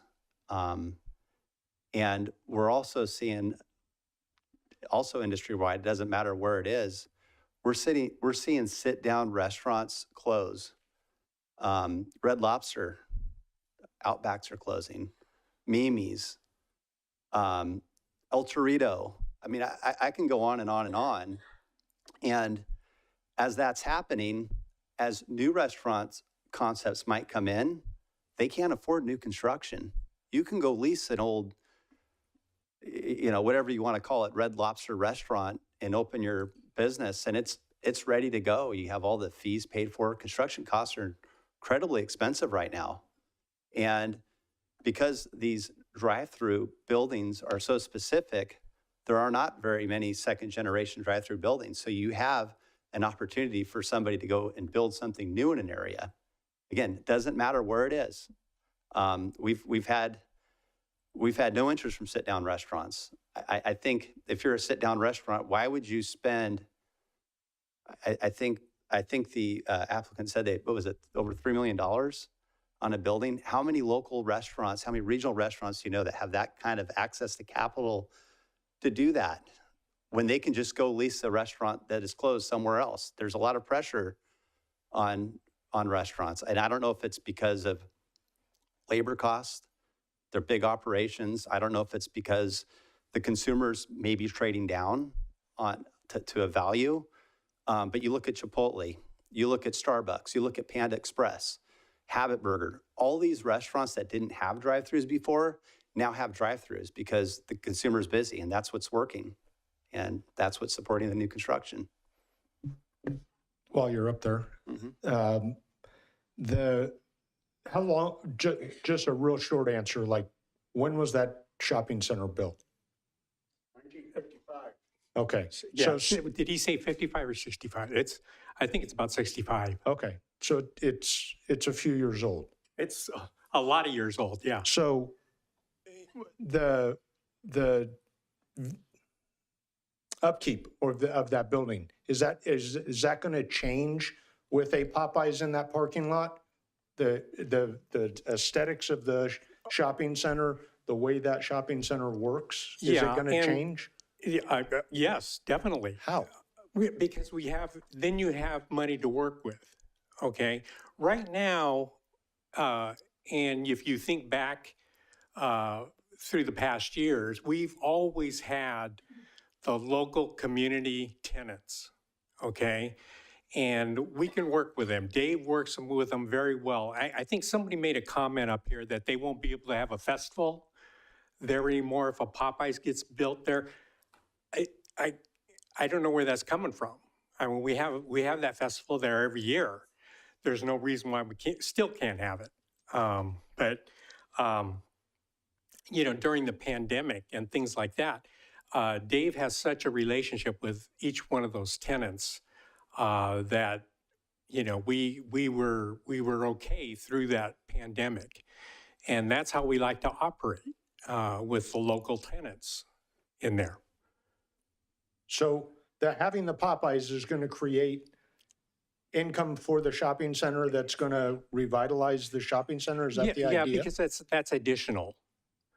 Okay, that's additional. I can't go in there and tell Mr. and Mrs. whoever, I got to raise your rent by a buck a square foot so I can do these whatever. I can do these revisions or remodels or whatever. That's very difficult to do.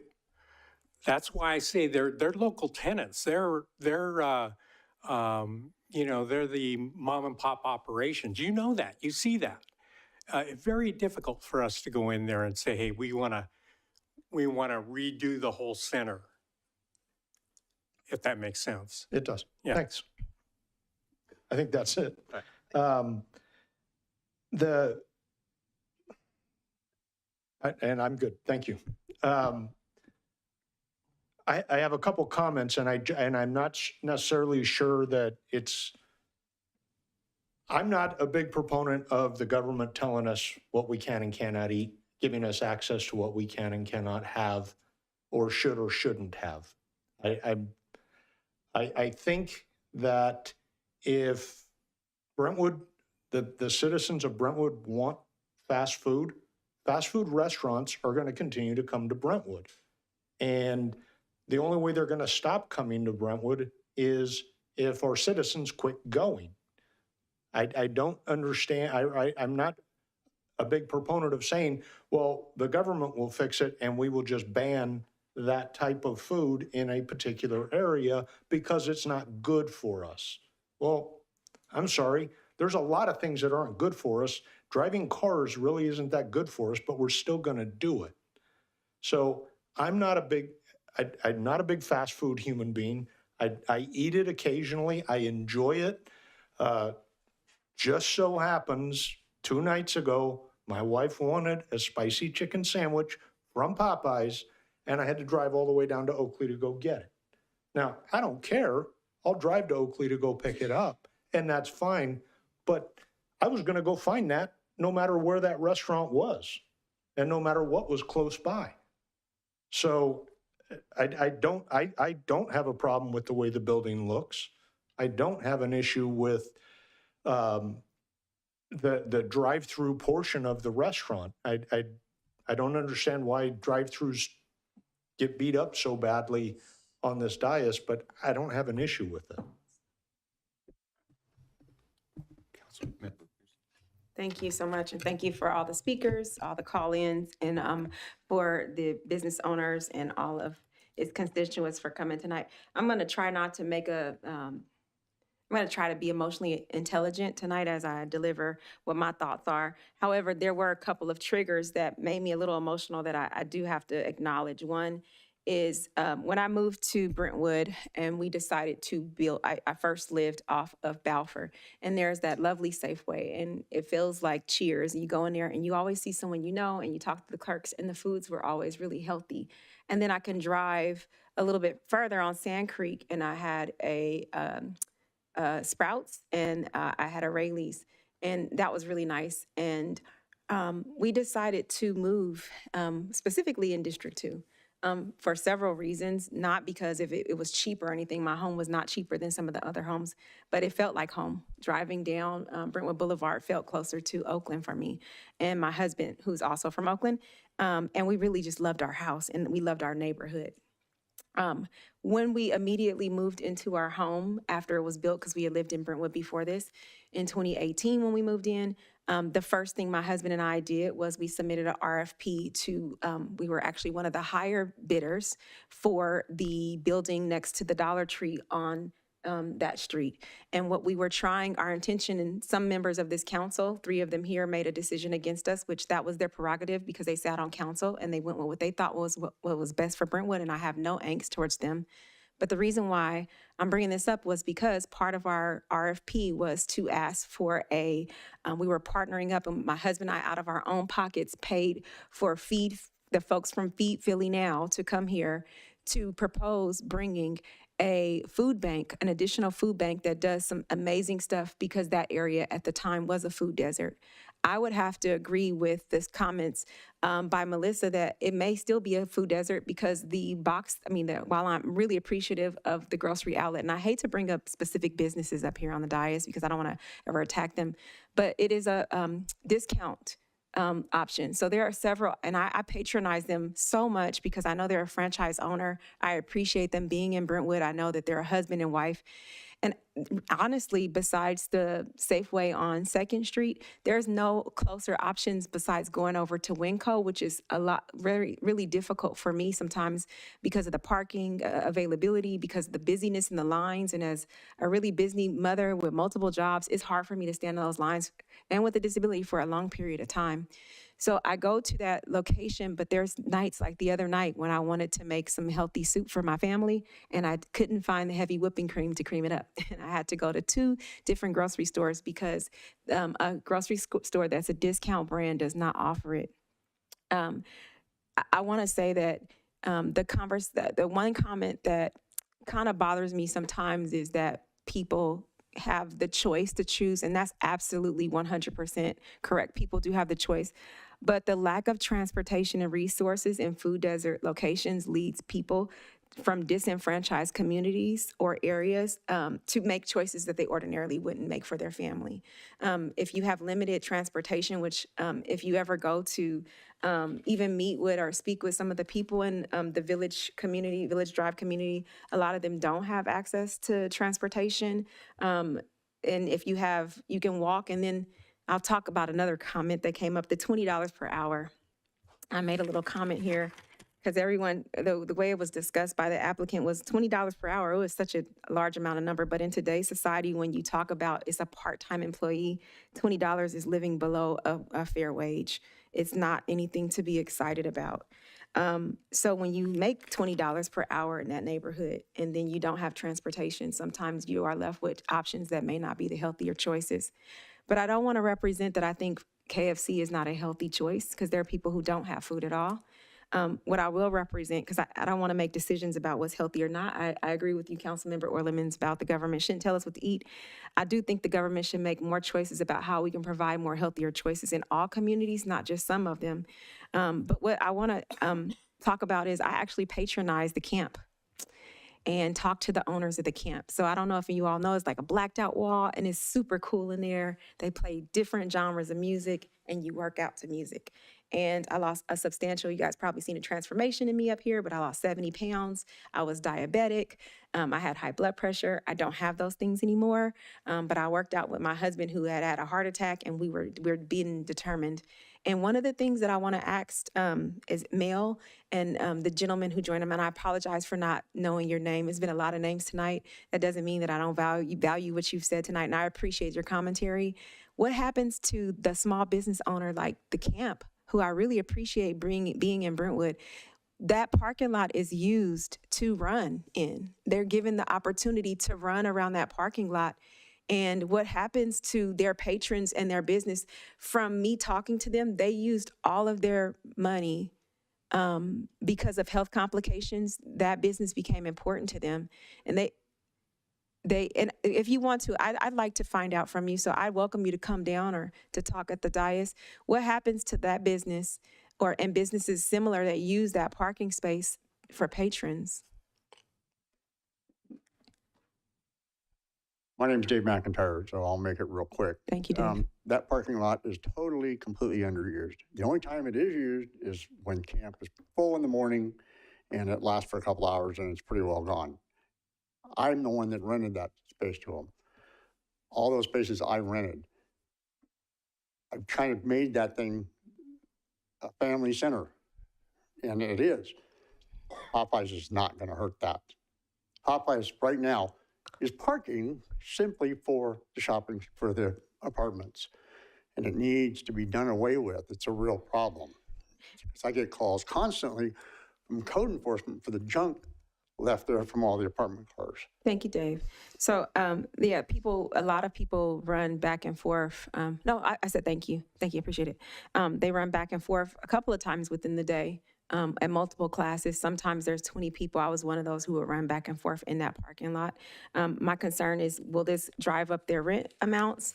Will they still be able to operate their current businesses in this space? That's all concerning. The most concerning thing for me, though, is our recognition of the Brentwood Boulevard specific plan. It's been read a lot. I'm not going to reread it over and over again, but the main thing is the vibrant mix of the workplaces in the area. I didn't hear the applicant say that it would, one, it is not of a diversity. There is another chicken company, and I think the cows from the Chick-fil-A would not like Carolina bringing up chicken so much time. But it is something to think about. It is the diversity in that area is like so close. That was the first thing that came to me. I would definitely, because that's my area, like to see that corridor extremely diversify. And I appreciate the applicant for even coming in our city to offer something. I don't find the building I like the aesthetics of the building. I like the way the modern look, even down by Denny's and all that stuff is really modern, and I really appreciate it. I'm always happy. Like, I took my mom, like, look, we have a Starbucks over here now, and felt really trendy in that area. So I don't mind the aesthetics. I do appreciate the Planning Commission saying, let's bring more greenery, but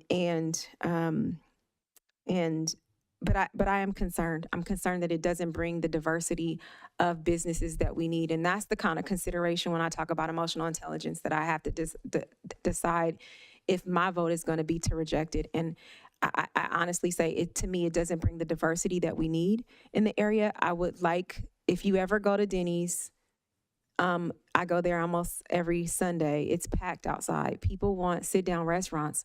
I don't know if it's packed because they have the mimosas that's endless for a really cheap amount, but it's packed. Families need a place to go sit down and commune and talk, and we don't have enough of that in that area. We absolutely don't have enough of that in there. Some of the other businesses that we created don't have sit-down spaces. So besides the grocery outlet, there is a Mercado that we go to that we buy all of our chicken and our steak in that little parking area. Our kids actually, we patronize that area a lot. So they do jiu-jitsu in there. They did piano lessons in that complex. And there's been a bread company, I won't call them out, but if you know, the bread's there. But there's not a lot of seating options. There's nowhere to sit in that complex except for the ice cream parlor on the corner, which is really cool to have a place to sit down. Other than that, there's not a lot of seating options. It would be nice to have more seat options to have a seat at. So that's one of my concerns, is the lack of diversity. The other concern is the queuing capacity. My children often will ask me, and I have to yell at them when we come down from the hill, from Heritage or Adams after school, Mom, can we stop at McDonald's? Usually the answer is no. But the queuing there on Balfour is the worst queuing experience one could ever have. They have the two separate screens that you go to, and it queues back into the gas station parking lot. And there are, from my own personal experiences, not anyone else's, a number of potential collisions in that parking lot. The other thing that I want to bring up is I had the opportunity at La Gran Fiesta to talk to Karina Martinez, who is the wellness manager of Village Community Resource Center, and it would really been nice to have them here tonight. She says she has a lot of stuff that she would have loved to share with the city, and is still requesting that she get to come and do a presentation to the city. But I talked to her for quite a while about their feelings and their sentiments, and one of the things they kept saying is the need for more fresh food and resources in the Village Drive community. So that being said, I don't want us to stop bringing businesses here. I am a business owner. I am an entrepreneur. I don't have a pension outside of the possibility of a pension if I'm on city council, and I'm okay without having one. I don't have all the, if I want to make my money, I have to go hunt for it as an owner. And so I know what it's like to want to bring businesses and be passionate about it. So I don't want to get in the way with free enterprise and with us bringing business, but I want to say that when we're coming to an area, me and my husband have opened a number of businesses, still trying to open businesses in Brentwood. We should listen to what the people want and to what the people need when we're trying to bring a business. And I think we have a conflict up here sometime because we only get to hear what people bring to this chamber and what they write to this chamber. And so sometimes this is an echo chamber. So sometimes people talk and it seems like that's what everybody wants is what was just said at the time. It would be nice to have community meetings, which I've already talked to Tim Ogden about in January. I plan to have a huge District 2 community meeting to find out what the people want and what the people in District 2 need. That's what I was elected to do. But I don't know that having a drive-through with 21 car queuing, it freaks me out. It freaks me out for safety concerns for the people who are running. It freaks me out for the business owners who may be afraid to come here tonight for fear of raised rents or for their leases not to be extended. And I'm not saying that's what anyone is doing. I refuse to speculate as to behavior or nature. But I don't know that this is what the people want and what the people need. I don't feel like I've heard enough. If I were to vote yes to a Popeyes coming, it would be without a drive-through. And it would be with a whole heck of a lot of greenery to look like we're walking into some safari jungle. I think greenery on that concrete jungle over there will help so much. There's not enough of it in District 2. We can see a lot more of it. And I don't think that's intentional. I don't think people are just trying to crap on a bunch of lower income or disenfranchised people. I think we just need to do better and be better in Brentwood like we always represent. So if I were to vote yes, it would be without a drive-through. Otherwise, I would have to be a no.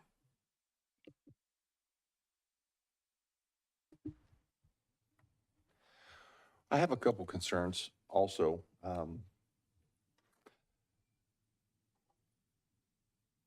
I spend a lot of time in that shopping center as well with my family. The restaurants there are what we've been to for the entire time we've lived here in town. I spent a lot of time at that laundromat when we first moved into town.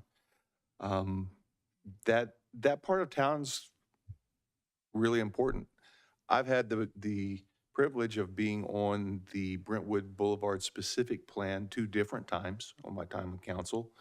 And the Brentwood Boulevard specific plan was intentionally, while I was on it, intended to be a funnel for the residents to be able to move from the Brentwood Boulevard area down into downtown, down into the park area, and vice versa, so that it could be available to people that don't necessarily have to have a car to do so, to expand the hometown feeling of the downtown corridor up along the Brentwood Boulevard.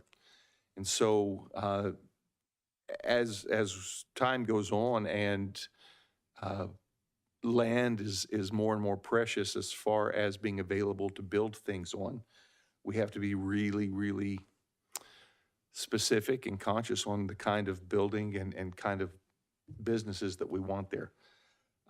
That area, to me, does have a lot of drive-throughs. I've talked to quite a few people regarding drive-throughs in general in town. Not a whole lot of people are super excited about bringing a lot more in.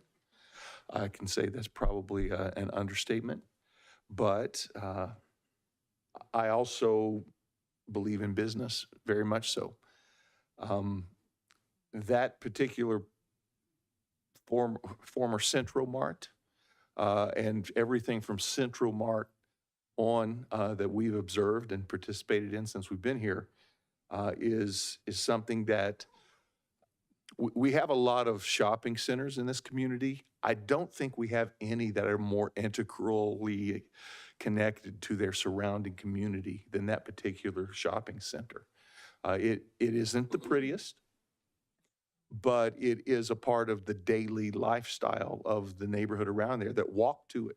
A lot of the neighbors, I have lots of friends and families that have lived over there in the years, and they walked there every day. They're at one of those businesses, and when Central Mart was there, every single day they were getting something from there. And so that particular piece of property is really important to Brentwood as a whole. There's a lot of history there. And so it's frustrating as a property owner to not be able to do what you think is best or would like to think is best for it. And it's a difficult situation. But I'll tell you that I'm concerned about some of the things that have been mentioned already about the property, the rents going up, the leases going up, especially in this economic environment. That's a concern to me. So if putting a new restaurant there would significantly increase the rents, that would cause the families that have those small businesses in there to struggle more than they do. I have previously had to deal with having a restaurant myself in another state. It is a tough job. It is hard to keep making a profit. And I'm sure that those of you that run restaurants and have them know that that's absolutely true. The personnel situations you run into, all of these different things, it's a really, really hard job, especially if you are a sole proprietor or a partner and not a chain owned. So my concerns right now with this is having another drive-through in that location is going to present some challenges. I know that there have been workarounds and work-throughs that staff and planning commission have brought forward. I think some of those are good ideas, but I've got some concerns about having another drive-through right there. So I'd like to hear some more conversation. That's all I have to say right now. Well, I'm ready to make a motion if no one else has anything to say. I don't know if anyone else has anything to say. I mean, I know it's hard to say no to businesses, and we know, I mean, I think Darren knows, I've been talking to people from the veranda for over a year to bring that business here. So it's not like I don't want businesses. I want businesses, but I just think we need to be, you know, there's a reason it was a conditional use permit, and it was to give us the ability to analyze the project and see if we felt like it fits. I don't think it fits. I don't think it's the right thing for the area. I mean, I'm there all the time. So the people that I talk to down there don't want it. And as a representative of the people first, I have to align with them before anyone else. So if anyone doesn't have anything else to say, I'm ready to make a motion. I do. Okay, go ahead. Sorry, I can't see your light. No, that's okay. I just turned it back on and I wasn't, I think it's, we're making, some of us up here have made comments that are assumptions that rent could be going up in the complex, that gyms may not be able to run in the parking lots, and bad things that could come, but we don't have any proof that that's true. We just are making assumptions that that may be true, as opposed to asking the guys that are sitting out in the audience that own the shopping center that can tell us, so as soon as Popeyes goes in, you're going to jack the rent and kick everybody out so you can put in a, I mean, that, to me, we're making assumptions and we're not giving them the opportunity to tell us what might be true. And I've spent my life investigating, looking into, and trying to figure out, instead of just assuming that's a true statement. So I would like to ask, I don't remember your name now, sorry, Mel? I mean, is that the plan? We're gonna jack the whole rate of the mall and kick everybody out so that we can put in something else? We have leases with our tenants, and they're leases. It's like when you rent an apartment, or say you have a year lease, 2-year lease. I understand what leases are, but I'm not going to go in. Like I said, if I had, if it weren't for Popeyes, then I can't go into the tenants and say, I'm going to raise your rent by $1 a square foot. It's not going to happen. We care too. Ask the tenants about Dave and the relationship he has with them. He's a property manager. He's been with us for 40 some odd years. And it's not going to happen. You know, we know our tenants. He knows our tenants. And through COVID, through way before that, we've had Bob in the laundromat, we've had the restaurant, we've had, it's not that type of situation where I could just go in and say, well, the Popeyes is coming in, so everybody's rent's going to go up. I wouldn't do that. It just, even if I could, I wouldn't, because of principle. You can't do that with people that you've known for years and you've done business for years with. I don't know how to explain it other than that. I just wouldn't. So. Okay, thanks. I appreciate your integrity that you just stated, but Tony, I have to disagree with you. We don't do that often up here, but I do. Assumptions go both ways. So when I talked about running, I actually was a person that ran in that parking lot. And I know if you added a space there, it's already dangerous when cars drive by. It's going to get worse when you talk about a 21 queuing driver. So I'm not making an assumption. I'm basing it on actually being a person that ran in that parking lot several times with large groups, and you run all the way to the end of the street. Now, should that continue? You guys might want to rethink the liability of that. I'm not here to advise you. And then as far as what Joel brought up about rents being raised, I appreciate you came and said with integrity, but we're making an assumption that they're going to actually use $3 million to upgrade the facility. They don't have to make a guarantee to us tonight that they're going to do it. We're assuming they're going to do it because we hope that everyone has great intentions.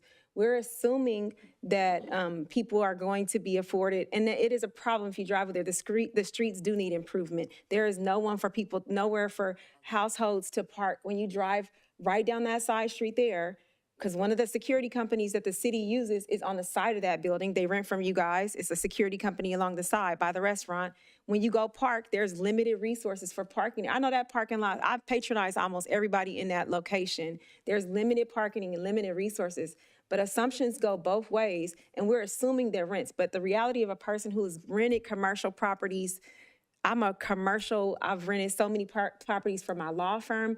I had a bridal shop that I own in Bayfair Mall. People don't know these things about me. I'm a commercial renter. The reality is when upgrades come, rents increase. So what Joe brought up is not just an assumption. It is fact that people increase rents when the aesthetics improve. It happens everywhere. So I would hope that you all would have integrity not to do that to your long-term tenants. I don't know that that's actually going to happen or not, because you don't have to put that in writing under the conditions of our approval tonight. I wish we could make conditions like that, like, hey, will you not raise the rents? Will you offer to improve the side streets over there, or make sure, why don't you dedicate some parking to the tenants where they can get a parking pass in our area? So, because those houses have too many houses in there with not enough parking spaces. Too many drivers would not, because that's some of our regulations when we allow people to build. But that's not the case. So I hear you, but I don't agree with the assumptions comment, because again, I think it can go multiple ways. Can I mention too, I hope you all know we're coming at this in this lengthy, robust discussion, because this is what we do to be able to make sure that we're representing the residents, we're listening to the project proposals. We have lengthy discussions because we go back and forth a lot. There are times when we come up here and change our mind completely from what we thought we were going to consider in one way or another. So I just want you to understand that we are doing our best to make sure we are doing the right thing for the residents. And I do also appreciate the integrity with which you're all talking about the business model and the relationships with the tenants. All of those are really wonderful, positive things, and I thank you for those. What I can say is this issue of the running and the rent and all that still doesn't address the fact that the CUP does not permit a drive-through. And I think that's our big issue here. And that's the one that we are kind of all stuck on. So I just wanted to mention that there's a lot of back and forth. I appreciate everything that's happening. I love the discussion. I think it's very healthy. But in the end, for me, there are several reasons, but the biggest one for me is the drive-through. Thank you. Can I ask the applicant one more question? And I want to say something. The beauty in what we do up here is this is what the democratic process looks like, right? Because we can all have different opinions, but we don't need to be attacked, and neither do members of the Planning Commission. They can have difference of opinion, approve a project, deny it, but we don't need to come during an election to attack anybody. And I have to say, it's real disgusting online. I saw comments about the planning commission that 2 people were Black and they like fried chicken and watermelons. And that was disgusting. So I think if we're making decisions up here, nobody should be attacked for a difference of opinion. Every single person, even planning commissioners, did their research their behinds off, and them nor do staff need to be attacked for the work that they've done, the hard work that we all do. We do this job and we don't get paid crumbs. We get paid crumbs and we have to spend, I'm here at 11:45, I don't get to see my husband or my kids. So I just want to remind, and so are these staff members. They don't get extra overtime. None of them deserve to be attacked, but they constantly get attacked, and it's disgusting, and I'm sick and tired of it. I appreciate every comment from everybody I sit on this dais with, even if it's a difference of opinion, and I can hug it out with everybody, even these staff members, when I walk off this dais, whether I agree with them or not. I forgot what the hell I was gonna say because it's late, but I just wanted to say that because I'm sick and tired of it. I really am. That's not what we signed up for. And I know we get it because we're public officials, but it's just baloney. Oh, I know what I was gonna ask you. It just came back. Here comes almost being 50. It gets to you. With the applicant, would it be really detrimental to your business, or would you even consider no? I know this came up and I know you were expecting something different tonight. A denial would just completely kill it, but no drive-through, is that something that you would consider? Because I think I have an idea of where we might be this based on the conversation, but would this be something you would consider, either no drive-through or a drive-through for people who are just AI virtual? The big question is, if I had to do something without a drive-through, why wouldn't I go into vacant spots in the existing center? Why would I need to put $3 million to build a building on that corner? And please don't get me wrong, and I've seen this happen in Sacramento. You don't like Popeyes, you don't like the way the drive-through is, we are willing to adjust the drive-through, whatever, work with the design committee. What would happen if tomorrow morning the franchisee in Sacramento for Twin Peaks, which is considered terrible, came down to the city and said, I'm putting a freestanding Twin Peaks without a drive-through on that corner. You will not be able to stop it. Your choice now is something that's more rational. You are not thinking between a non-drive-through and drive-through. You're thinking about healthy options. So it's fine if I put a Popeyes without a drive-through. Does it become healthy? No, it does not become healthy. It's still the same food, the same employees, the same amount of money they get. Everything is the same. So whenever you guys tell me which Planning Commission did and continued, I think that is baloney, because you're not looking at the truth between the drive-through and the non-drive-through. Everything that's bad about Popeyes applies to it, whether it's drive-through or not drive-through, and you have it wrong. But within the next 7 days, that gentleman in Sacramento, not me, I don't do that, is going to apply for a Twin Peaks at that corner. Would be very interesting to see what city's thoughts are when it goes in there. He told me he likes the space, and nobody will be able to stop it. So you guys are wrong when you come back every time and tell me don't do the drive-through. And who said people want to sit? This has a 60, 50 seat, 40, 50 seat capacity. If you put the outside, it can sit 80, 90 people if all the benches that they are talking about. Popeyes is a family restaurant. I have 29 and 4 under construction in cities. Families come and sit there. I know that. I can give you statistics. You guys are not able to discriminate. I feel ashamed, and I'm blunt about it, and you can deny it. But you guys are not doing this right, where you're saying everything is wrong about Popeyes, but as long as you don't put a drive-through, we are fine with it. We are fine with the healthy food. We are fine with the traffic. We are fine with everything in that center. As long as there's no drive-through, that drive-through is safe. And the center owner sits there and tells you that everything that's been happening in that center is going to continue happening. We have agreed to restructure the parking lot in the back. Miguel will tell you, I walked that space with him. It's garbage now, where beautiful parking is going to go in, where trash dumpsters, and then talking about choices both ways. When he has rent from me, that gives him the choice of not raising people's rent. But when you don't give him that additional income that he wants, what choice are you leaving him? You're not leaving him choice, you're making it worse for him. And you're saying it can go both ways? No. If you deny it, then you took away his income that would have helped him keep paying his bills, his high interest rate mortgages, without raising rents. You have this all wrong, and you're going to end up with a Twin Peaks in the city, which you will hate. And you will not be able to stop it till you actually go to court and do it, because it does not have a drive-through. Or if you had one of those that type of restaurants, El Torito, she's listing a 10,000-foot store on Marsh Lane in Stockton. They walked out of it. She's right here, ask her. Nobody wants to touch that building, 10,000-foot building, because the PG&E bill for that building is $20,000. Who says Popeyes doesn't seat families inside? Have you seen the plan? This is not a drive-through only location. Yes, I did say about digital. This is for the future we are planning. Both of them will have menu boards right now. People will be able to order and go through both.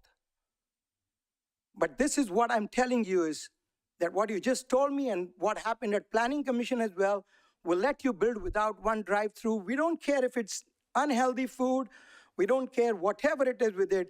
We don't care if my kid sits out there and watches that, which Rod Flores said on that meeting. That was a conflict of interest. He sat there and said, no matter how beautiful we make it, but I don't want my kid to sit there and watch a massage parlor. It's on videotape. Well, if we do it without a drive-through, you're going to tie a Band-Aid over your child's eye? No. Thank you. He's going to sit there. Let me finish, ma'am. No, I asked you a question. I feel like you answered my question, so thank you, because it's not that public is my comment. answer. So you I guys have appreciate it all wrong. Thank you. Because so when I you would like tell to me not finish to do it without a what- drive-through, I appreciate it. Thank you. So, and I understand you're passionate about it because it's for your business. But anyway, it sounded like that was a no. My question. And for me, going back in discussion, my denial would not be based, again, I said I'm emotionally intelligent, would not be based on unhealthy food choices. My denial would be based on the diversity of, we have too many drive-throughs in that area, and there's another chicken place. So I just want to make it clear.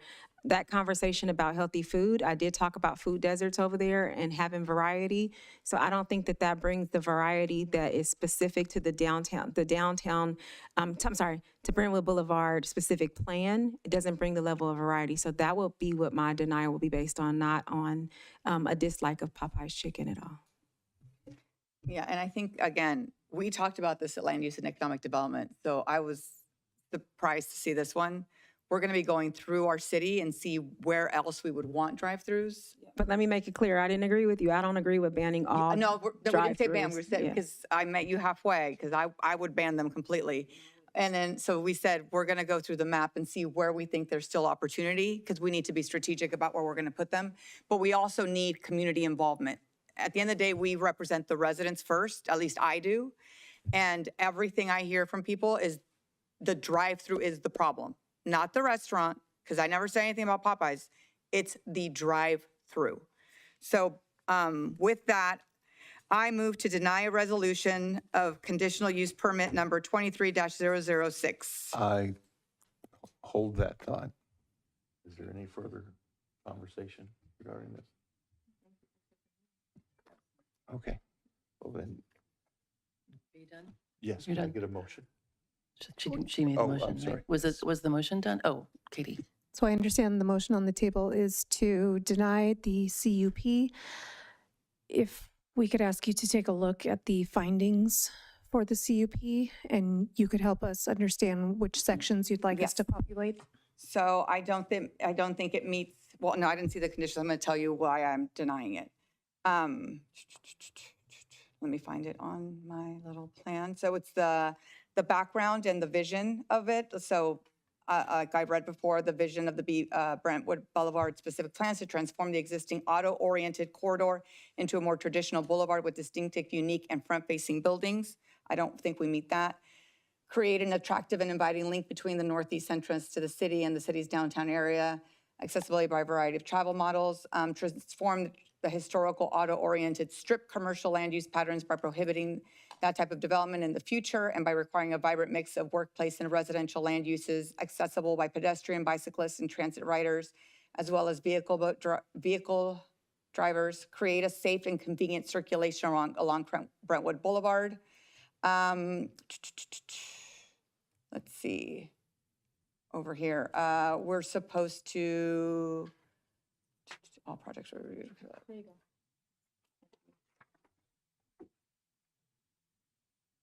Well, this is theirs.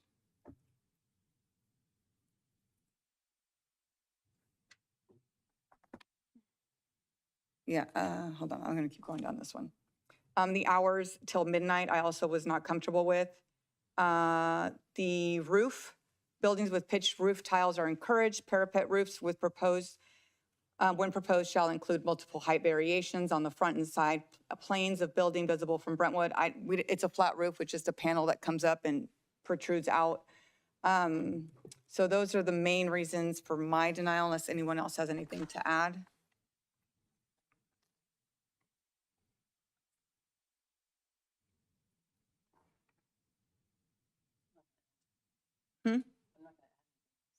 Okay. Yeah. I will second that. Okay, we have a first and a second. And I'm so sorry to keep interrupting. If you want to give me one more minute to type this up, then we can put it on the screen and you can check to see if we have clearly captured your direction.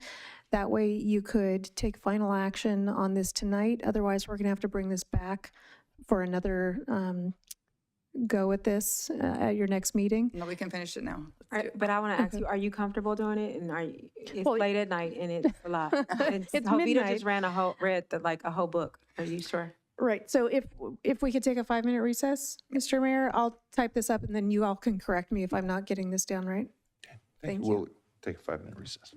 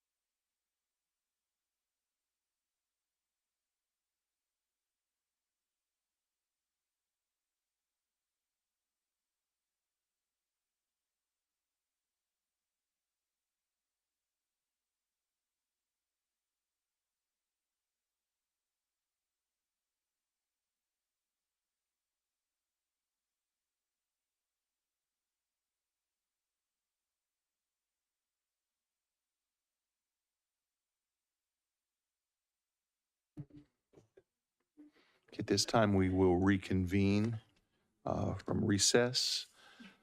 And if we could go to the presentation screen.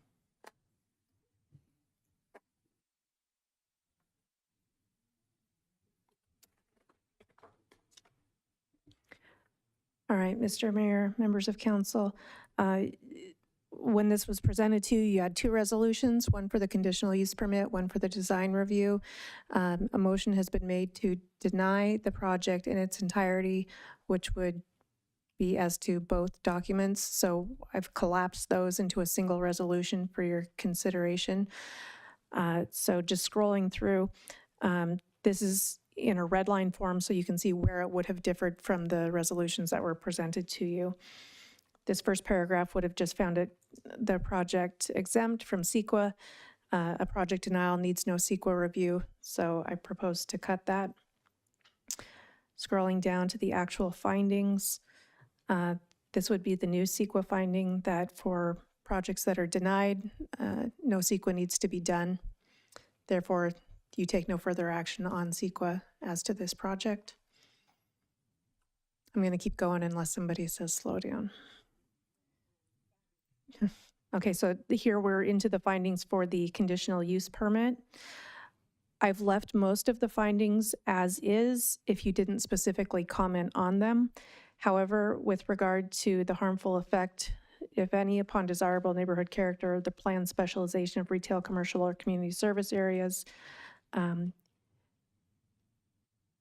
would now read that the project would have a harmful effect upon desirable neighborhood character and would conflict with the Brentwood Boulevard specific plan as it would, one, not create safe and convenient circulation along Brentwood Boulevard given the inclusion of a drive-through to serve the use. Two, not provide a variety of uses to residents and visitors of the Brentwood Boulevard specific plan area as it would add another fast food drive-through use to an area that already has myriad such uses. Three, not create an attractive and inviting link between the northeast entrance to the city and the city's downtown, given the proposed design of the building. And four, operate for prolonged hours until midnight, utilizing a drive-through speaker in close proximity to residential uses. Moving down, other relevant impacts. Council finds the proposed project would negatively impact the area in which it is located due to increased traffic associated with the drive-through use. That should be, and decreased parking available to other tenants. Can I add that a vote for yes on denying for me would not include the design if it was being considered with the addition of the vegetation that the Planning Commission, but if it's in its original form, then it would be a no. But I just want to be clear. I agree with all this, except I don't have a problem with the design. I like the design.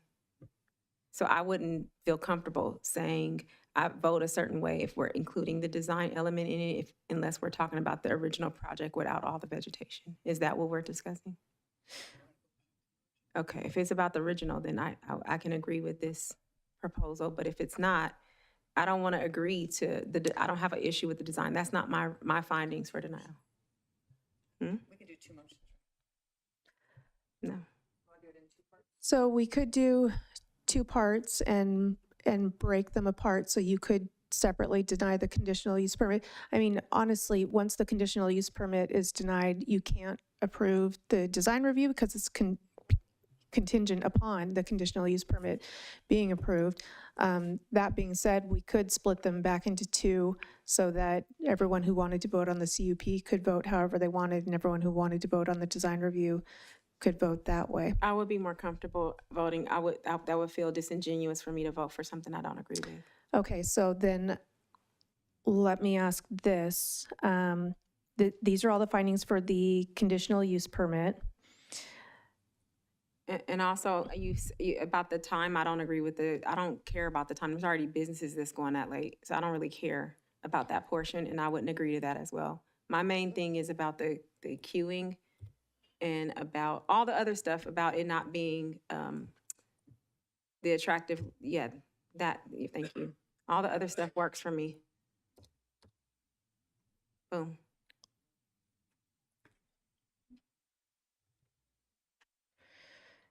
So if council wants to, they could give staff direction to take these findings and split it out into 2 resolutions, but at least you'll have seen the language. So I'll show you the language for the design review separately, and then you can all choose how you want to vote on each. Thank you. Otherwise, it's going to take a little while to split them back apart. Thank you. Okay. So that is the CUP. And so it just finds it would not be in compliance with the criteria for the reasons set forth above. For the design review, oh, so you're saying you don't want to change that one. Okay, so for the design review, we have the statement that since the CUP is denied, the design review cannot be approved, but in addition, the city council would make the following findings: that the proposed development would not create a well-composed urban design and would not be harmoniously related to the other facilities in the immediate area, given that the proposed design is not complementary to the architecture of the surrounding area, in that it would include a flat roof with varying heights. The proposed development, well, this would just be. The roof doesn't have varying heights. There's panels, but the roof itself does not meet the criteria. Panels are not roofs. So you want it to end there? Would include a flat roof? Or do you want? Yeah. Okay, so for those 2 reasons, 1, it's dependent upon the CUP, which is denied, and 2, the design of the roof. I don't think we have anything else in the design review. My mic's not on. Is the hours of operation in the design review? Can you No. remove that one? That was part of the CUP. Okay. Yeah. So if these findings are capturing the motion you're making as to the CUP, then you all could vote on the CUP first and designate to staff the authority to pull these documents apart for the mayor's signature.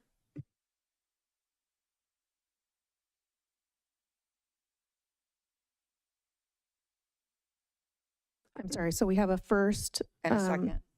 And a second for the CUP only at this point. Okay, we have a first and a second for the CUP. All in favor? Aye. Aye. Aye. Opposed? No? No. Okay. Okay, the second motion? So if someone would like to make a motion as to the design review resolution, then staff would take the direction that we just discussed as to these findings. I'm so sorry, Miguel, Alexis, did you have any input as to either of these before we move forward? No. Okay. Then staff would look for a motion from you. But the design review has to be denied if you don't want a drive-through, because that's part of the design, right? I mean, the CUP's already been.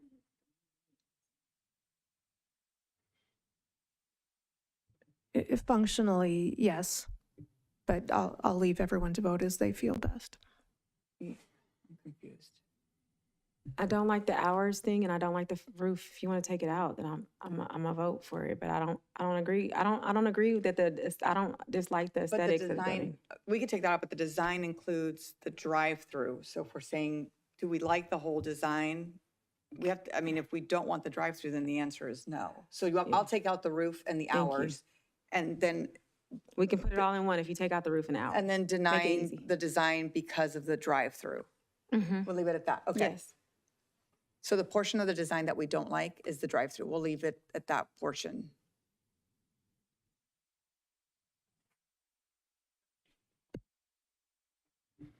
I'm looking at Alexis. They've already taken a vote on the CUP. Yeah, and so So the hours and the roof were in the CUP resolution that has already been voted on. they took the hours out. They took the hours out, yeah. yes. So I think now they can just vote on the design review and deny on the basis that the conditional use permit was not approved, and so the design review cannot be approved. Yeah, I don't think you need to make more findings beyond that because the CUP itself wasn't removed. So I don't know that you need to get specific about the aspects of the design. In which case it all could be in one resolution. Thank you. Sorry. So if you want to vote on that aspect of it, then staff will prepare for the mayor's signature. Okay.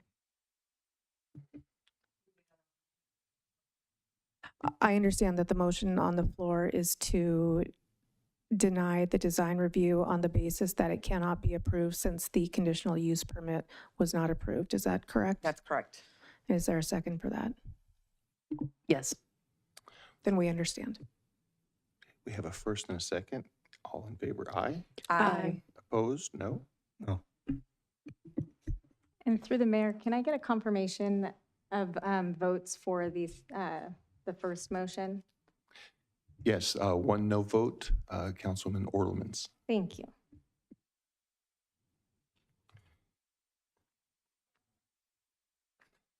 At this time, we'll move into item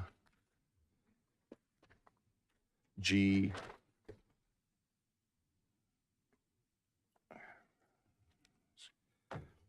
G1. I am going to request that we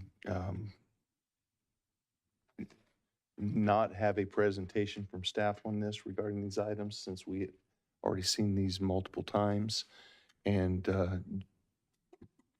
unless there's further discussion regarding item G1 and G2 and G3, I'll have to take them individually because we need public comment on each one. But other than that, I thank you, staff, for having a presentation prepared, but I am not going to ask for the presentation tonight. Is there anything that you would like to say?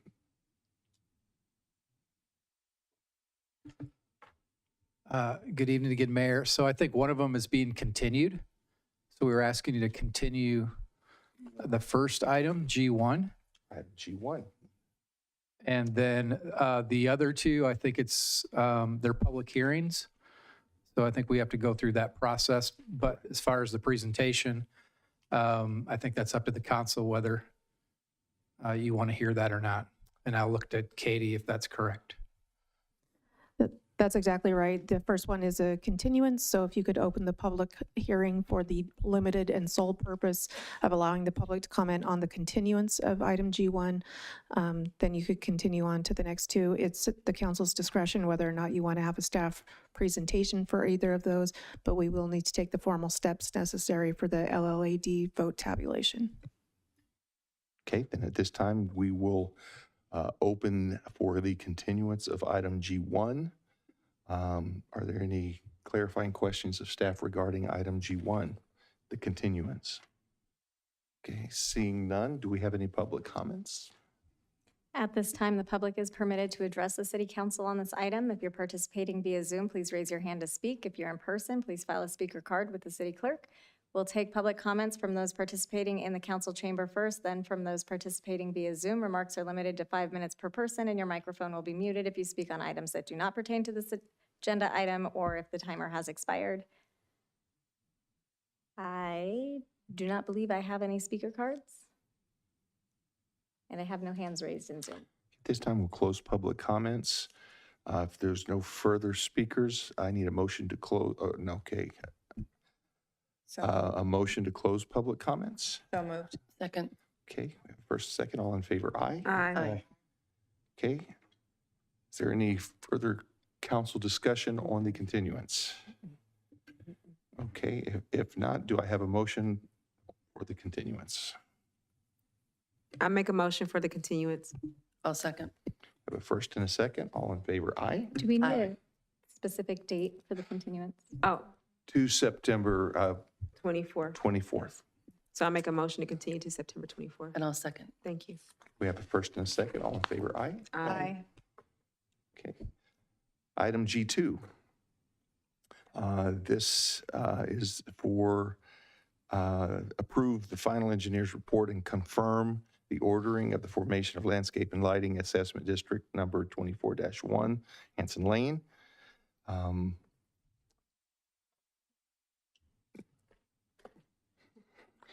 Okay. Since we're not going to have a presentation, thank you, Aaron, for being ready to do so.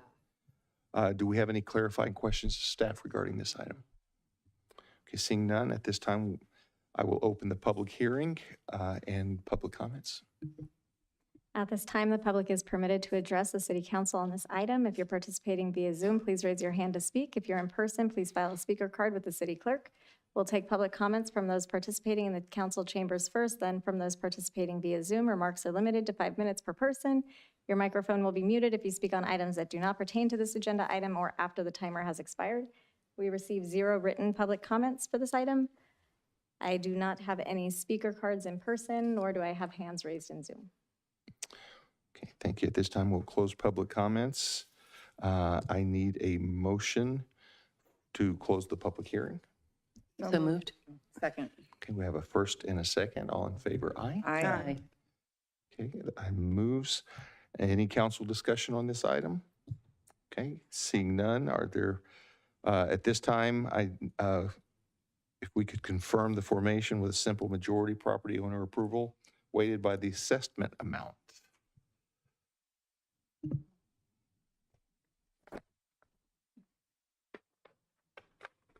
I think that we're supposed to do a motion and then take a vote to do this, correct? I believe the first motion was to get us to this point, and I can confirm a majority vote was received on a single ballot.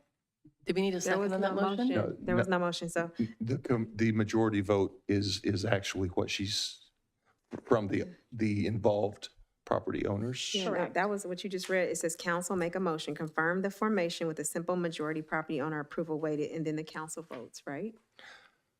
And then she needs to vote. So I think one of us supposed to make a motion. Well, Joel just read it. Can we consider that a motion and make a second?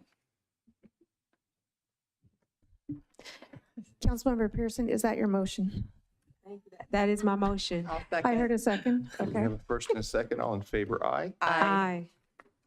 Oh.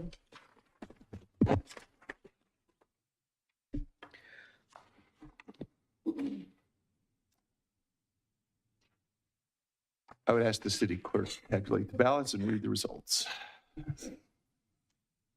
Affirmative, single ballot, 100% in favor. Are Majority there any, rules. thank you. Are there any clarifying questions or discussion before we consider motion? I consider motion. Do I have a motion on this item? As detailed in staff report, I move to adopt a resolution ordering the formation of a landscape and lighting assessment district number 24-1 and taking all implementing actions. And I will second. We have a first and a second. All in favor, aye? Aye. Item moves. Item G3, approve the final engineer's report and confirm and order the formation of landscape and lighting assessment district of number 24-3, Inez Estates. Do we have any clarifying questions of staff at this time? Seeing none, I need a motion to open the public hearing. I will open the public hearing. I'm sorry, I'm going to slow down a minute. It's early. Open public comments. We'll take public comments from those participating in the council chamber first, then from those participating via Zoom. Remarks are limited to 5 minutes per person. And we received 0 written public comments prior. I do not have any speaker cards, and the Zoom has no hands raised. We'll close public comments. The election on this matter is hereby called. Are there any additional ballots to be submitted? I make a motion to close the public hearing, Mr. Mayor. Okay, we have a first. Do I have an answer? Second. Are there any? There are. The wording on here, there's not. Okay, thank you. We have a first and a second. All in favor, aye? Aye. Okay, any discussion? Okay, I need a motion. I make a motion to confirm the formation with a simple majority property owner approval weight by assessment amount. Second. We have a first and a second. All in favor, aye? Aye. We had a first, we didn't have a second. Oh, I'm sorry, I didn't hear you. Okay, at this time I'm going to ask the interim city clerk to tabulate the ballots and read the results.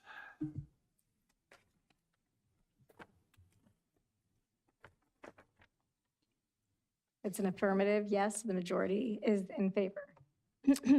Thank you. Are there any clarifying questions of staff at this time? Can I make a motion? I have a motion. As detailed in the staff report, I move to adopt the resolution ordering the formation of landscape and lighting assessment district number 24-3 and taking all implementing actions. And I'll second. We have a first and a second. All in favor, aye? Aye. It is unanimous. The item moves. We will move into item H1. And this is to approve the proposed refunding of the outstanding water revenue refunding bonds series 2014 through the issuance of water revenue. Yes, thank you for being here. Refunding bonds series 2024, the 2024 bonds, and Carrie Breen, Director of Finance and Information Systems, will begin the presentation this time. Thank you, Mr. Mayor. We are very excited to present you and the council with this refinancing opportunity, which is estimated to save the water fund $3.7 million over the next 14 years. By way of background, the city originally issued the water bonds in 2008 to construct the Brentwood water treatment plant. The bonds were refinanced in 2014 and are now eligible to be refinanced again. This refinance would not increase our existing debt, nor would extend the payment terms. The refinancing would generate approximately $265,000 per year in savings at current interest rates. You can see the prior debt service, which is what we're currently paying on the left on the screen, and our proposed modified new debt service on the right, and the savings at the far right on the column. Staff brought this item in conceptual form to the Budget Review Committee on July 16th and to the full City Council on August 13th. If granted final approval tonight, staff anticipates completing the bond refinance transaction around October 16th. This concludes my presentation, and myself and the bond team are available for any questions. Thank you. Any clarifying questions of staff at this time? Okay, at this time we'll open public comments.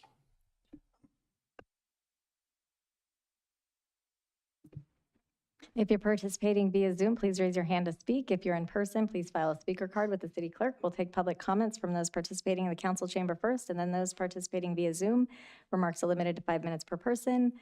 We received 0 written public comments in advance, and I have no speaker cards in person and no hands raised in Zoom. Okay, at this time we'll close public comments, move into council discussion. If there's no further discussion, do I have a motion? Just a quick thank you, Carrie. As always, you're doing an amazing work. I know, it's nice when we can come and it's like really good news that we're saving money. And I do really like that you're doing this, but I like our subcommittee. Like, it's nice to get so much information and be able to talk to these things. And, but I mean, it's awesome.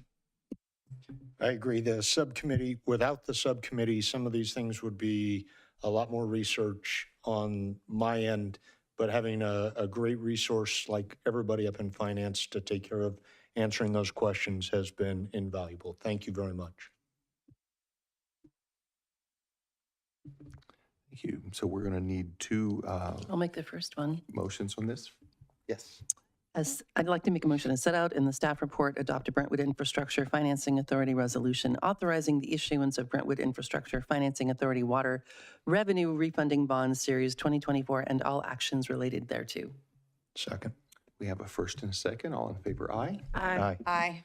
Okay, it is unanimous. Do I have a second motion? As set out in the staff report, adopt a city council resolution authorizing the execution of a third supplemental installment sale agreement and a bond purchase contract in connection with the issuance of Brentwood Infrastructure Finance Authority water revenue refunding bonds series 2024 and authorizing related actions. Second. I have a first and a second. All in favor, aye? Aye. Opposed? Now, with the indulgence of council, I would recommend that we move all remaining items to a future council meeting. Second. Second. And third and fourth. Okay, so we have a first and a second. We're all good with that? Staff, any? Okay. Aye. Okay. Thank you. And at this time, I just need one more motion. Did we vote on that yet? No, we don't have to. We can just, To move them? Okay. I just need your agreement. We don't really have to have a. So do I have a motion for? I'm so sorry. Can we get clarification just to make sure? You have quite a lot on your September 24th agenda. Does staff have sort of the authority to determine when these items can come back to you in a reasonable amount of time, just given what you have to have before you? Yes. Thank you. Okay. I want to adjourn tonight in honor of the outstanding job that Amanda has done in her first council meeting at the helm. Very smooth. Thank you Very, very very much. smooth. Do I have a motion for adjournment? So moved. Second. We have a first and a second. All in favor, aye? Aye. Thank you.